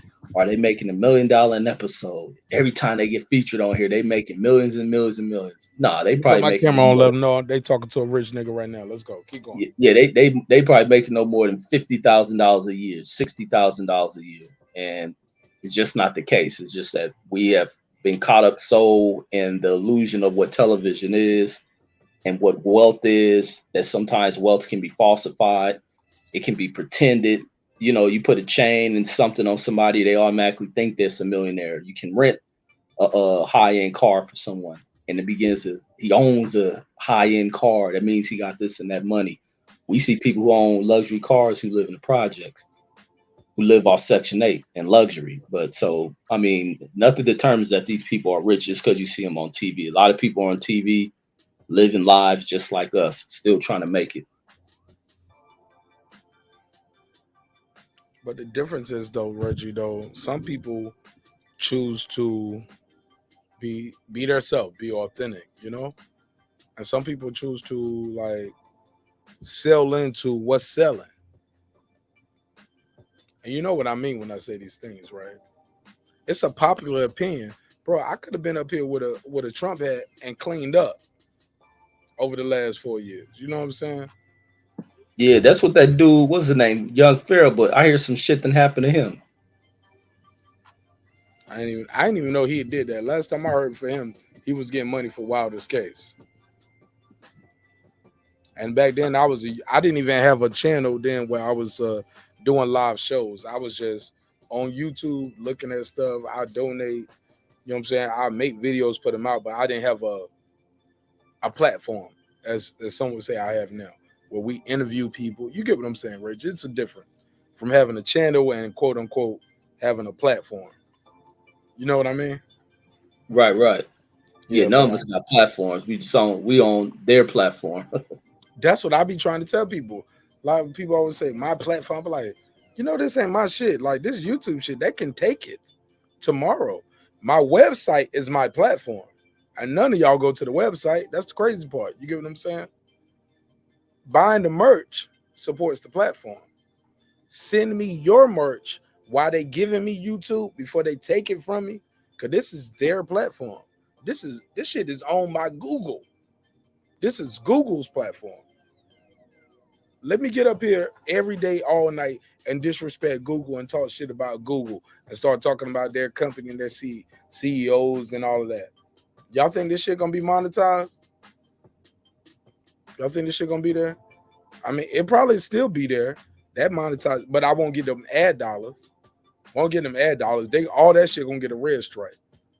And the freedom of being transparent. Yeah, the channel will still be there. But don't let me slander them. I better not say one other crazy shit. But I'm gonna tell you the crazy shit, what's going on too. What I'm noticing with my channel, like when I talk about certain things, no matter what the topic is, if it say rap in the title, red line. They gotta review that shit. Nigga, we gotta review this. We need to run it back. They holler, they be like Hollow the Don. Not Hollow the Don. Damn, Hitman Holler. They Hitman Holler with the flow. They need to rewind it. Every time I do anything to say rap, hip hop, they redline all my videos. Trump, redline. CVIT, redline. Grapes, redline. Even though these stories are already out here on YouTube by major news companies. I can copy and paste the same title, Reg. Nah, not you, nigga. You know what I'm saying? It seems like they don't want to entrust certain people with the microphone. But it's all good. You got to grind your way up to the top, and you need an audience. Like I always tell people, Reggie, like you don't choose your audience. Your audience chooses you. You feel me? Yeah, no, that's a fact.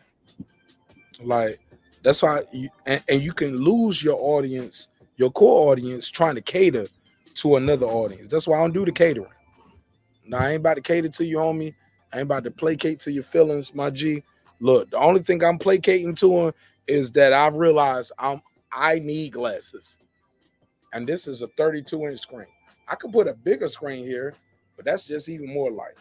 Now this 32 is cool. What? No, it's a 36. 36, 20. Yeah, whatever these screens are, this is not. I don't need more brighter screens in here. I can see y'all. Y'all can see me. Let's talk, homie. But I had to acquiesce to these glasses, though. Yeah, I got to wear the glasses now, homie. I don't damage my eyes enough talking to y'all.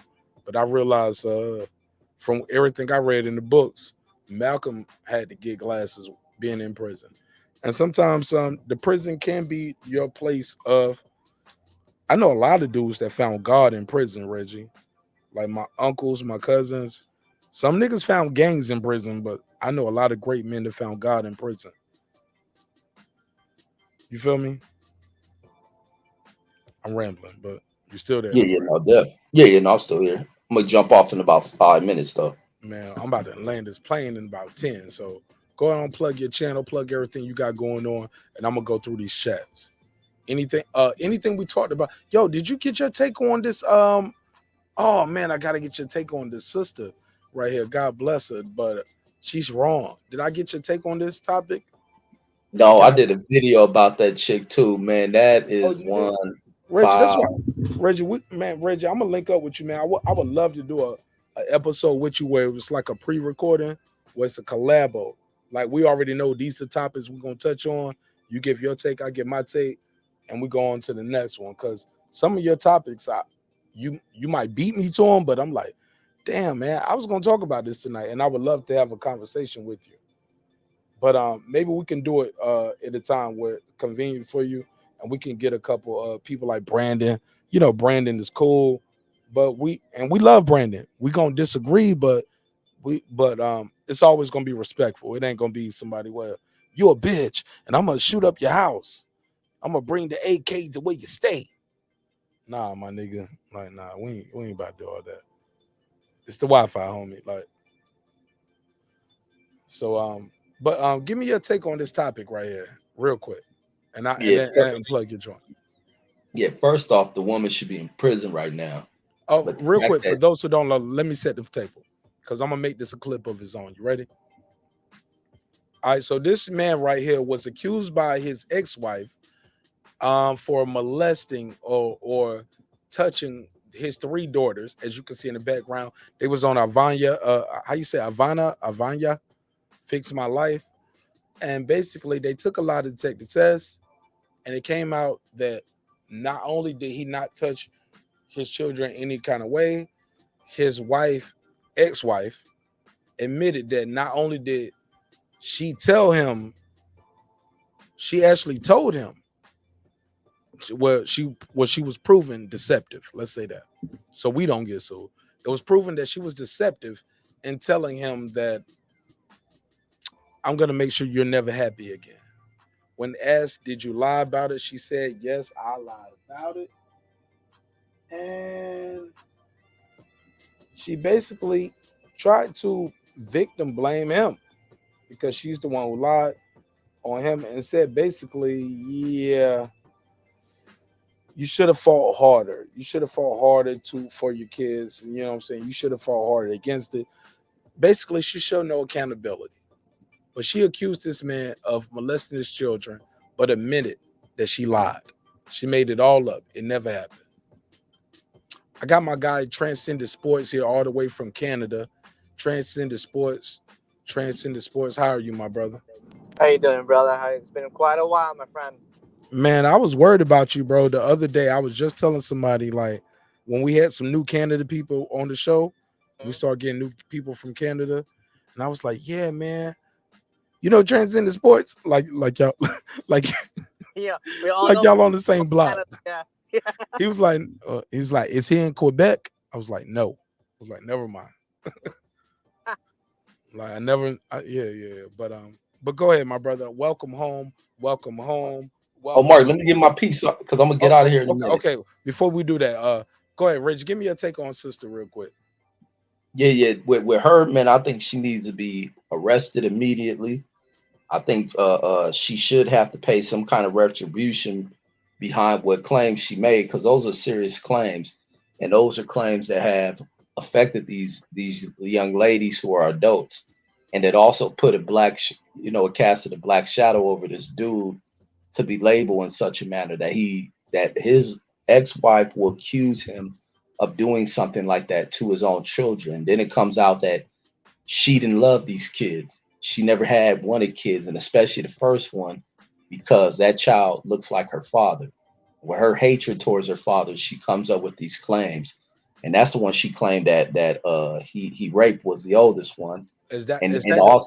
Reggie, when you're looking at the screen right here, is this when you see the 3 girls in the background? Which sister are you talking about? The one on to the far right, left? right in front of the mother's face, in between Idalia and the one mom, in the stripe, the one in the striped dress. No, the one in the black. Okay, looks like her.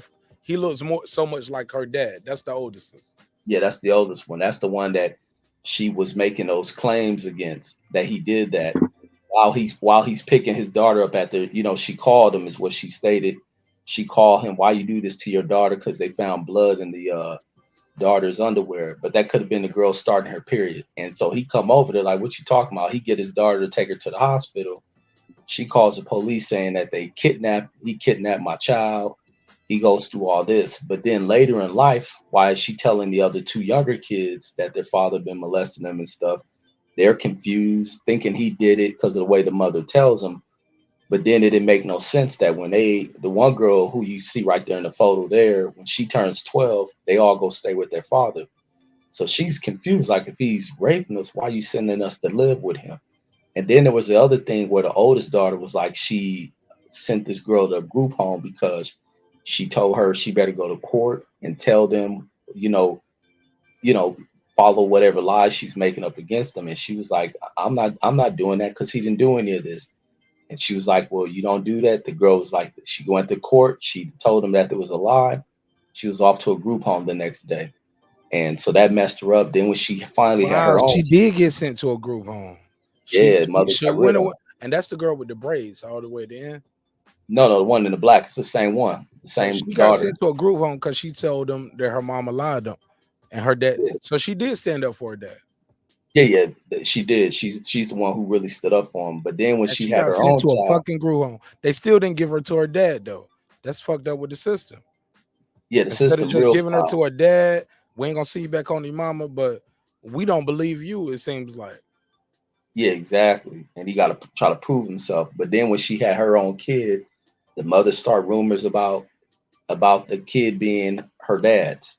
Wow. See, I never And so saw this episode. I don't know none of this. I just know the hot take right here at the end. They took a lie detector test, and dad was like, I don't forgive you. I can't move. You know what I'm saying? And that's brought up the hot take where I was like, can you forgive and forget and just be like, move forward and try to have a relationship with your daughters? Or it's like, nah, I never forgive her. And I can't move forward with it. Like if they didn't want to have a relationship with me, like people took that so many different ways. Reggie, how long? But these girls weren't like, how old were they when the mom was telling them this was happening to them? Stay with me, Transcendent. They was little girls, young girls. I don't remember the age on them, but they were real. The other two were very young, but the one in the black may have been probably about 8 or something. So she is feeding this into these kids' motive head. though? They had broke up, right? Yeah, I think because they moved on. So if I can't have you, no one can have you type shit. And that's kind of what you deal when you deal with fed up women, and they'll pull this type of stuff. And that's what we were talking about. Like dang, was some other shit that went on. Even with the Drake thing, you look at the Drake thing and a chick trying to pull the shit she tried to pull, and then now talking about suing the dude that she gets burnt, going in the trash can trying to put a used condom up in her to get pregnant. So there's all type of way out shit that you go through. And even sometimes when people can fake like they love a person, they can also be the person that tried to destroy you. And that's what that woman did. And even when the lie detector revealed that shit, and then she talking about, well, you should have fought harder. Like, who the fuck are you to tell a person what efforts they need to put in just for your lie? And that's why I always tell people, man, don't put up no fights with these women when they pulling that shit. They want to play these games, let it get hard on their ass, then they come back. Nah, fuck it. Ain't no pause. Now I was joking. I was just fucking when I said pause. Oh, we said let it get hard on their ass. But nah, yeah, no, that's why I always tell people, man. I remember telling a cousin that shit. Even my kid's mom thought she'd pull that shit. I ain't putting up no fight. When that shit get hard, I'll be right here for my kids. And that's exactly where that shouldn't even take a fucking day. But even with my cousin, it take a day. But many people go chasing after women and doing all this crying, running back and forth to court, blowing money, dealing with a chick like this woman. They only get the satisfaction out of seeing you suffer and fucking over all that money. That doesn't go back to the kids. It's lost money, and it's just ill. But I think the system needs to punish women that pull that shit. That woman should have been pulled right from that show and placed in the handcuffs. But that's all I got.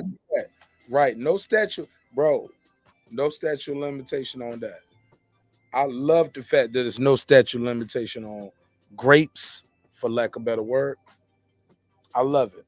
But also, there shouldn't be no statute limitation on the evidence neither. Like, you still gotta have those panties or something. Like, you know what I'm saying? Yeah, absolutely. You need that Lewinsky dress type shit. You know what I'm saying? But go ahead, handle your business. Thank you for your time. Thank you for your energy. Shout out to Reggie. Yes, sir. Yes, sir. Boxing conversation with Reggie Owens. Put your link to your channel in the chat. All right. Yeah. Thank you. Go ahead. Transcendent Sports.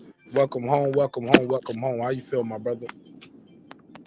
Sorry, man. I'm kind of stuck right now, and I'm actually in the snow. I'm kind of stuck. Oh shit! You don't got stranded? No, I'm good. Just give me a second, bro. Yeah, you stuck in the snowstorm.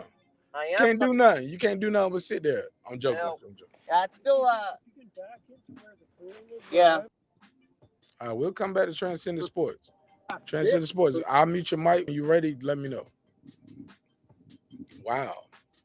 Live. That's the first time that happened. Mayweather, Leonard, what y'all think? Fuck that nigga, man. Let him stay in snow. I ain't got no choice. I can't let him stay in snow. I can't pick him up through the Wi-Fi. He'll be all right. He'll be all right. Transcendent Sports. You are okay though, right? You are safe, correct? Yeah, I'm safe. I'm just like I got a guy helping me out. this is what's living in Canada, my friend. Bro, but being in Canada, some would say you should be used to this. Why you ain't used to being in the snow? Nah, but we're having a snowstorm right now. So the snowstorm is about a couple of inches actually. So it's like knee deep. And I just got home from work. So wow, you weren't prepared. You ain't got your snowshoes on your tires.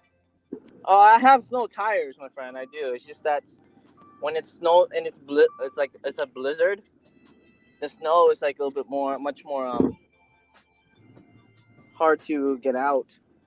But I'm just always thinking y'all always prepared. I'm thinking y'all got like, you know how y'all.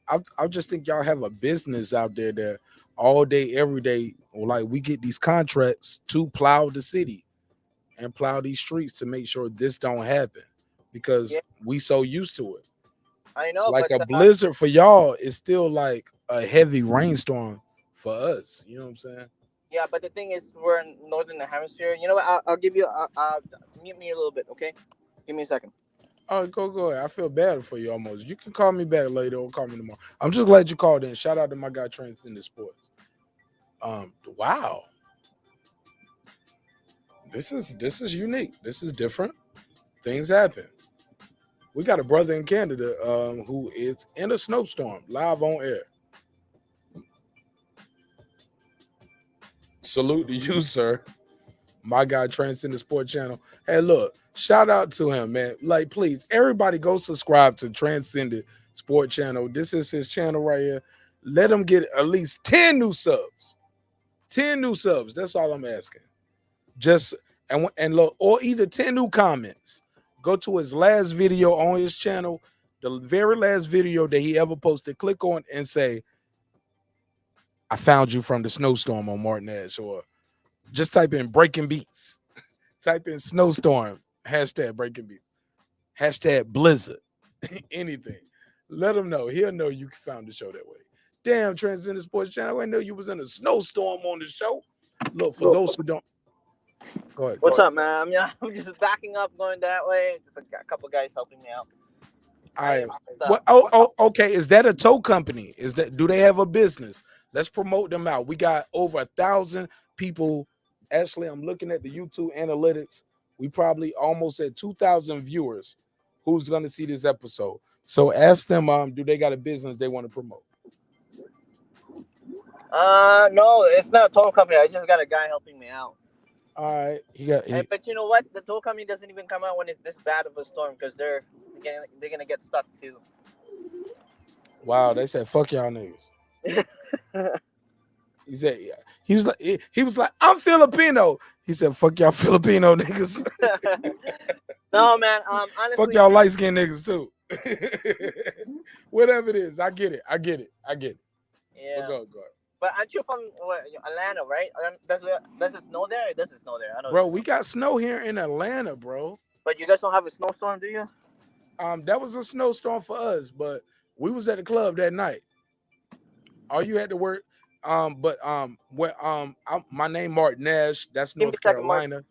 Marqnash is North Carolina, but I live in Atlanta. But Nash County, where I was from, they had some unfortunate incidents. An 18-wheeler. See, we deal with more black ice down here in the south of America. Like we might not get a lot of snow. Like we got snow on, and I put it on my IG. We got snow, but the snow didn't stick. So as the snow is coming down, it turns into rain. But that night, that rain freezes, and we get something called black ice, where it just looked like you driving on the road, but you hit a patch of ice, and now you fishtailing and you spinning, and you're going this way, but now somebody don't hit you this way, and then you get hit that way. You know what I'm saying? And then we don't shut down the whole highway.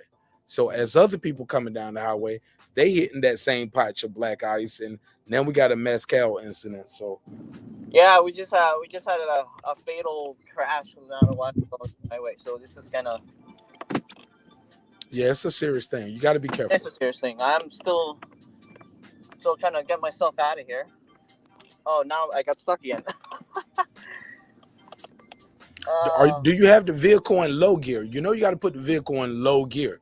You can't drive in regular drive when you're trying to drive. I'll be honest with you, my car is pretty small. It's not a truck, so it's. But even still in the car, like once you drop it down to low gear, the car grinds a little slower in the tire.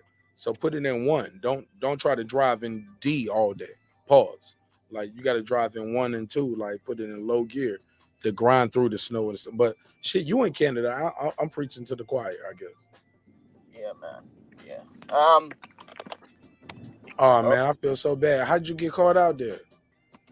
Well, Reggie, hold up real quick. Reggie Owens got a joke. He said, "Your company said you should have kept your dumb ass at home during this snowstorm." I'll be right back, Marq. Yes, sir. I'm so sorry. Damn, man, I feel bad. Damn, I feel bad for him. He said, "Low has more torque." Exactly. Yeah. I didn't know that, man. Like, cause I never been caught in no snowstorm. My first snowstorm ever, I was in Korea. So I wasn't driving. You know what I'm saying? That was the first time I ever seen 24, 48 inches of snow type shit. Like I didn't even know that is like you hear it on TV, like got 26 inches of snow. Like, man, you don't know what it feel like to go outside and you just like, whoa, it's a fucking wall right here. But who cleared out this path for me to go to the bus stop? Because I ain't on duty tonight, but somebody don't clear out the path. But you just see a wall of fucking snow. You're like, man, bro, looking back, knowing what I know now, I would have been a nerd and geek. I never would have went downtown because all I was thinking was, if I get caught down there now, like let's say they call alert, I would be in trouble. Who knew that I would be able to go down there, party, we wild out all fucking night, everybody wild out.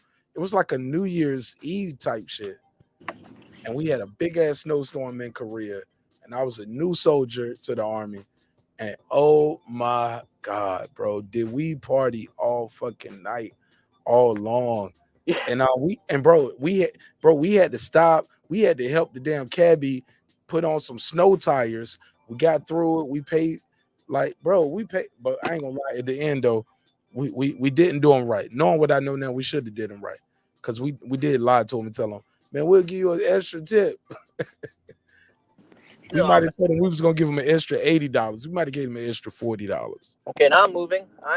Oh shit! I almost hit the pole. Be careful, bro. Be careful. Oh, fishtailing. All right, I'm good. Trying to get out of more now. How far are you from getting home? 20 miles. Man, we ain't gonna be on the show that whole time, and I don't want to witness no murder. I don't want you to kill nobody on air, and I don't want you to hurt yourself. No. There's nobody here. It's just the guy helping me out. I think I'm pretty. Well, he gonna ride with you for 20 miles? I think I'll be fine. It's just that area where you at right there, right? You just gotta get past that area patch. where I am. Yeah. Tell Reggie Owens, like, I know, man, I should be home, but you know what? I gotta make money somehow, right? You know, make bread. All right, just give me a second, man. Damn, man. Well, shout out to Transcendent Sports Channel, man. Shit, we can't help them get there all night, man. Look, we here for emotional support. We are not a witness for the state. Damn, man, be careful. Damn. Because you know they going to hold it against you. They going to like, he was on YouTube. He wasn't paying attention. But before I go, I want to tell y'all this, man. Look, dreams require sleep. Goals require effort. Go out there and get your goals. This show is a hip-hop political sports show with a comedy twist. Sorry, I can't do the 4 a.m. tonight, guys, because I got other things I need to do as far as content creation and also trying to get some rest. because I got a lot of new things going on in my life that is so super, so dope that I can't wait to share with you guys. Also, look forward to some members only content coming soon. We're gonna do some members only content, and I think you guys are gonna really like the members only content. The members only content is gonna be geared towards helping you guys grow your channel. It's also gonna be geared towards giving you guys some of those pop-up episodes that y'all like. I know a lot of people like those pop-up episodes, and we do a lot of pop-up episodes. So members only is going to be geared more towards the pop-ups. It's going to be towards giving you guys discounts who like the merch. It's going to be towards giving you guys opportunities to be involved when we interview, guys like Hassan Rodman, David Benavidez, Dish Durant. You guys are going to get the opportunity to be a part of those conversations. So yeah, man, I look forward to building with you guys offline, because a lot of people try to build with me offline, but they give me ideas for shows. Certain shows that we do, I don't think it's appropriate for the main audience, so I'll make those episodes members only. I love them, some of y'all love them, but we lose some people sometimes when we do those top 10, top 50 type shows. So and y'all know what. Are you good? You good? You straight? I'm good now. I just had to learn how to the dilemma, because I know if this is bad here, I'm pretty sure on the other side of the road it will be much more worse, because it's blowing to the west. It's going to create that wall. All right. That's what I was Look, I don't want you to burn your battery out. I ain't going to hold you up. I'm ending the show right now anyway. Real quick before I let you go, do you got anything you want to say to people about anything that we talked about when we was talking about who's the most hated person in boxing? Is it Canelo? Is it Mayweather still? Is it Bud Crawford now? Or is it the Paul brothers? It's the Paul brothers. They're the new villain. Every era of boxing, they need to be a villain to blame. Floyd is gone. Canelo is still there, but it's not as much a distraction as the Paul brothers. Bud, I don't think Bud has much haters as the Paul brothers, because the Paul brothers are making the sport, I guess, a joke somehow. And you know what?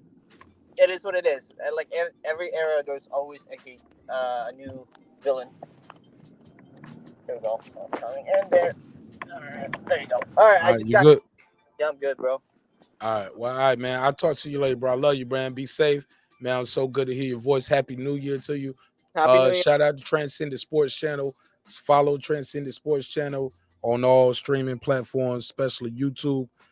He don't do a lot of live videos, but subscribe to him anyway. Click that bell, because every time he go live, I'm gonna pop right up over there. So support him by supporting me. How about that? All right, brother. Thank you so much, Mark. Hey, Happy New Year. Happy New Year. Shout out to Canada, baby. It's great to hear your voice again, my friend. Man, shout out to all the Filipinos out there too. Absolutely. How many Pacquiao looking out there? Is Manny Pacquiao gonna win? Is Manny Pacquiao gonna win? Hopefully. What is it looking out? Hey, if he loses, he always comes back. No. He can't get knocked out though. Look, how is it looking for the people in the Filipino land? Like all the voters out there, is it looking like we're gonna have our first pro boxing president ever in the world? Like, is Manny Pacquiao gonna break history again, or is he gonna lose? What you think? Dude, personally, I think he's gonna lose. Like I said, we talked about this months ago. He's against. Yeah, we talked offline about that, but this. Yeah. So it's like he's against like 2 or 3 most dominant politicians in the Philippines, the most legacies in the Philippines. He's going against the Bushes and the Clintons compared to America, right? Compared to America, he's going against political dynasties. Dynasty. The best one I think would be the Clintons, and then you got the dynasty of Barack Obama version of the Philippines, and then you got So it's gonna be an uphill battle, but if someone's Manny Pacquiao is like Donald Trump. Like, because he's the only celebrity that's gonna go in, and he has all the money, so he's not. So that's one thing about him is that all his campaign is from his money, so no one's actually controlling him or endorsing him. I got one more thing before I let you go. Okay. Because I ain't talked to you in a minute, and you my Filipino brother, And I gotta ask you this: how do you feel about this Top Rank lawsuit with Bud Crawford? And I know you talking from a Filipino perspective, but you live in Canada, but Right. you know boxing. I know you've been following Manny Pacquiao career, and he's Right. been with Top Rank. Do you think Bud Crawford got a case? Of course he does. Of course he does. Look, as much as I endorse Top Rank, as much as I endorse Top Rank, yes, they're one of the biggest promoters in boxing. Yes, it helped the sport of boxing overall in the 80s and whatever, right? With Ali and Tyson. Bob Arum, in terms of business, doesn't like I wouldn't say doesn't really know what he's doing, but he overshadows his boxers. Look what happened. Whoever look who left Top Rank? Mayweather. Mayweather got his own boss. Who eventually leave Top Rank? Manny Pacquiao. He eventually get his own money. Now, what frustrates me about Bob is that he has such a great fighters like Bud Crawford. Yes, there is issues when it comes to Top Rank and Bud Crawford in terms of like putting him out there with more with media and trying to promote fights. Yeah, of course, Bud Crawford has a case. He's a phenomenal fighter, and he deserves so much more exposure in the media. But when you get a powerhouse like Top Rank, right? That's money takes over everything. He will literally try to burn any fighter just to make a buck out of it, right? And he has all the power in boxing, but he's not willing to make all great fights. The reason why he does that is because who he is. He's the Top Rank. Like the same thing with Oscar. Same thing with Oscar. I'm not trying to say Bob Ammer's the only one who's doing it. You got the Golden Boy promotions doing it sometimes. You got what's the other promotion with even TMT promotions. They do it sometimes with Tank Davis. Speak on it, man. Don't run from it. Let's go. Talk about it. Yeah, you got who else is like other promotions out there? You got Matchroom. Matchroom, and then you got even the Zone. Tom with, Brown. You the Zone, Matchroom. Yeah, all of them. All of them. Like if you really have even Al Heyman's promotions. Speak on it, man. Even Floyd even admitted it. He was like, man, we be trying to get fights for these guys, and they be turning fights down. Floyd said it in the promotion. People thought he was talking about Arrow. I ain't gonna put that on Arrow. I don't think Floyd was just talking about Arrow, but he said, yo, we have TMT fighters and we have PBC fighters that turn down fights all the time. They all do. He said they turn down fights. They turn down fights. Then the same people that love Floyd hate him when he said that. He a hater now. He an old hater. Yeah. Nah, but man, Floyd fought these dudes. Even Floyd give his credit to Canelo. Right. Floyd give Canelo his credit. Then sometimes he take it away sometimes too. But he still get a man his credit though. Like the kid can fight. Yeah, the kid can look. I'm not saying Floyd just see every now and then like the kids like his star might be rising too high and he got to knock him down a notch or two. Just like, yo, I still beat him. You know what I'm saying? He was easy. I beat him easy. Yeah, but nah, bro, you ain't beat him easy. No, look, you had to work for that fight, man. You do. Look, I'm just saying what Bob and all this promotion, they're all, even though they're different promotion and everything, they all work the same slick. They all work the same way. Right. Expose the fighter, get as much rewards behind the fighter, then somehow the fighter is not good enough to get this money, to that money, or whatever, and doesn't make the best fights. This is what's wrong with boxing. This is like, you give me a good fighter, I guarantee you I'll make that fighter a C-level fighter, but we'll get all the money from him anyway. Even though that fighter has so much more talent than anything else. Yeah, I'm glad Terence Crawford did it. I want more fighters to do it. They should hold promoters accountable. And also fans should do it. In a way, you want to hurt their money, stop buying their freaking fights. Make them earn the money. Make them earn the fight. Just saying. That's my 2 cents. All right. Well, look, I ain't gonna hold you. Let me end this show. Cause I gotta end it. Look, I'm gonna end it a little bit shy, guys. I'm sorry I can't make it to 4 a.m. I got some other work I gotta do. I love y'all, man. Plug your channel real quick. Yeah, my name is Terence Sports Channel. Hook me up. I cover boxing and also other sports, but like what my boy marqnash said, support this channel because this channel is amazing. marqnash is a great fighter. Great. Oh, I be fighting, bro. I be fighting every day. Bro, I got a good YouTube host. channel, and I am a great fighter. Thank you for telling me that. I'm fighting for my life every day on these YouTube streets because they want to take me out. They want to stop the truth. They want to stop transcendent sports. They want to stop Reggie Owens, Coach Malachi, Nick Castellano, D. Ray, Taylor Bell. They want to stop us. Shout out to Lady Shan, Rob G. Yeah, man, we fighting out on these YouTube streets. I get what you mean. Go ahead. Yeah, just support him, man. I always supported marqnash from. It's a good brother. He's just a good brother. Bro, you been here since the 1K days, baby. Yep. Oh yeah. You been here since the 1K days. So thank you so much. We on our way to 6K. We ain't stopping, man. We moving forward. All right. All right, brother. All right. Thank you for being one of the first people to buy. Yo, he bought a beat from me and everything, man. Yeah. So check his show out, man. He's a good brother, man. So shout out to my guy, Transcendent Sports Channel, my Filipino brother from another all the way in Canada. And keep us abreast with the Manny Pacquiao updates. We need that, okay? I will, man. Shout out to Canada. What part of Canada you in, by the way? For the people who don't know, I know, but because you know how we get down. But for the people who don't know, I'm from the 6. Where's that from? That's Toronto. That's Toronto. He in Drake territory. I am. All right, all day, every day. All right, man. Thank you so much.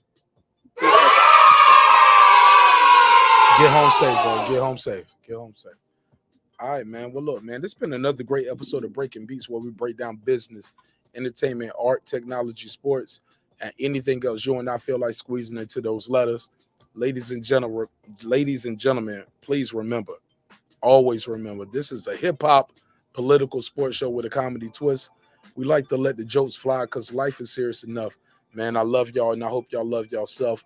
I'll be back sooner than later because I'm ending this show right now so I can use this next 30 minutes to do some more drops for some content that there's some other good stories out there that I want to touch upon, but I didn't feel they were conducive with the live, and I didn't want to chop it up. I didn't want to split the audience where this quarter of the show is hip-hop, this is boxing, this is boxing, or this is current events.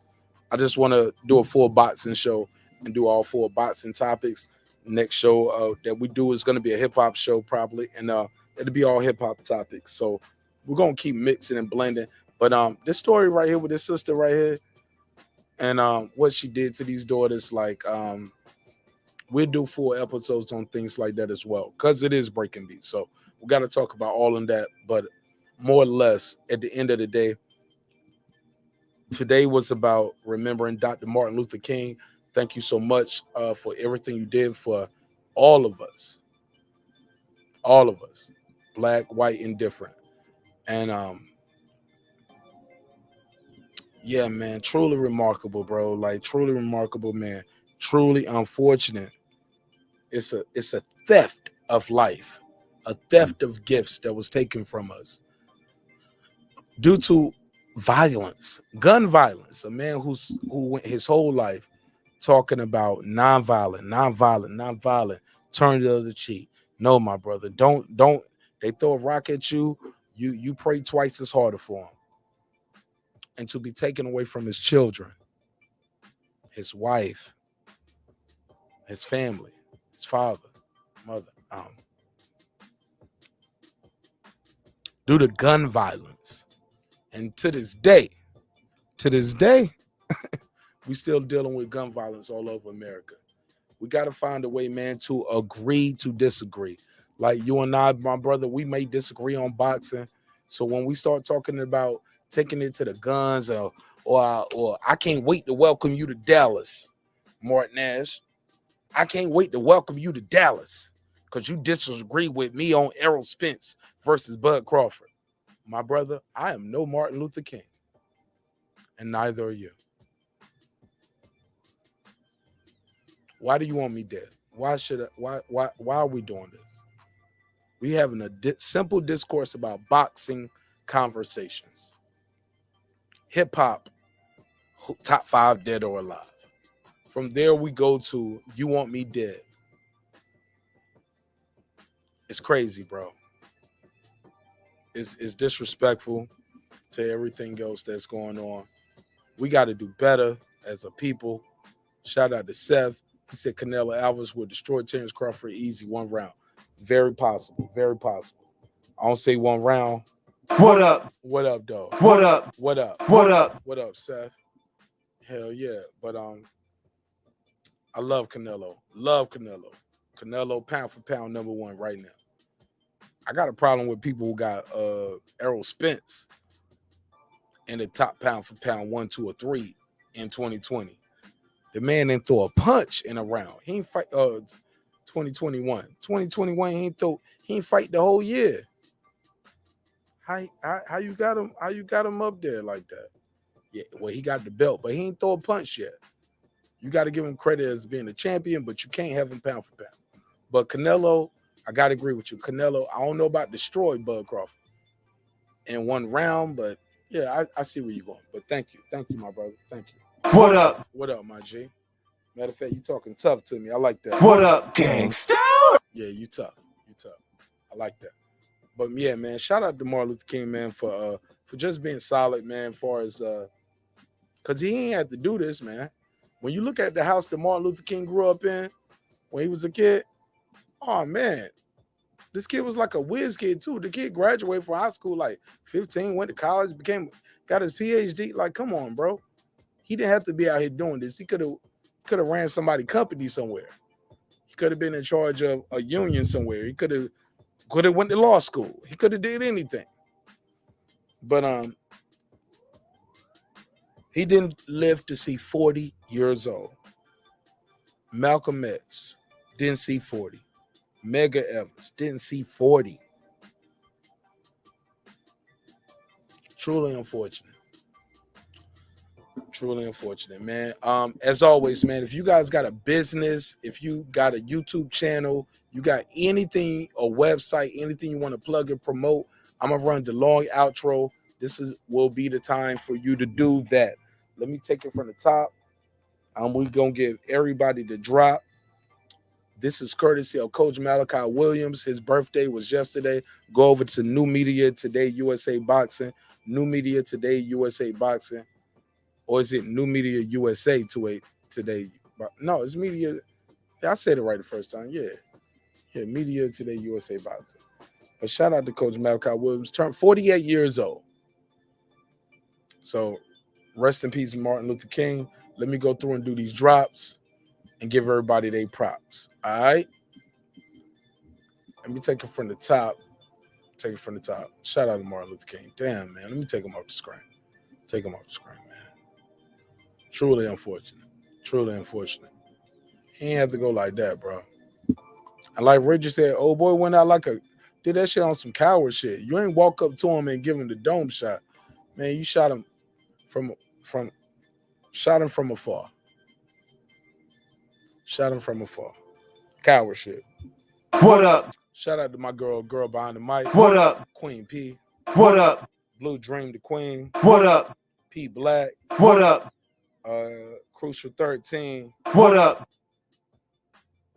What up? Oh, shout out to Major Key. What up? Shout out to Major Key Boxing. What up? Reggie Owens. What up? That guy Eclipse. What up? Taylor Bell.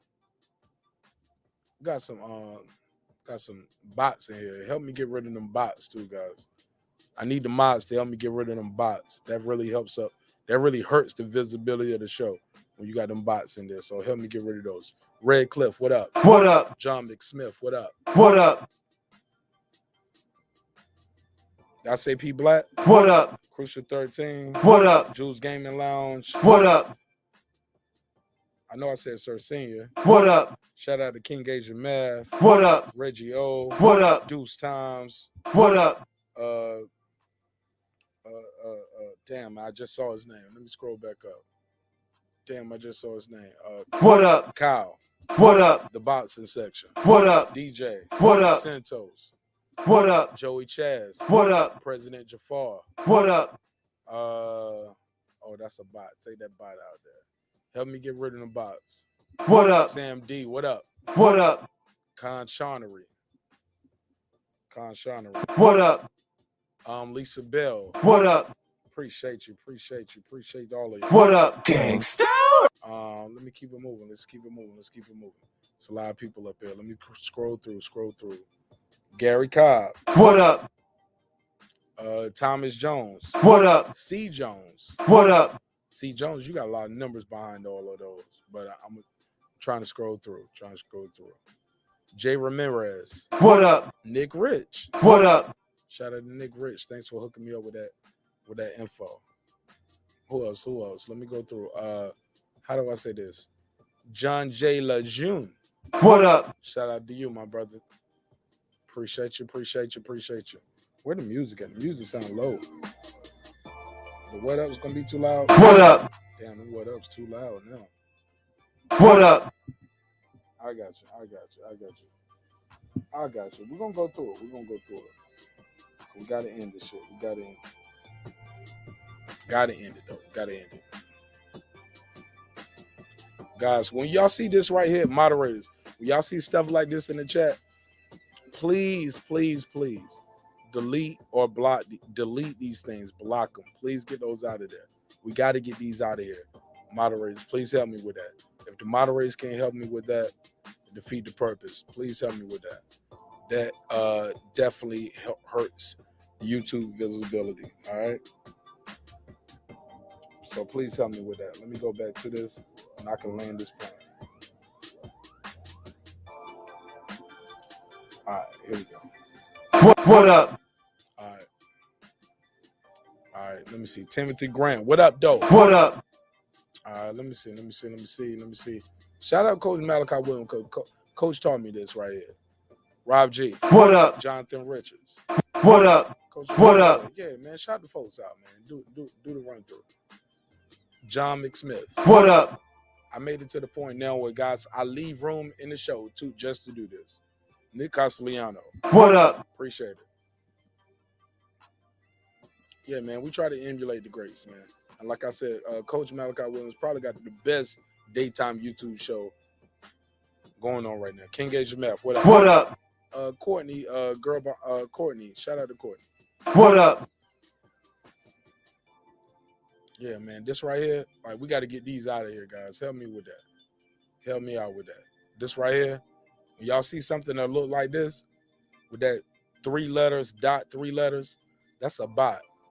And it's usually somebody who has attacked your algorithm because you're doing some numbers, and they put those things out there trying to get somebody to click on it, and it's going to give you a virus.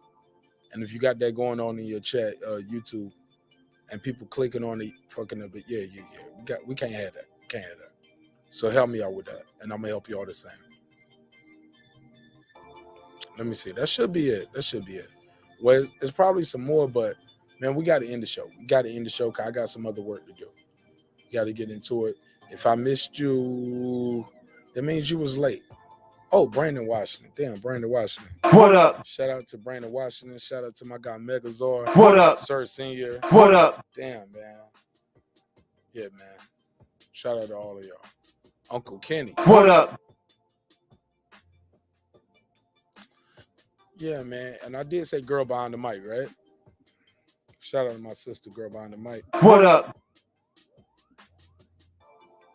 Yeah, man. Shout out to everybody. Yo Escobar, what up? What up? Yeah, man. Let me get right into it. Clips, what up, baby? What up? Yeah, Clips. I'm trying to end this one, man. You know how we did that one video drop? Man, I got a couple of those I'm trying to do real quick. They like real quick 2-minute videos, like the one we was talking about. Because I don't plan on going live tomorrow. All day tomorrow, I'm gonna be doing drops and lives, and I'm gonna probably do that Ohio drop. I don't know nothing about Ohio. And that is a video I did with Clips and I It's basically marqnash don't know anything about fill in the blank. And yeah, you guys are gonna teach me things about your city. I'm gonna do some of these videos with food, and yeah, it's gonna be fun. So with that said, man, remember, drinks require sleep, goals require effort.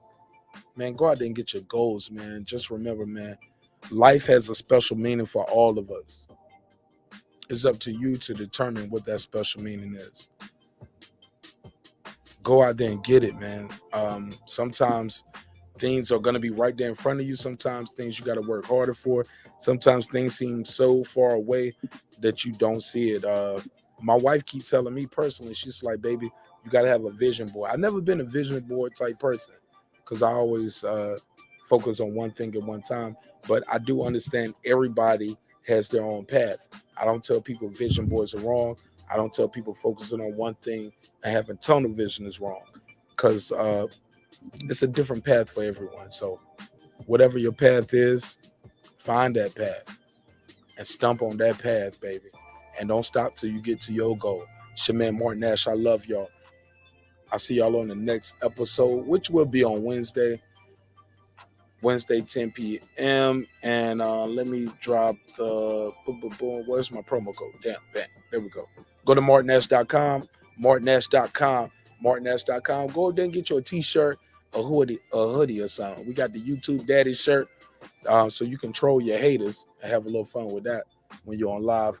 But also, we got a lot of the merch that's more of a conversation piece, like what can I say?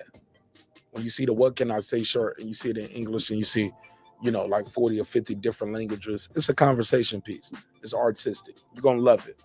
And we got those in hoodies and we got those in the shirts. But you also can get our tagline, drinks require sleep, goals require effort. And put that promo code Nash in 27, Nash 27. And I also have my P.O. box in the description box.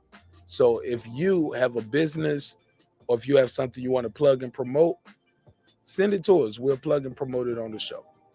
So if you got a t-shirt, a hoodie, got hair care products, you sell juices, got some cookies and snacks, whatever you got to sell, you promoting, you sell razor blades or whatever. Send it to us. We'll plug it on the air and we'll promote it. We're doing good, man. We're doing over 1,000 views every time we click that button and say go live. 1,000 minimum. We averaging about 15 to 2,000 a night. So that's saying something in our first year. So fuck with me. Let's get it. It's your man marqnash, breaking beats. If you don't like it, it's cool. I want to hear that. But if you loved it, I'll see you on the next episode. Peace. This that squad sound.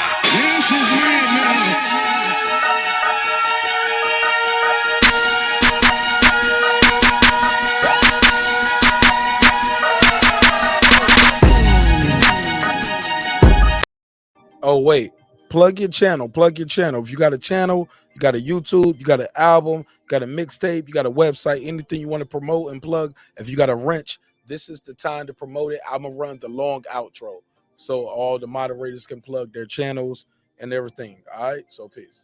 This is my passion. This is what I love to do. But some days, sometimes, I'm just like you, man. I hate this job. Damn, I hate this job. Damn, I hate this job. Damn, I hate my job. Damn, I hate this job. I'm just like you. Damn, I hate this job. Man, I hate this job. Man, I hate my job. From a good dream I wake, sun rays on my face, planning out my day, hoping this ain't the one that I catch a case. I feel so good, I feel so straight. My manager keep calling me saying, hurry up, you late. Hurry up, you lay off. Y'all, man, I hate this job. Man, I hate this job. Been trying to play it cool, but it's hard to play it off. I've been hanging on to this bullshit, cause my car still ain't paid off. I know I'm on my way up. My boy just got laid off, so y'all, man, I hate this job. Man, I hate this job. These hoes here so ratchet, these niggas here so sneaky. Y'all don't even really pay enough for y'all to only pay bi-weekly. I'm trying to double up my cash, take this job, shove it up your ass. Yo, man, I hate this job. Sometimes I wanna say, walk in and slap my boss. This shit is getting hard. Damn, I hate this job. Gotta make it out of this struggle, bruh. And I don't really mean to take it out on you. You just a customer, but damn, I hate this job. Damn, I hate my job. Damn, I hate this job. Damn, I hate my job. Damn, I hate this job. Damn, I hate this job. Damn, I hate my job. Damn, I hate this job. We're the reason why your stockholders always stay afloat. Yet I'm asking, are they hiring? Like everywhere I go, schedule will say 9, but I think it's fine if I clock in at 9:04. I work 40 hours a week plus overtime just to be bro. So y'all, man, I hate this job. Hate that I applied. So much has transpired since the day that I was high. Told me I could advance, but you were telling me lies. Gotta give your notice before I quit, but you don't say shit right before I'm fired. Damn, man, I hate this job. Sometimes I wanna say, walk in and slap my boss. This shit is getting hard. Damn, I hate this job. Gotta make it out of this struggle, bruh. And I don't really mean to take it out on you. You just a customer, but damn, I hate this job. Damn, I hate my job. Damn, I hate this job. Damn, I hate my job. Damn, I hate this job. Damn, I hate this job. Damn, I hate my job. Damn, I hate this job. You and your procedures, you and your protocol, you and your policies, none of that shit don't apply to me. You and your quotas, you and your standards, you and your 2 sick days a year. Y'all niggas bananas. Wonder why the postman's posted with hammers, going postal with Popo on camera. His wage got him enraged, stressed out, it's hard to maintain. He flips the middle, grabs his. He said, if you don't get the picture, I quit, you ain't shoot. Mother, man, I hate this job. Sometimes I wanna say, walk in and slap my boss. This shit is getting hard. Damn, I hate this job. Gotta make it out of this struggle, bruh. And I don't really mean to take it out on you. You just a customer, but damn, I hate this job. Damn, I hate my job. Damn, I hate this job. Damn, I hate my job. Damn, I hate this job. Damn, I hate this job. Damn, I hate my job. Damn, I hate this job. Look, man, I hate this job. I put my pants on one leg at a time, just like you. I'm out here trying to take care of my family. Damn, I hate this job. It's not always glamorous, for real, but I do what I gotta do for me and mine, you know? Damn, I hate this job. Damn, I hate my job. Damn, I hate this job. Damn, I hate my job. Damn, I hate this job. Damn, I hate this job. Damn, I hate my job. Damn, I hate this job. Damn, I hate this job. Damn, I hate this job. Damn, I hate my job. Damn, I hate this job. I'm just like you, nigga. Damn, I hate this job. Man, I hate this job. Man, I hate my job.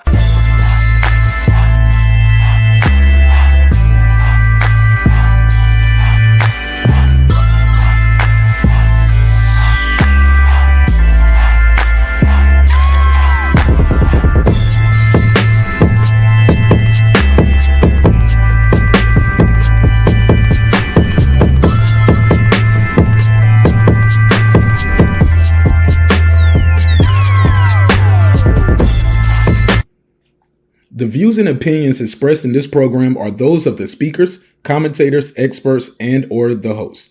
They do not explicitly nor necessarily reflect nor represent the channel's policy or the views held by the channel or broadcaster. The broadcaster or its channel cannot be held accountable for all or any views expressed during the program. Basically, if I didn't say it, don't come for me. You come for the person who said it. And please don't sue me for somebody else's words. With that said, let's start the show, motherfucker. Hey, yo, shout out to Beyond Above Media. I don't know how I accidentally clicked to block you, my brother, but I have rectified the situation. Thank you for your donation. I think I was trying to block a bot, but for some reason we accidentally blocked you right here, Beyond Above Media. That was an accident. I was trying to get one of these bots out of here. So somebody in the mod had already clicked on it When I clicked, I guess I clicked on the wrong spot, but I apologize. I have rectified the situation. I see you on the next episode. Thank you for your donation, and I do apologize for the miscommunication. Beyond and Above Media. Thank you so much. I think I was trying to delete this shit like this. Let me get that out of here. That's the problem. So sorry about that. Beyond and Above Media. See you on Wednesday, family. Peace.